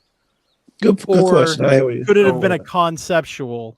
Were you here for the opening, Dave, or no? Yeah, I missed the very, very opening, so maybe it was, but I feel like it got lost somewhere in the middle then. Okay. Because I didn't feel like they were going off of a ground. There was a grounding that was. I understand. I agree with that. So if I was in their position, and that's what me and Jim Bob do, we kind of focus on internal critiques. Yeah. And if you're a naturalist or a materialist, there's only a few methods in which you can try to ground a universal morality. And utilitarian would actually been one of their better moves, because that's what utilitarianism is. It's trying to argue for universal standards based on only the use of reason. Now they'd still come up with problems, and I had aspects in which I was willing to dive into utilitarianism with them if they're going to. So they only can choose, if you're only focusing on the material, they can only choose a culturally relativistic convention, which is kind of where they went, or you could use a utilitarian standard, which at least now it's grounded in some type of system. Now, then the debate would have been different, because I'd be trying to internally critique utilitarianism. Or they can do it in an evolutionary, what Godless Engineer did, emergentism. But that doesn't get out of the is-ought problem. So at least with utilitarianism, there's a sort of an ought claim because of the happiness or the well-being of the majority. That would have been one of the stronger arguments. That was the best argument. I was waiting on. Could you go with like a societal consensus argument for the grounding of your morality? But you have to bite bullets if you do that. Well, yeah, but I think that's okay. I think being able to bite a bullet is extremely important in debate. Like, you're not going to have an answer to everything. You have to take your hits where they are. Yes, it's And if you can't bite respectable. a It's bullet, honorable. you get But destroyed. that's what we asked. But the thing is, the flow state and worse, the other guy for sure. Yeah. The inability and unwillingness to follow a line of logic to its consequences. That's DPH You get and dog it's our walked down the specialty. drain. Yeah, basically, yeah. You dead dog walk Well, down the drain, right? And right. that's It also didn't help that the other You guy need a bigger couldn't leash. You're going to try to respond dog walk me One into at a it. time. One at a time. However, Taylor, though, the logical consequences are totally valid as far as the Only if you start from cross-examination. the illogical premise. Your premises are you illogical. you state the assumption, right? So Dave's talking about utilitarianism.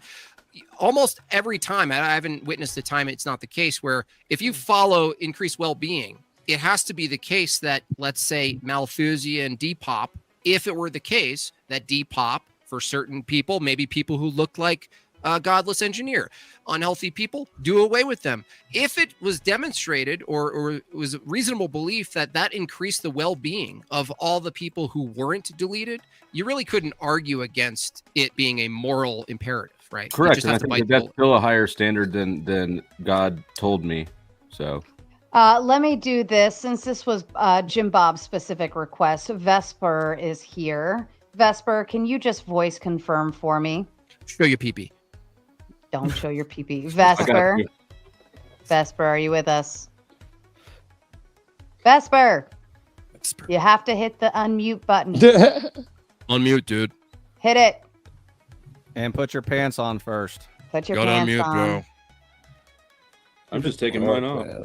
All right. Well, I'll put him Might not backstage be again. him. Okay. May I just finish I've my got- response to empirical? Yeah, go for it. I appreciate it. Dave.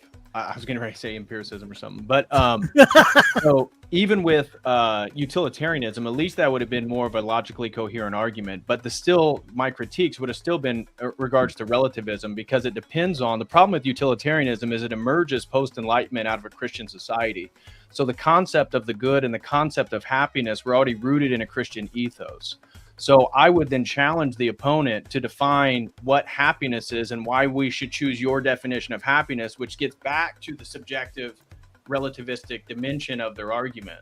Now, they could have tried to make more scientific arguments on what happened, and then at least now they're at least logically going and building an argument, but they never got there. So utilitarianism still has problems. And one of the things, if they actually went there, I was going to push them on, is that utilitarianism by definition is okay in regards to doing something to a minority if it benefits the majority. So they would have to bite the bullet, for example, if traditional Christians are in opposition to the happiness and well-being of LGBTQ people, they would have to bite the bullet and saying enslaving or persecuting Christians or doing away with them in society would actually benefit the collective. Well, we could then say, well, that's obviously immoral because you're now criticizing us for the same thing. Which depends on your worldview. Like, I mean, which wouldn't work. I don't with have mine. an anti-Christian worldview, and I am Republican, so I mean, I don't mind ruling against a And he's a minority white in a way male. if it's something Really that's white beneficial to the whole of society, a small group, that's fine. I'm not saying that like intentionally do it, obviously, but if it's a sacrifice you have to make, it's a sacrifice you have to make for the greater society. Oops, I just ran over that person at the crosswalk. Well, it's just always like DPH said, it ends up being the will of the majority anyway. And like, furthermore, like if you say, let's say the happiness and well-being, it's interesting that a utilitarian might take the approach of like, let's say euthanasia and those little self-deletion pods they have in Switzerland and stuff. They say, oh, well, it's better to give them the option to delete themselves because of the horrific existence they have. And yet they totally do a 180 U-turn when it comes to like a troons. We have to bend the will to accommodate the troons, whereas wouldn't the utilitarian view be if you're in agony, just like the person who's paying for the pod, right? Just do that, right? That would be their consistent view, but they're not consistent. They go euthanasia, self-deletion, good over here to avoid agony, but these people, we're going to make the majority change their language, their pronouns, their entire metaphysics and theology to accommodate these people so that they're not stuck in agony. Well, that's just inconsistent. Yeah, I would consider that a lie. Like if lying is wrong, which I do think it is, I think that accommodating the troons too much or enabling them, it's akin to giving an alcoholic a beer. Yeah, I think I agree. It actually hurts them. Too. Why are we Those are the majority of my questions. I'm going to jump down so Vesper can get up because it looks like he cleared his issue. Fair Sorry. enough. Thank Go you. listen to Dave. that. Have a good one, guys. Bye. Appreciate you. Bye, Dave. Dave. Good to see him. Dave. All right, let me try this one more. Oh wait, now DPH, he's- you got to But stay at on the for same this time, one. I don't think it would be right to prevent a troon who's an adult from trooning. Why are you guys talking about cartoons? I don't get it. Choo choo. now Vesper's now Vesper's Vesper's not there. No, Your dude is left having for an no issue. reason. Yeah, I had to. So switch Flo, teams. your friends there gave you the answer. Hold on a second. Santis World, is that you? Oh, great. Hello. Santis? No. Oh, hello. Hello. Check my check. We're not going to show any Hey, I peens or don't anything gross. They're not going to say anything, are they? Pardon me. If everybody could shut the fuck up, that'd be great. Santis. Do you hear me? I just have to Well, expand on just the shut up question for I a asked. minute. Santis, I need you to Ma'am, listen okay, to me. Thank you. I just want to make sure you're confirming you're not going to show a penis or anything gross on the screen. I'm not. Okay. I see you. What about I his see you. face? What if we think his face is gross? It's subjective. Subjective. Bob's and vagine are okay, just no penis. Active. What if that was the Well, case? Jim Bob is in love with my face. That's fine. Okay, That's hold all I on need to because know. we're going to Truth or Cop. It's now his turn. Thank you.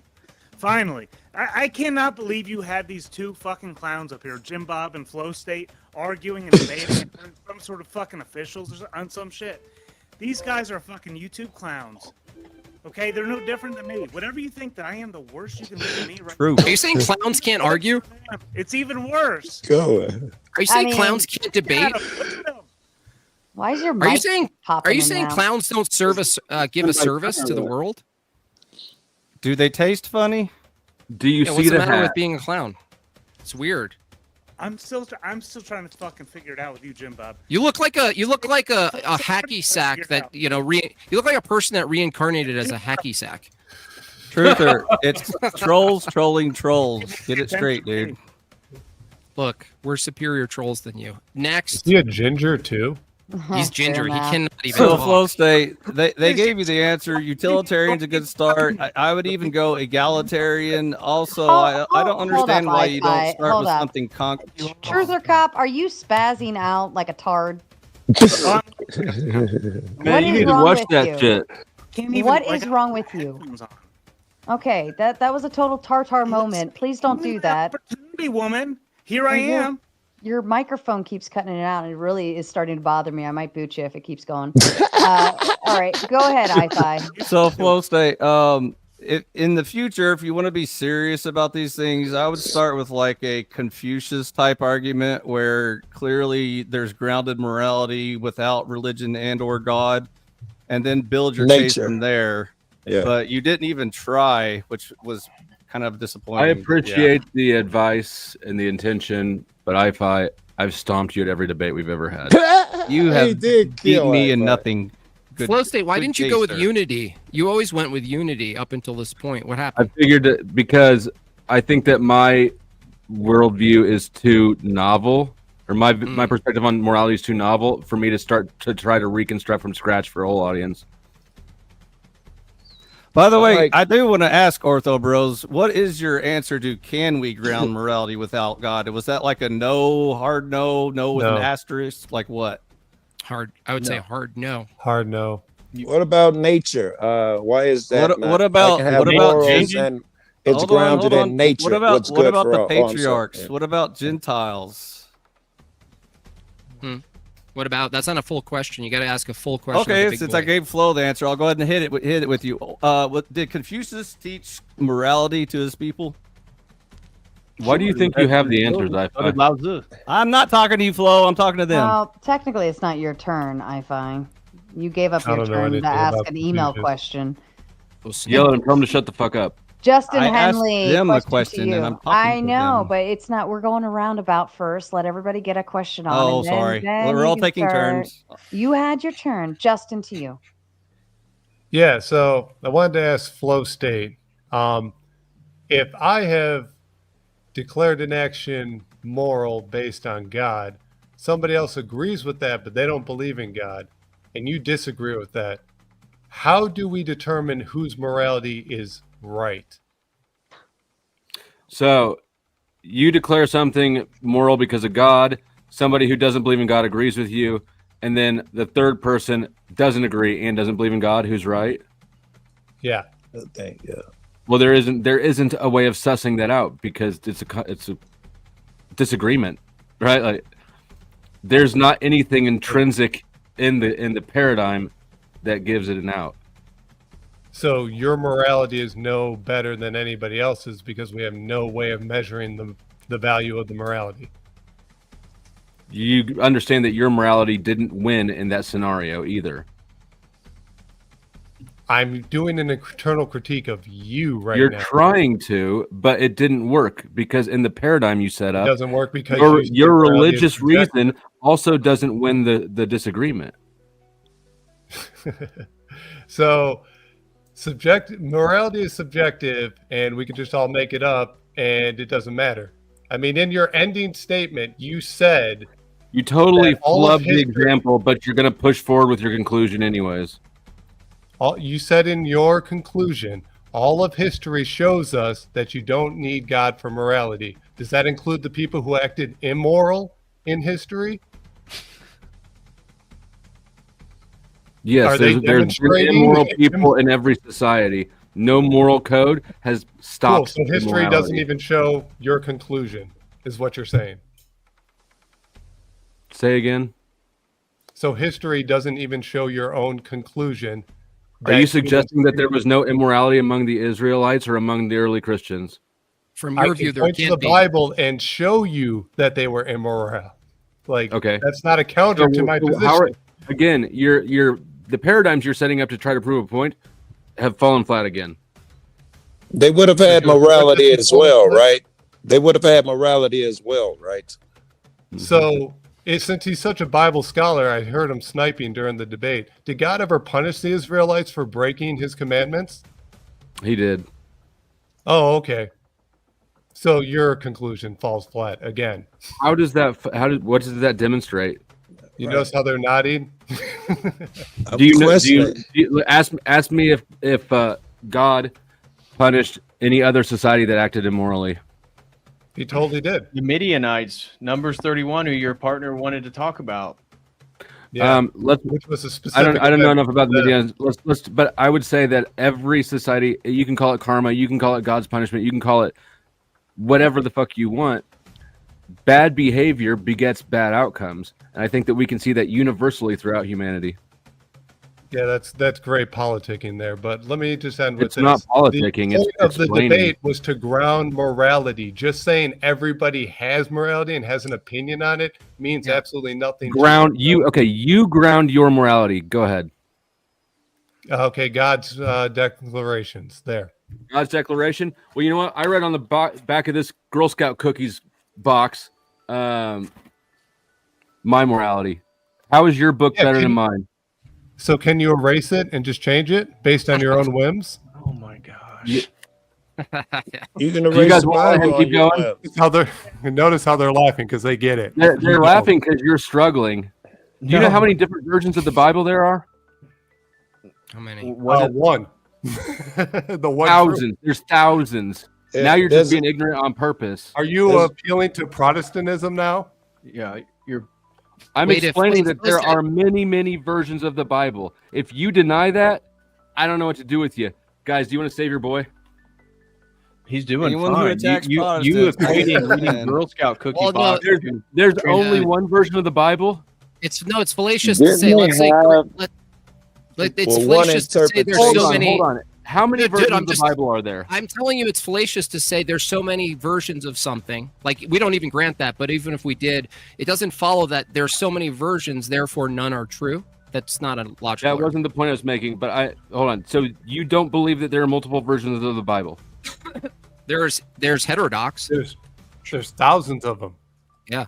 But I wouldn't agree that all of them are true. That's what I'm trying to explain to you. I didn't make that claim that I they know were all you don't true. care about truth or objectivity or anything. I do care about truth. I do care about truth. Thank you. You finally gave me a proper critique of my own position. Okay. You do this badly on Glenn Lawrence's show too. No, you're not.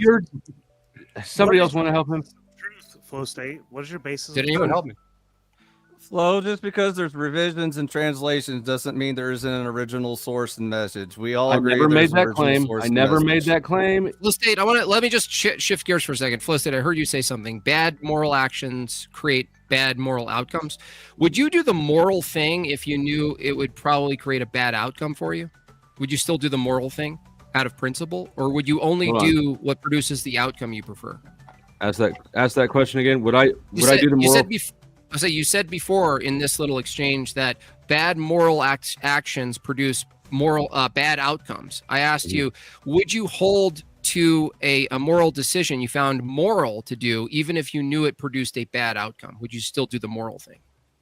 I would think. I mean, the question suggests a misunderstanding of morality. No, listen, look, if someone held a gun to your head and there was a bunch of, quote, bad guys, right, and they said, do X, right, something horrific. If you thought your outcome was favorable if you just listened to them, as some abhorrent thing you did to your dog or something, I don't have to get graphic, would you do the thing based on the outcome and call that a moral action because of the outcome? Or would you not do the thing even though you would suffer for not complying with the outcome? I can't answer that without having more specifics. Do you mean like stealing is wrong, but if your family is hungry, would you steal? I think that I think that you have to weigh the harm done under each scenario, because I consider inaction to be action. So if I don't do a thing, I still consider that doing the thing. If that makes sense.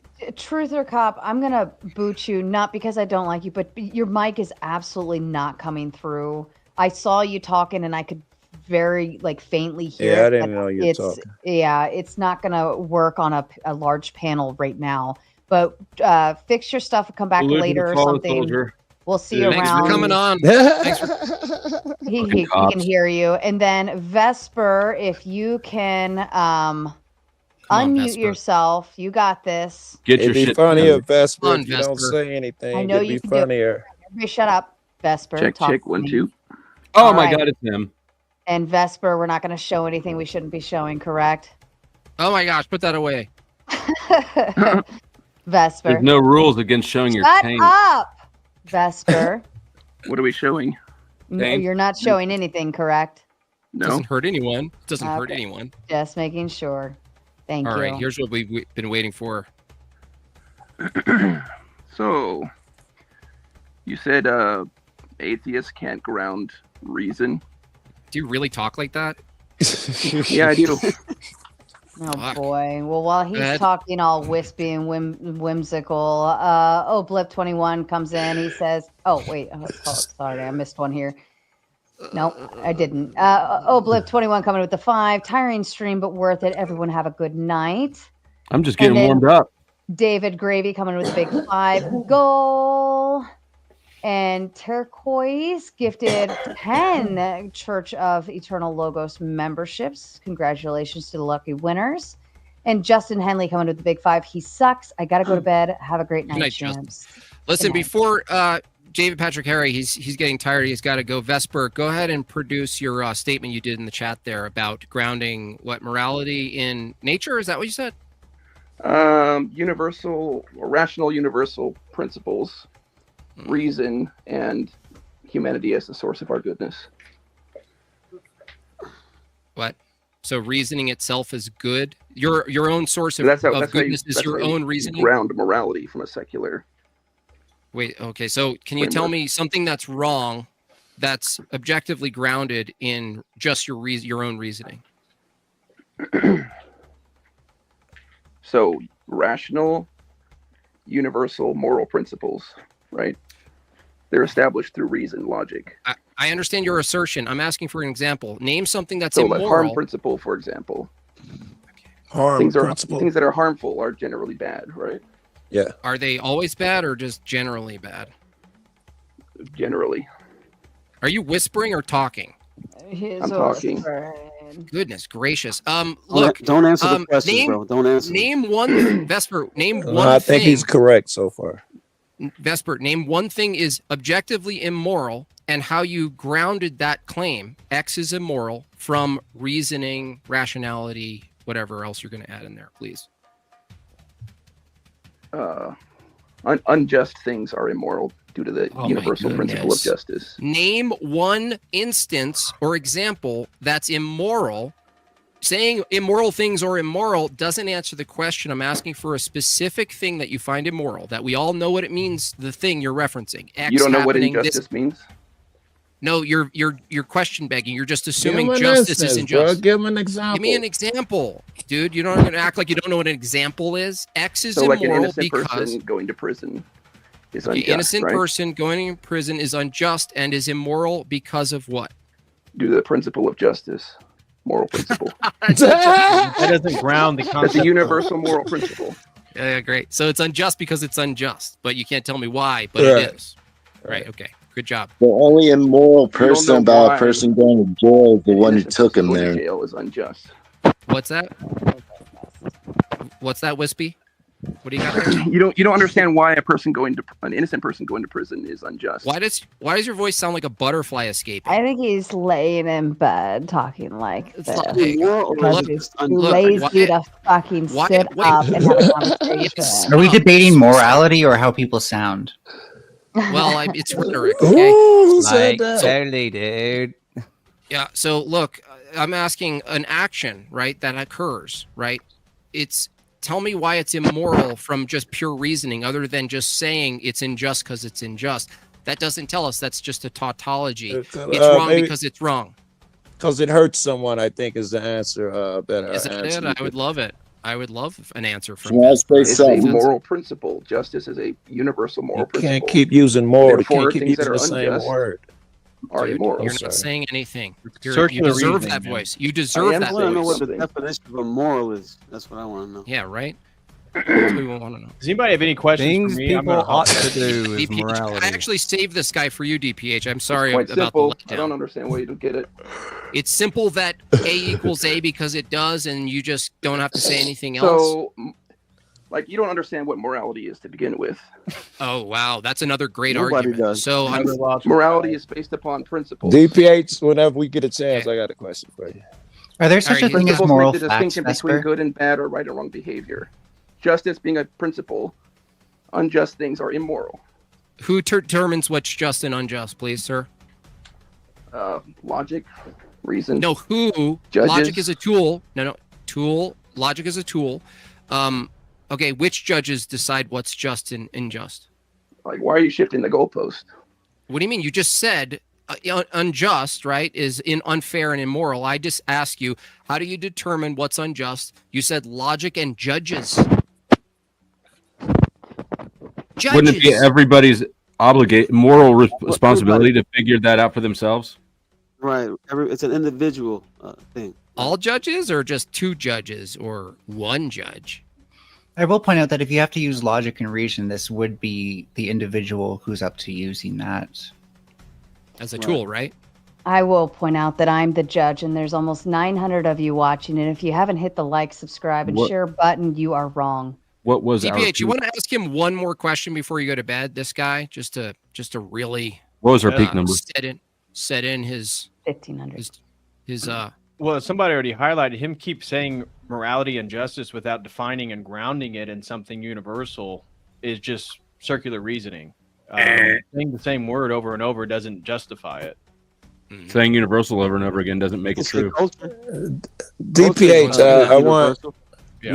I want you to break down an argument for me. You named some things that you had ready-made counter arguments to, which I thought was great. And I'm assuming that the one I'm going to talk about, which is nature, falls in your list somewhere. I would like to hear some of your counter arguments to. I'm not grounded in God. I'm grounded in nature, in the sense that what's good for the goose is good for the gander. I don't want to be hurt, so I shouldn't hurt someone else. Starting there. So if you're going to root morality in nature, the best argument to go to would be like natural law. Yeah. And okay. so like flow states appeal to transformers as violating sort of a natural law that would abide. The problem with the debate where we would go if they went that way is if they're just appealing to nature, and if they are materialists, well, then they're screwed, because in their own worldview, materiality is constantly changing in an evolutionary process. You if lost they're me. I not- don't know what a materialist would be, so I can't insert them any argument. Also, I'm confused about something. Isn't natural law theory saying that God has like created things? Well, that's what I'm getting at. But people have appealed to natural law, especially if you're familiar with like post-Renaissance Enlightenment thinking, without appealing to God, based on rational observation, inductive methods of observing nature. Okay. Where we would go with that argument is highlighting the logical problem of a universal moral law. That if there is a universal moral law, there has to be, the next logical premise is there has to be a lawgiver, which then brings in the question of a transcendental. Really? Why they can't do goose for the gander? I don't want to hurt anyone else because I don't want to hurt me. Why does But God some have people to want to hurt play? people in nature, though. Like if you can get what you want by cause and effect in nature, you can't really say it's wrong because the goose wants what it wants, right? So nature unfolding, as DPH is saying, like there's nothing in nature, in materiality, that tells you your oughts. So you're left saying it is what it is. By Whatever nature, do you unfolds is right. There's always That's the same as if nature or that's himself. If it's in my nature to rob and steal, how are you going to argue against it? Are you a BC boy? But the premise in the beginning was you can't harm anyone. So if that's in your nature, you are outside of my Christianity. That's like some guy claiming that he's a Christian in your book, but doing horrible shit. He's outside of my rules now. I gave you the rules of nature, harm no man.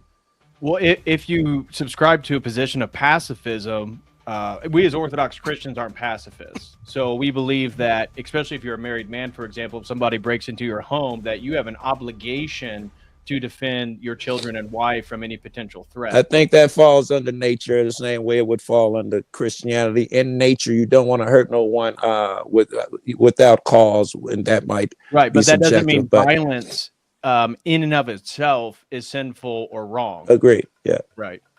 So again, what we're getting back to is how because if you establish some rational universal principle, the question is, well, how do you know that, and how is that binding for all people? And even a strong position that if somebody was a panpsychic, they believed It's in a social cosmic contract. mind, they would be in an epistemic privileged position compared to the atheists that we debated today. Because at least now I would disagree, and we would have our own arguments against cosmic universal mind or something like that. But if they did appeal to that, at least there's a transcendent entity to establish the philosophical transcendentals in. I'm not gonna problem. All right, this may be rude. I'm not gonna bullshit you, man. I just didn't want to work that hard to fucking understand your point, man. I can do it. I just let me summarize for him. Let me summarize for him. Are the laws of nature, the way you describe and see nature in the world, is that a descriptive thing? You describe that as a thing happening? The world is in the this world way. now. In the Yeah, world now? No, yeah. No, it just is. The You're laws describing exist, the world. but everybody's living outside of them. Yeah. I'm saying that laws are descriptive, and if you're going to abide by a moral law, you have to get outside of nature because you can't derive oughts from nature itself. Does that make Right. sense? You can't just look at nature and go, "We ought to do this." This is a fallacy. So if you Sure don't want you to be can. fallacious, I ought to do this. I don't want to hurt another you man. don't agree with the is ought problem. I don't Great. agree that it needs to be transcendental. I think that it needs to be. It's not tangible, but that doesn't necessitate it be. The term moral itself is. Let me just respond One real at a quick, time. and Go ahead. I'll wrap up here. But if you believe in something that's transcendental, you have a problem if you believe in Big Bang cosmology and macroevolutionary theory, because everything is changing. So how can there be non-physical things that are not changing in a meaningless universe that is physically changing? You Can I answer can't- that? I would agree with that paradigm, and I wouldn't even argue with it because those don't represent my view. Well, I'm not saying it does, but I'm saying if it branches off with other things that you said, and I'm not saying this is your full opinion, but if you were to make that position, you see how the transcendental objects of philosophy have to be rooted in something. They have to They're have not some found- type they're of not found in grounding nature, that right? really exists creation itself. Well, they are found in nature. They're an unchanging. expression We don't- of our understanding, right? Like logic is the easiest example. Logic is sort of self-defined, right? No self-contradictions, for instance. It's almost mathematical logical reasoning. If this and not that. I would say that there's like also ethical theories that are grounded because what they do is they look at various moral things and then they say, when does this become applicable? And that's the most important thing, is that I personally don't believe like any singular moral philosophy is right or wrong. Wait, I don't understand. What do you mean there are moral things? That's super ambiguous. I guess I'm trying to say different moral codes that people can live by. And you're saying the universality, near universality of how humans code behavior is similar across time. Are you saying something like that? I thought he was saying it's subjective. I heard something different. Yeah, so ethics would be like, okay, so we have this moral toolbox, all these different tools we can do. How would we apply them in different scenarios? Because I think that various moral positions can be true around any given subject, depending on what that subject is. But that sounds like Subjective. relativism. Yeah, it sounds like there's nothing. Calling it moral is kind of useless. You should just, if you're going to argue that, there's no use in saying the word moral. Like, you can separate ethics and say ethics is merely what a certain context group of people determine through whatever arbitrary goals is appropriate behavior or not, and you can punish can't the just inappropriate. co-opt words, tyrant Bob. What do you? No. There is Like a a distinction social between contract. ethics and morality, for sure. What is like the morality. distinction? Well, The distinction, if there was only ethics, then you could just change all of it. Now, if you're saying there's morality being the purpose of this debate, if morality exists, it would exist. It would be invariant. It wouldn't be based on ethics. Ethics could be informed by morality, but you could have ethics that you just kind of at a whim just determine. So ethics are variable, and you're still claiming morality is not. But that's the distinction between ethics and morality. I think they're synonymous. Morality would have So to be. morality would be.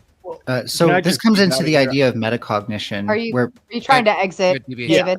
Yeah. Okay, No, let's I was just allow gonna say, David thanks for to hosting exit. me in the debate. God bless Jim Bob and the family, and God God bless bless you. everybody that has joined and participated in the debate. Appreciate Thanks, you all. DPH.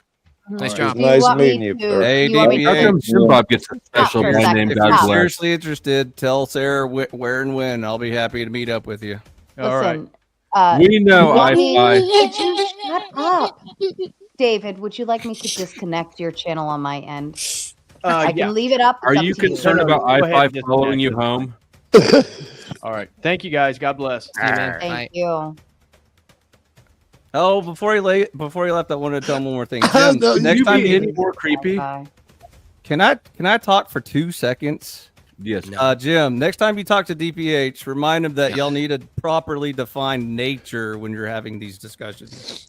Because Nature, like physical nature, or exactly. You see, you human didn't even nature. clarify it, and y'all were just using that word back and forth for like the past 10 minutes. And you didn't Oh, Like that's it made you right. angry Because- too. context. well, Cool Joe brought up nature, right? So I mean, Yeah, I brought it up. yeah. So I Which assumed nature, I Jim assumed- Bob, the nature of man, the nature of God, the nature of ask- the physical Right, universe. right. Okay, let's ask Joe Cool. I assume Joe Cool. By the way, you were asking before that you were pointing to physical reality, nature, the operations of the real world, right? I The real guess world. that in a sense, but not necessarily only that, that too, but in a sense, what makes a man healthy. So I guess mental would go into that shit at some point too. Whatever makes a man healthy, that's natural and measurable, Okay. quantifiable. But most secular people will agree to logic and reason, and so you're already beyond the physical nature debate. So that's what I'm saying. You need to specify which nature you're discussing. I don't agree with believe- that. I actually I believe that. reject the claim that nature is necessarily nothing more than tangible. Really? I thought we got past that. Wait a second. You're saying fundamental That's why reality you is have to just define material? the terms you're using. No, I think Flow that state? I think that nature encompasses more than just tangible material. You reject materialism. I reject materialism. Yes. Okay, good. That's a good step forward. So what is the nature of this dualistic other thing that exists outside of materialism? Physical versus metaphysical. Right. Yeah, so physical, so metaphysical. so what is the nature of something metaphysical that separates it from something physical? For example, logic, reason, concepts, ideology, information, free will, very good. sapience. So okay, can we morality. stop before free will? Because everything you mentioned up to that point are things computers could do. Can we at least agree with that? No. Don't Nope. misinterpret. If I Computers laws of can't do thought, any of yeah, those. Hold on, he's one at a not. By the time. way, the laws of thought can be used, the laws of logic can be used in computers, but IFI is pointing to the ontology of the law of identity is not found in the computer as a material object. He's pointing to the distinction that even the external world, before minds can evaluate, the laws of thought, the three classical laws, law of identity, non-contradiction, excluded middle, are in effect, and yet they're not identical to objects. So what IFI is saying, I think it was IFI who's talking, he's actually making a necessary thing you can't actually disagree with, is that the laws of logic, which are conceptual, are somehow in effect have an ontology that's not identical to nature, that precedes our minds. Like before we use minds to evaluate things, the laws of thought are in effect and yet not identical to nature. So IFI is right. The category distinction is there. Now, from our perspective, I disagree with IFI's overall theology. We would probably agree that these concepts are mind dependent and point to an invariant mind or an absolute mind. They're not grounded in rocks. What specifically do you disagree with? With you? Yes. I forget what we debated about. I think you're sort of like It's read usually the Bible on politics. your own. Is It's it? usually I politics. forget. It doesn't matter. In You don't like liberty and freedom. You like I just want to no, fight now. what I like is irrelevant to what's morally good. So liking liberty and freedom it doesn't really matter what. And you people called like. my moral politics retarded, which shows how retarded you are. You just say liberty itself isn't the highest virtue, and you take a libertarian putz position. Well, that save is. it It's save just it for gay. the Ortho Bro special. Tell Yeah, you're gonna DPH get eaten and Jay alive. Dyer. We'll do it on Sarah's We're channel. gonna eat you with a dull spoon. So IFI, with free will, how do you know you have free will? Tell me to do something. Touch your nose. No. Fuck you. Fall in love with David Patrick Henry. There you go. Free will proven.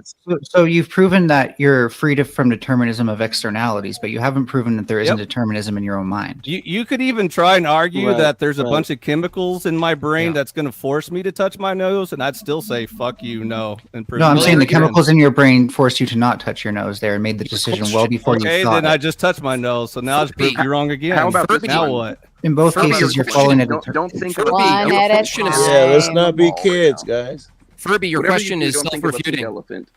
Furby, your Use your free will to question do is that. self-refuting. You niggas. Vesper, like you, Joe. You guys are going. Who asked You about know free will? better. Who asked sci-fi about free will? I did. Which one? Sci-fi. Furby.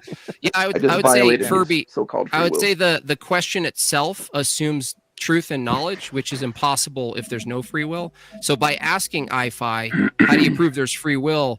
In the actuality of your asking, you're assuming knowledge and truth exists, which can exist under non-free will. So I mean, it's a I was just trying to self-refuting segue into determinism, which we were doing. Oh, that's fine. Oh, that reminds me. Flo. Just because God can see the future doesn't cancel free will, and they didn't explain it very good. They were Agreed, pretty much phoning I it in. agree. So space-time does not guarantee free will. It helps. It puts you on the path to free will, but as long as you have two or more choices, you have free will. So just because If God knows the conclusion, a then there's smarter, conclusion. Yeah, just because. because a free will higher is the same as power can choice, I see guess. your Is that future what- and see is what that your what it free is? will Free choices will is the same as are, choice? doesn't mean you didn't have free will. So, I agree with are you IFI, saying you yeah. like? Let me just ask. May I ask something? Are you saying that like when you're walking next to like a coffee shop or something, you smell coffee, and you go from not wanting to have a coffee to wanting to have a coffee, that you do or don't have free will there? Because it sounds like you're saying You do. if something can't influence you, that's proof of free will, but things do influence us, right? Oh, he didn't say nothing Influences are influences you. irrelevant. Yeah, he didn't say Right, it right. influences the Influence standard. is irrelevant. He- You still IFI is got to make saying- a decision. Let him IFI finish, is saying that if you smell coffee and it's an involuntary response to associate it to coffee or Starbucks or whatever, IFI is saying he still gets a choice in what he does given that input, right? He's not his Right. choice itself is not a direct consequence of just strict input. Otherwise, Right. knowledge. So I is need to ask a impossible. follow-up question to actually land this plane. What's the difference So what between would it will and look like? choice, though? What's the definition of will and what's the definition of choice? Please. Is that a Well, different thing? What would it look like if you didn't have a Will and choice? choice, the same definition. Is that the same word? Will and choice? Because under my definition of Yeah, that's close determinism, enough. Yeah. under my Free definition, will equals Is two it? or more choices. That's the definition of free will. no, but you Is can it? you can also have a With definition of will, you determinism have that different has choices. Is that what choices. you're saying? Can And you, okay, Vesper, do you have a delay or something? Because you keep interrupting a lot. If you could at least wait until people are finishing what they're saying, and Oh, same to I don't know what everybody happened. else. But yeah, just be mindful of that because it starts to sound like blubber in everybody's ears and it gets obnoxious. Go ahead. Sure. So under determinism, I can also say that there are choices, and just that we have the perception of making those choices, but it happens so fast that we don't realize that it's happening after our brains already made the decision. But you'd have to back that argument up. You can't just make the statement. Hold on. Let me cross-examine that for a second. That statement itself, did you have a choice to coming to that as a truth claim or not? Having a choice is to come to a truth claim, like I'm an empiricist. That you just made. Yeah, no. Listen, state the determinist claim again. I'll show you. Say it again. So under determinism, there can still be choices. What we're saying is that there's an illusion of choice. Okay, great. Stop there. Were you determined to think there was an illusion of choice, or did you evaluate and come to that through reasoning and will? Why can't it be both? Like Well, my thing if is it's like the I hold on, I'll tell evaluated you. it. I Hold on, I'll evaluated tell it, but you. No, dude, hold on a second. To say you evaluated it means that you aren't at the pure effect of whatever the evaluation is given by That's not true. the laws. Yeah, it is. Look, you're not looking at the consequences of this position. We'd If agree that a computer you- evaluates something, right? No, we code a computer to evaluate. That means that actually rejects your position of determinism. Why? So Because we can hold an on. an We can arithmetic logic unit, though. Dude, shush for a second. We can code a computer or a calculator to produce false outcomes. Correct?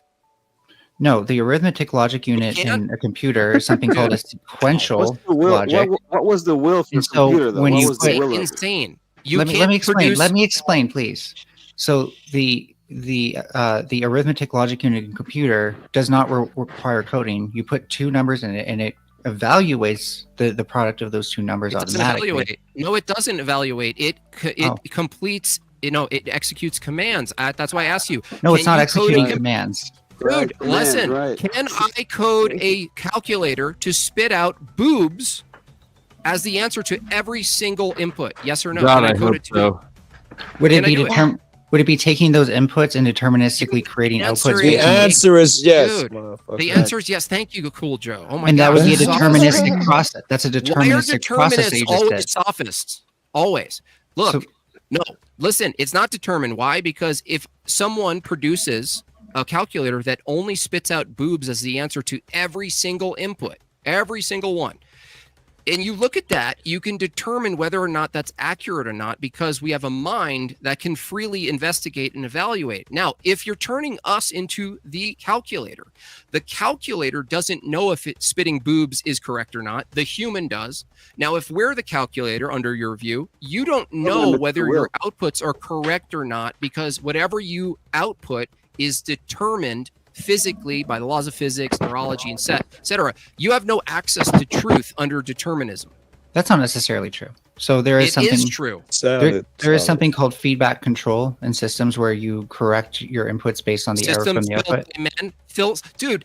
And systems in built humans, by this can be a minds. deterministic thing too, where we're using what's known as metacognition and error Wow. correction in tandem. Do you know? You're appealing to the thing that I just proved is distinct from the human. By the way, you just said we can look at systems. What are systems built by? Who built systems? Well, they started in nature, but then humans started making them. as well. Obama. Yeah, so Obama built them. He didn't build systems, systems are built by human minds. No, right? well, they And so started in nature, actually, natural systems. I love it, bro. The nature calculator argument. a We evolved calculator to started. determine Which truth nature? from falsehood. No, A no. So, like, calculator have you ever heard started of in an nature? ecosystem? Have you ever heard of an ecosystem before? Is an ecosystem evaluating or just reacting to stimuli? In some ways, it is evaluating certain Irrelevant. things. So, like when you look at Okay. the predator prey models, that you could call that a mathematical model, for example, an evaluation.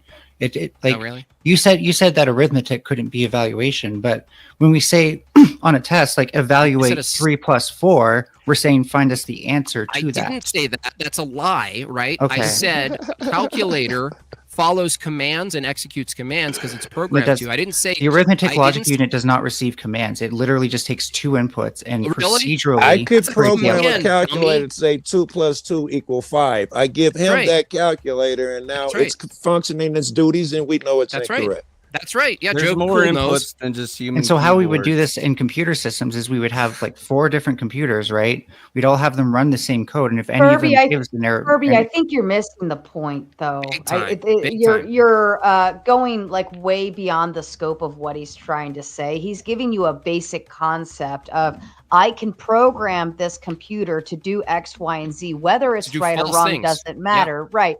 But that's what takes away the free will of the computer because Yeah, it the doesn't. human is still controlling it. That is the Also- point. You're going into tech nerd shit that's beyond that. You're There's- overthinking it. Yeah. But I could say the same thing. Like, Also, but real this quick is this answer is to your this question is the- earlier. You asked. you said what that would the be calculator can't error elimination of correct free will? itself. And here's the thing. If it's programmed, okay, let me back So what if up. we're programmed? What if we're look at Wilson indoctrination? Let's sorry, may I? I would like to finish. I would like to finish, please. You don't need to finish. I don't get to talk a Oh. lot, and I'm going to take my opportunity. You can still program it to self-correct even after you program it to do 4 + 4 = 22. Still Like program it's it. still a part of programming, right? That Yep. self-correction doesn't just magically happen on its own. It's Right. programmed by a human. To Can do you so. agree that a human Therefore- did that so we can Shut move up, on? Joe, I have one rule. Therefore, now it's still removed the concept of the free will to the computer. You're way off base. You're going off topic down a totally different dimension of another world when you're getting away from the basic talking point that Jim Bob's trying to get to, and it's just the mere idea that the free will concept and the programming of the computer. Okay, yield. There's So no Also, distinction. Holy Fox, shit. earlier you asked the How does that question not is compute? when would we not be You're having still free wrong, will? but It's when whatever. you only have one choice, or Yeah, in they other are. words, when you are programmed to have one outcome. That's the absence of free will.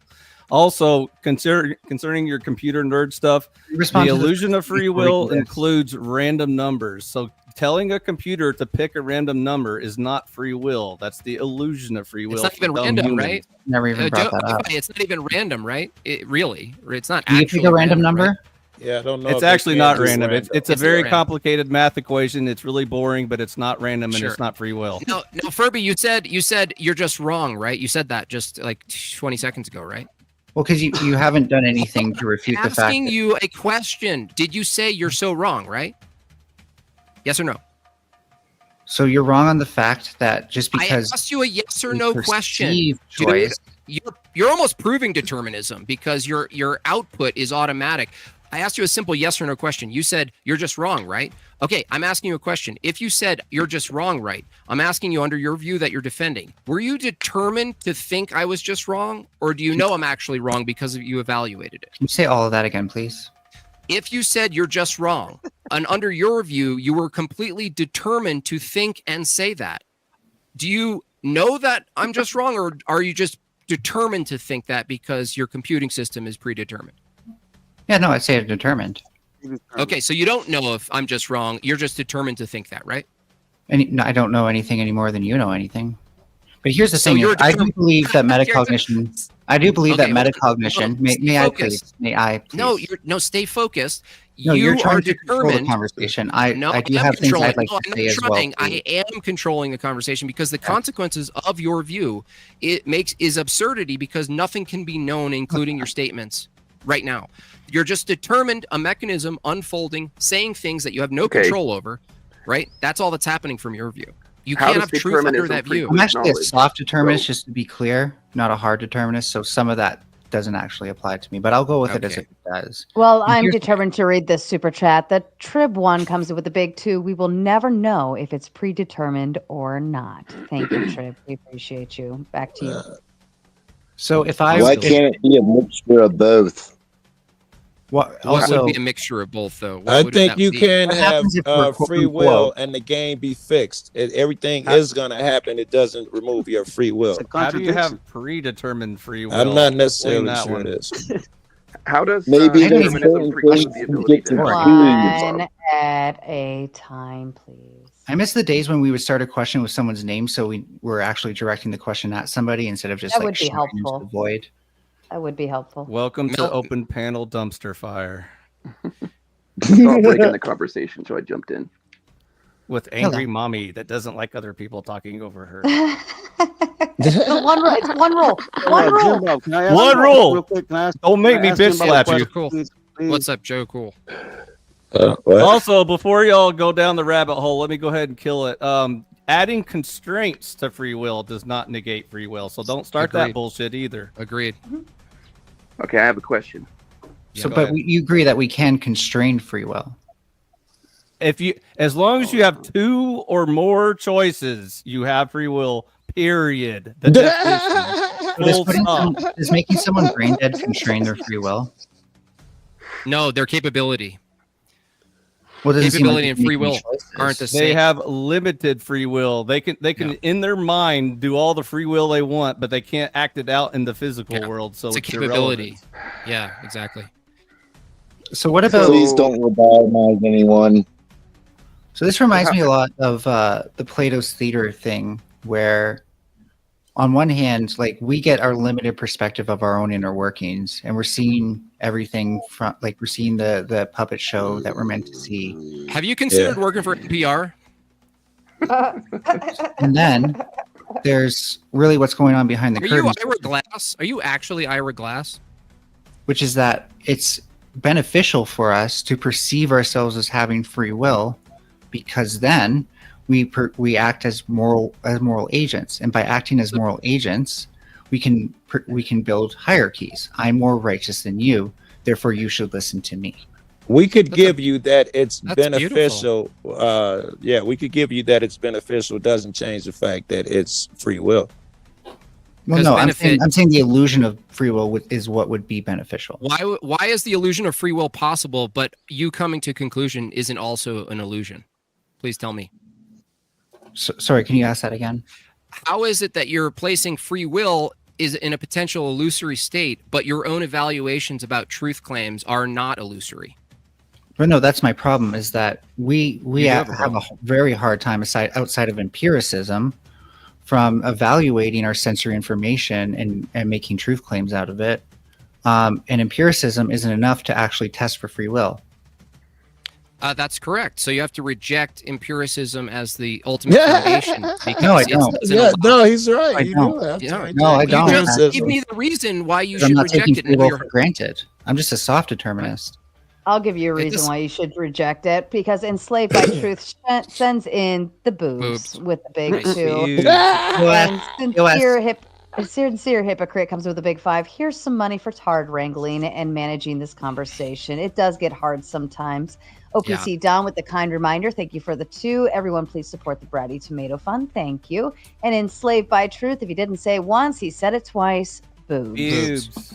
All right, last question for me. I gotta wrap it No, up. I actually and have a question get for going. you. Jim Bob, listen, before you empiricism go. gives So us who created morals? Was perspective. it created by Christians or was it created by the godless people? Who created morals? Or who made up What? morals? No. What morality is Who made up grounded that in God. morality? I just told you. God. God did, reject that Santis. we created anything God- that morals, if morals exist, if you think morals exist, they necessarily are grounded in an uncreated being, just like truth is. So they're not a creation. Now, if you think they're a creation, you don't call them morals. You just call them sort of like temporal preferences of the times. There's no reason to use the term morality in that sense. You just might as well bite the bullet and say, these are preferences, majority rules. We're gonna try to use persuasion to say X is okay. If we get enough agreement, it's okay. That's all it is. So Jim Bob, we have why'd you say questions they for didn't you. agree So with the let's try to feelings part of it. What? I said it was Sorry, feelings. Santis? You think I morals said are it was feelings? feelings. So why did you say you didn't see it as feelings? Because feelings are if they not change- feelings are your own opinion and experience about the external world. If you had the feeling that was negative about doing the right thing, would you then say doing the right thing was actually the wrong thing because you had a bad feeling? Well, feelings feelings are also Why influenced. can't you answer right? a question? By your surroundings. It's over his head. Why can't you answer a question? If you have a bad feeling about doing what seems to be the right thing, Is doing the right thing the bad thing because you have a bad feeling? Yes or no? Simple question. That question sounds like a little tricky, man. It don't make no Are you sense. a dad? Are you a dad? Motherfucker's scared to death of you, Jim Bob. Motherfucker's scared to Santis? death of you, Santis, bro. you're a dad. I know you're a dad. Okay, listen. Bro, I don't understand the guy that's trick questions, man. I don't know what he's saying. He's not Joe direct. Cool, who's stoned out of his head, understands the question, but it's too hard for you. Dude, Santis, you're a father. Is sometimes doing the right thing as a father cause a bad feeling? Let's say punishing your kid. It doesn't feel good, right? No, not to me. Is it the right thing to do? That's not what I feel. Is it the right thing to That's do? not what I feel, bro. What don't you feel? Nobody you think cares about your fifis. You feel good when you punish your my child kid? is a bad thing. Oh my gosh. Yeah. Is it the moral Gonna thing help to him. discipline your child? Holy shit. So it's the moral thing to discipline your child. That means your feelings aren't the basis for your morality. Congratulations. Next question, please.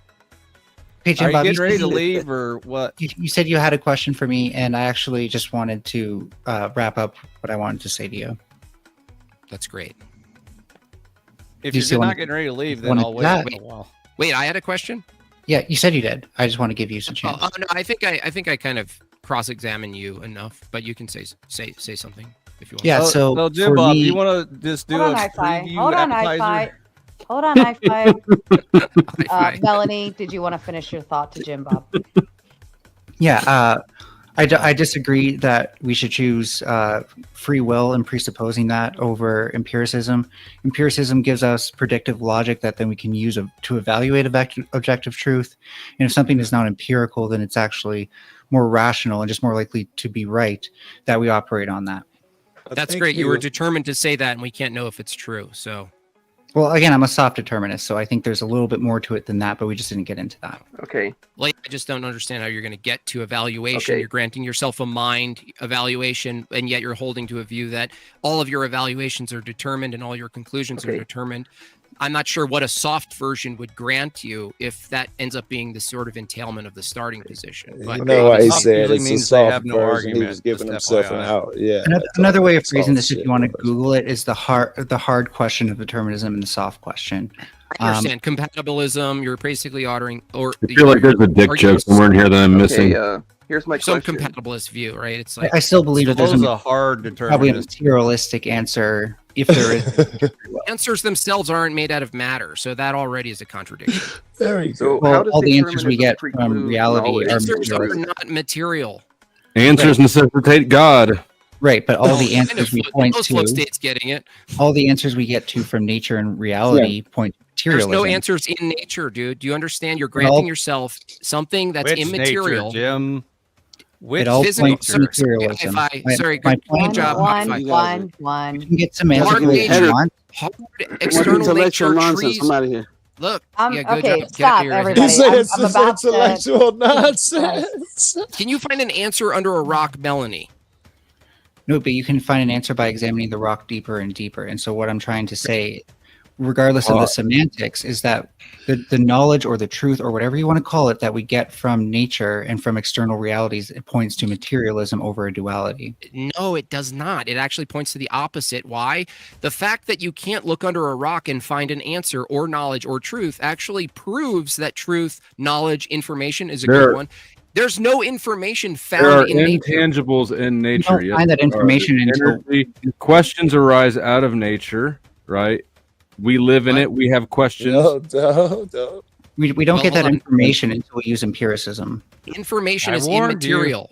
Look, dude, Melanie, there is no empirical disagree. example of information existing. Yeah, there is in a computer Making transistor Bob state. soft. No, there isn't. Yes, the state of a Wait. transistor in a computer is Oh, information. a transistor We're is a gonna start medium. that same Hold on, argument. Melanie, a transistor is a hardware medium that transfers what we call information, right? That's Well, no, got it transfers that's energy in the form of a state. The state itself is what dude. holds information. Let him I'll use finish. I'll use a more simple term here. When I say the word apple, you know what I mean, right? Sure. Is the thing that I mean by apple identical to the sound hitting your ear? No. Okay. Therefore, apple information is not identical to air perturbation. Sure, but that's just because we encode and decode information. Information, just decode, neurolinguistics. encode. Again, dude, when you code something, right? You can, for instance, let's use an even simpler example. If I'm on a beach and I write help out of sticks and I write help out of shells, is the word and information help found in the shells and the sticks? No. Okay, great. So that means coding requires a mind and meaning and universals. And the universals are not identical. Hold on, dude. No. The way from the topic, aka debunking your what's information? Define it. Information is a In state. information theory. No. Information is No. a state. Yes. No, So that's not a state. No, it's not. Information in information theory, because I'm not going to appeal to your poetry as far as what information is. Information is data plus semantics. That's what information is. sure, but if Hey, we Jim look Bob, at signals and can you systems, ground Melanie without God? then information comes in the form of stable states that can be one that either differentiates a single state from a multitude or one or the other. The And state in itself the doesn't computer, we tell see you what the binary meaning is. information. In the Dude, computer, you're we a see sophist. in the I'm computer, bowing we see- out. I'm What's up, bowing out. quantum I'm telling you now. computers? I'm You're a Objective total things of sophist. positive and negative simultaneously. Calling me a sophist is Yes, a way the to ones and- discard my argument when you don't ones- actually have a real no, rebuttal. If what I have a real rebuttal. If what you're saying is true, ones and zeros, you wouldn't need to decode ones and zeros because the information, the meaning would be embedded right in the ones and zeros. Well, meaning is a subjective thing that the brain creates.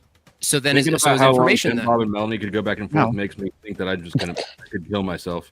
Yeah, Yes. I Stop interrupting their Wow. secret flow. I mean, All right, I can't. I mean, if you can't Follow my point to tongue. a single thing, What right? is the Because meaning of a look, rock? What is the meaning of a rock? Would you let him finish his statements? He keeps trying to spit stuff out and you keep interrupting and then it goes down another tangent. It's getting on my nerves. Chill. That's what's exactly the what's meaning happening. of a rock? Rock is a term, is a universal term we assign to the collective of particular rocks. It's a category. Rock is a universal category. The meaning rock is actually assigned to the material, and the term rock is found nowhere in the rock itself. It's something that we use to basically overlay hard Describe. reality. If that's So the case, neurolinguistics. hold on. If it was the case that information was matter, you wouldn't need to Right. name a rock because rock would be in the rock. Do you Right. understand That's that? where you were going with that. Now I agree with No, I'm not Bob saying here. that all matter is information. I'm saying that when we Okay, encode if I take over, information, then I can't take it. when we No, I want to abandon this cat. When I we need to encode do this information- forever. The first ever rage something. quit. when Jim we Bob, encode you information do into it. something, you need a physical state. I'm not saying what's required for information. You went from information is material to now that you need physical mediums and I know the things information is to- material. It's in the form of electrons Oh, or oh my gosh. So you're neuron- saying the thought the neuron itself, action it's potential. Pardon me for just a moment, everyone. Furby, you get 5 minutes in the back. You've been timed out. Thank I you, deserve it. Chuck. Sorry. He said, I deserve it. No, that was Thank you, great. Chuck. It's just back and In, forth. It's in just, your absence, Furby, I think that he was going, and it's Furby or she, am I fucking up here? She. I get your All point, right. Jim Bob. All right. I understand. So did anyone else The information understand is that? not in the material itself. I It's totally something got that what we you were decode. saying. I wonder if Furby wasn't saying that thought does remain in the material. That even the thought that we're saying is over here somewhere, he is saying it still exists in a material form, in a molecular form somehow. I think that was she was just about Yeah, to take. no, I know. If that was the case, then you would be able to go in and extract in everyone's head the same matter that meant rock or something like this, or you'd be able to, like, you know, eternal sunshine of the spotless mind kind of thing. Now, you could damage a brain and then say, see, we remove the information, but no, that would just be assuming that you just didn't damage the apparatus that transfers the information or the meaning. But it can't ever be identical to the material because like Vesper said, agreed, and I-Fi and Joe, even Joe, I mean, how many bong rips? He still understands this. Shout Man, out I'm W on for limited Joe. time. That shit I just did, I'm on limited time. That shit gonna knock me out very fast, bro. So even Joe understood the distinction that rock, the meaning, is not found in the matter. And so data plus semantics, you need the semantics for information. And you can't have, if that was the case, we wouldn't need to interpret anything. We would just go out in the world and all of the information would be readily interpretable by itself. We would just be like, download it instant. Since Furby's in the back, can Learn we to have a read productive on our conversation now, Yeah, Jim Bob, right or do you want to It's keep something going? you have some. to Go for decode some. using a shared language kind of thing. So Jim, oh sorry, go ahead, Vesper. What'd you say? I was saying like information is something that we have to decode from material using a shared language. That's right. Okay, Because so it if that can mean information is different things. morality, where do we find it, Jim Bob? Where is morality? Wait, what? That's a Where? good question, Jim Bob. What's Where that? is morality? Morality, I don't think has a coordinate system. I would call that a category error. Now, reality itself, from your view, my view, and even Vespers and maybe some other people, even Flow State here, would hold that reality includes metaphysical immaterial aspects to it that aren't identical to matter. And to argue otherwise is a contradiction because you're using, logic. Earlier, argumentation. someone on panel asked the question: did Christians invent morality, or did atheists invent morality? And Santis so, did. I noticed y'all didn't answer the question. I did answer it. Yeah, I What said. was the I answer? said if morality exists, it's tied to an absolute standard who's a being. The same is true for truth itself. And if you're saying morality doesn't really exist, you just stop using the term and use preference instead. And so if Santi said, I like where my- is... Yeah, go ahead. I like my answer better. First of all, neither one of them invented morality. They discovered morality. God created morality, and that's the end of the discussion. But for the atheists, we have to explain it to them in long terms, like, ethics versus morality and blah, blah, blah. Yeah. Anyways, so going back to the... so many debates and be so smug, I-Fi. I just won all the debates, including the one where you failed, Flo. Hi-Fi. Hold on. Hold on. Would you? Did Daddy's you miss? talking, sweetheart. Did you Don't make me a misspeak? sandwich. Hi-Fi, did you? What? Hi-Fi, did you misspeak and say morality is created or not? Is uncreated part of God, just like truth? Is it a creature? God created morality. So it's a creature. So goodness is a temporal, finite creature in the temporal world. I don't know exactly where it is. It's somewhere in reality. It's probably in the spiritual realm that overlaps the physical realm, if I had to guess. Okay, so when you are, in your view, if you're united with God, the God you believe in, who is the creator, the engineer of morality, are you, when you reach him, let's say the judgment is clear and you're with him for eternity, are you with goodness? Sure. Okay, so then is God eternal and uncreated? As far as I know. Then if you are with goodness and God is eternal and uncreated, morality is not created. No. Yes. You just equated God and morality. You said God equals morality. That's not Is true. God False. goodness? So morality is what God dictates as the rules of good and evil. Is God himself goodness, ontologically good, the good? As far as we know, actually, this is one Christian to another. This is one of the dumbest arguments because judging God is the most irrelevant conversation. I didn't to ever judge have. God. I asked you, is God ontologically... You just said it's God goodness. I didn't ask you a Like judgment. Plato's form of the good. I asked you, What do you is think a he the judgment good? is? I didn't say no. It's not a judgment about goodness. It's a question about the ontology of goodness. Is God the entity of goodness? I will tell you what goodness is. Goodness is when you donate. The Trib One coming in with the big five. If God is imperfect, doesn't mean morality isn't grounded in your worldview, Jim Bob. Also, good open panel. Wish I didn't miss the actual debate. Thank you, Trib. It's getting started. Jim Bob, may I get to respond? Oh, shit. Oh, goodness. Here we this go. Is, this is to me first. Let me respond. If God is imperfect, well, no. To say imperfect is to necessitate that there's perfection, and that necessitates God. So you can't actually say if God is imperfect. Perfection is a concept independent of God. No, it's not. It's you. No, I didn't ask for a concept. I asked for if perfection does exist, it necessitates God. Okay. Now, if Flow State, I don't if you think say that's true either. yeah, no. If Flow State, you say perfection just doesn't exist, you're consistent and fine. I do think it does not exist, but I Then you- don't. There's no reason that would necessitate God. Then imperfect. Okay, I got it. But then you agree with me. Then imperfect doesn't exist, right? No, I'd say everything is imperfect. No, dude, do you understand? Okay, I If see what you say just did there. I see what you did. I see what you did. Okay, so it I can necessitated see it, and everything is perfect in its imperfection. Right, then there's just perfection. Then you have to ground perfection. Okay, great. So You yeah, don't I have would to say ground perfection. This like these. What's the little Russian dolls, right? Nesting dolls. Yeah, we know the word Nesting dolls. nesting. You're like Nesting. a conceptual nesting doll. How do you ground God?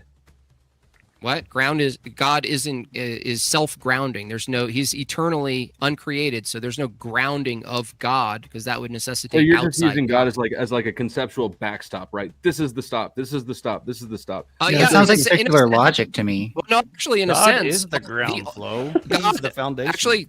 Actually, God, absolute circularity is unavoidable, and if you stop before God, you don't have a justification. So any worldview, you're going to have some point at which you're going to become circular. The question is, did you reach the ultimate circularity that can't be avoided? That's the the alpha question. omega. Wouldn't the truth be at some point we stop circling because we just don't know, right?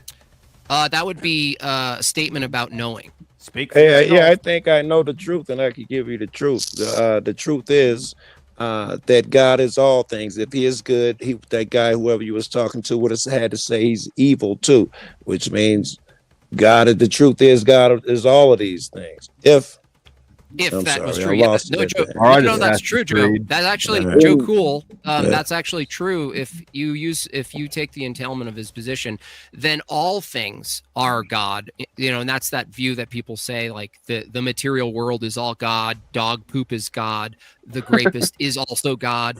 And it's all just one big unified machine called God, and we reject this view because it rejects the distinction between creation and temporality and eternality, and you have no morality under that view. Certainly, if one of our opponents tonight argued everything is God, it would be over. There would be no morality. I don't know a lot about religion, I'll be honest with you. Do you guys believe that God invented the devil or created the devil?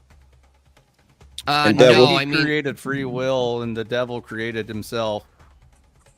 Well, he had free will to sin. I just want to point out God's true morality would be complete neutrality in all matters.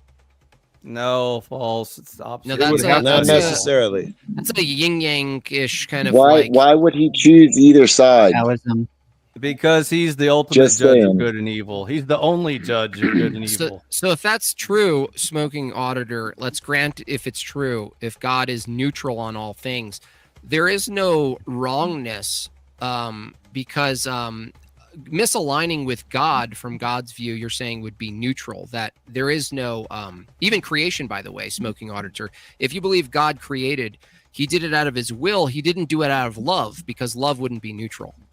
So there's no love under that He view. did it out of boredom, so he created infinite dimensions where he's everything and everyone. Yeah, but it's not neutral anymore. So you're now over your system already. You're out of your system. He's still neutral.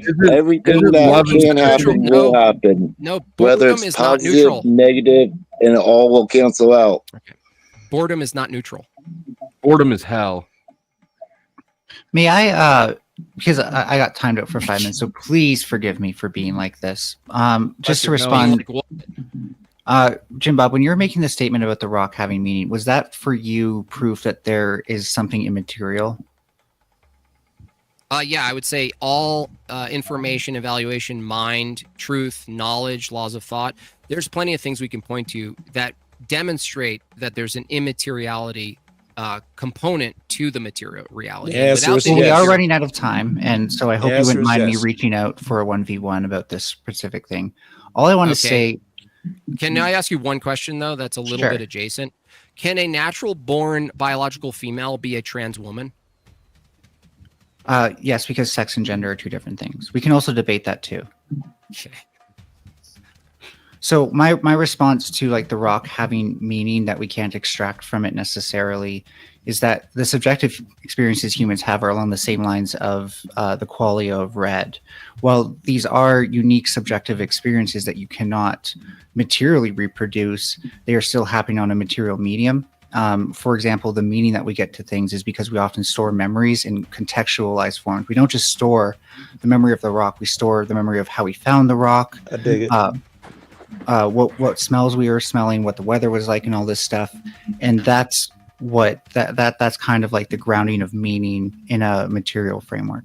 Okay, but that's induction. And so even induction, you have the same problem because induction follows assumptions about the future and the past that you're recalling properly.